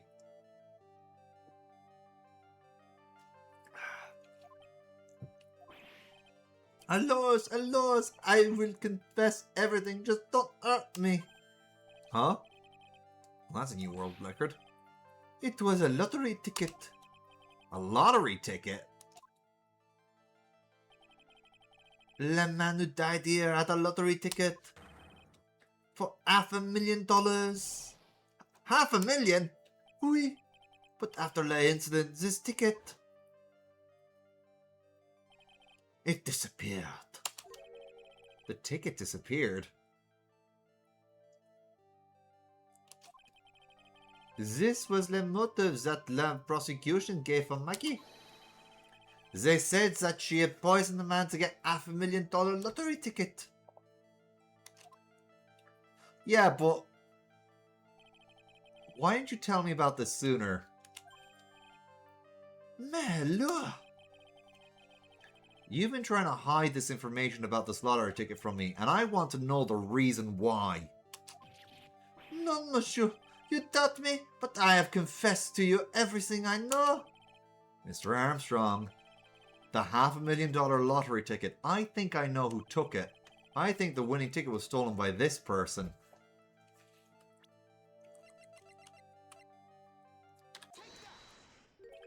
Mr. Armstrong, I believe there is a very high probability that it was you! Ah! Wow, that was one piercing scream, even for a man like him. Mais pas que moi? Why, you have no evidence. I am not Mask the Mask. I am not the kind of person who steals the property of others. Wow, they're really referencing Mask the Mask a lot, just one case after the first one. After the last one, like, they're really going at it. Sorry to disappoint you, Mr. Armstrong, but I have evidence to the contrary. I present to you the proof that you've stolen from others in the past. Yeah, it's from Victor Kudo. What is this? A poem? Oh, monsieur, you know me so well. I adore poems. Please read it and put some feeling into it. Convicted before, a wicked man, a woman, repeat offender. I'm sorry to bring it up, Mr. Armstrong, but you have been arrested from stealing from your customers before, haven't you? Mon Dieu! Le mensonge!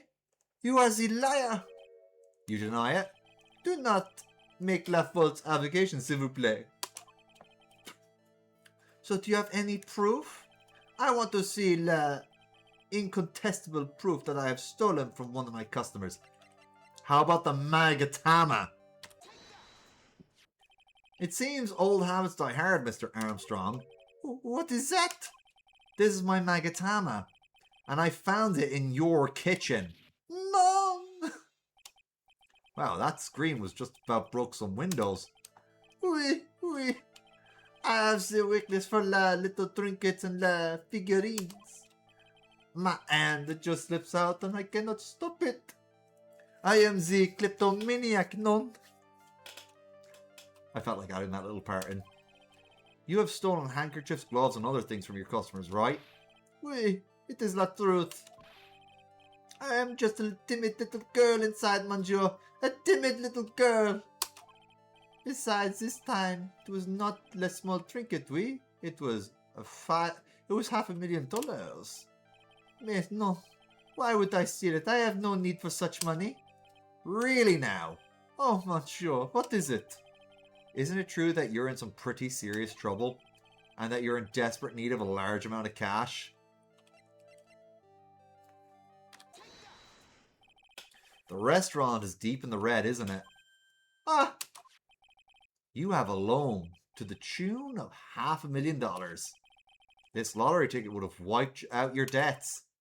Well, Mr. Armstrong, what do you have to say for yourself now?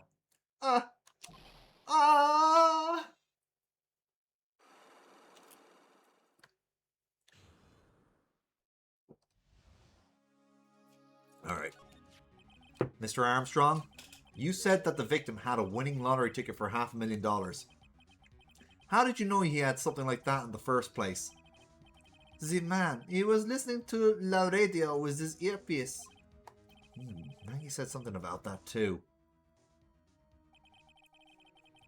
The winning number was announced on the news, I think. All of a sudden, he exploded. Yes, 500,000, he shouted. And the ticket? Oui. He had all of his tickets spread out on the table. I was so desperately in need of money, so I... Put poison in his coffee? No, no, no, no, no, no, no, no. Oh, no, you naughty man. I simply helped myself to one of his tickets. What?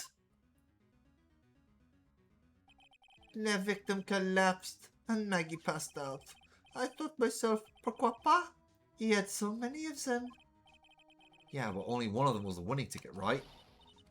How could you do that, Mr. Armstrong? Maggie was arrested because of you. No, this is not true. I did not take it. The ticket for 500,000, I mean. You just told us you did. You said you took a ticket. Mais non, Mefli. It was not. That's enough. Huh? Ah! Mr. Goto! What in the heck are you doing here? Ugh. This is without a doubt the worst coffee I ever tasted, Mr. Armstrong. He came here for coffee? Does his craving for coffee know no bounds? I mean, look, he's not my type, but I will admit he is an aesthetically handsome man with a cool visor. And he's got a whole cool attitude about him. I can absolutely see, yeah, I can see it. He's got the whole bad boy thing and the classic noir character thing. And again, cool ass visor, conventionally handsome jaw. Perhaps Mr. Armstrong stole one of the victim's tickets on the day in question. Amala Ered none. Just a pretty little girl who is laughing, who everyone is laughing at. But in that case, Maggie shouldn't be the only one under suspicion. He had the wrong ticket. What? Mr. Armstrong made off with the winning ticket's pretty neighbor. So the ticket he took was worthless? Not quite. He did win something. $1. You see, I am just a pretty face. Without my looks, I have nothing.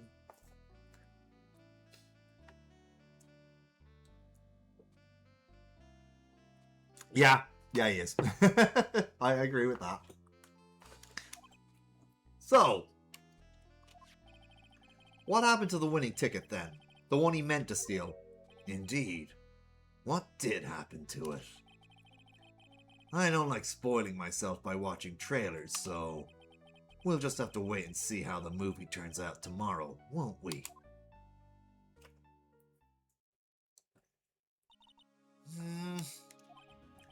Voila, you two. Time to laugh at la pretty little Ered.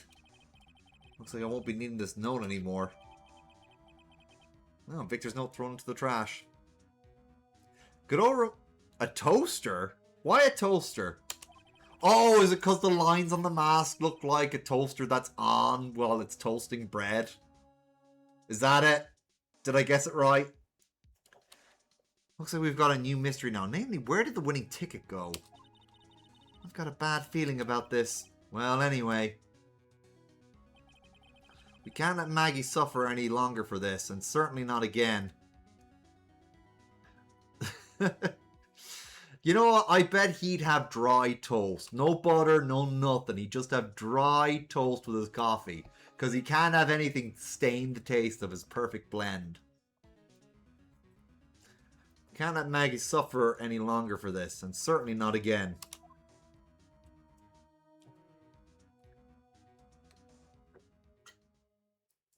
I think we've hit a good stopping point. Alright.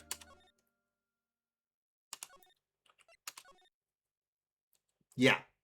Alright, let's see who's online right now. Yeah, I think we got about 4-ish hours. So let me just hop on to... I need my stream manager and I need another Twitch page to see who's online right now. Who do I know who's online right now? Oh, actually, it doesn't look like... Are any of my friends online right now?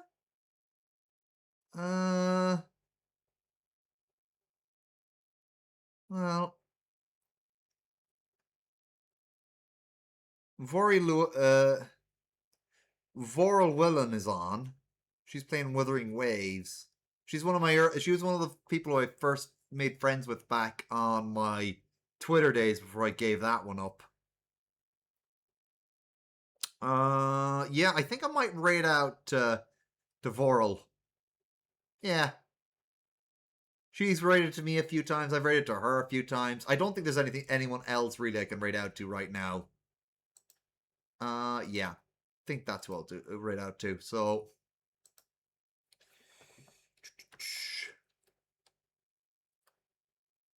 alright. So Verl Wellen, she is playing Wuthering Waves right now. But she's on break right now, so we're going to actually raid over during the BRB. So we will see in a moment. Alright, you defeated the penguin, now chasing a literal red flag. Yeah. Alright, guys. I'll see you guys sometime next week. I don't know what other thing. I'll probably be streaming this again next Saturday because I can get a lot done on a Saturday. And then I will also be, so hopefully we'll be able to finish episode 3 and get on to episode 4. And, because then we need to get to episode 5, which is the finale. Very long episode. Anyway, we're going to go right over to Voral. I will be back next week. Next Tuesday, we're going to have another PathTuber. And it's going to be Alana who we're going to have on PathTuber. So we're going to make Alana a Pathfinder character on Tuesday. So join us for that, alright? I don't know what I'm going to be doing the other days. Oh, sorry. I just noticed my spines were on. I'm trying to turn them up. There they are. Alright, back to normal. Okay. Didn't mean to breathe lightning there. Anyway, we're going over to Voral. I will see you guys next week. Have a good one, folks. Be sure to be nice at Voral's stream when she's back from her break. Bye. Start raid.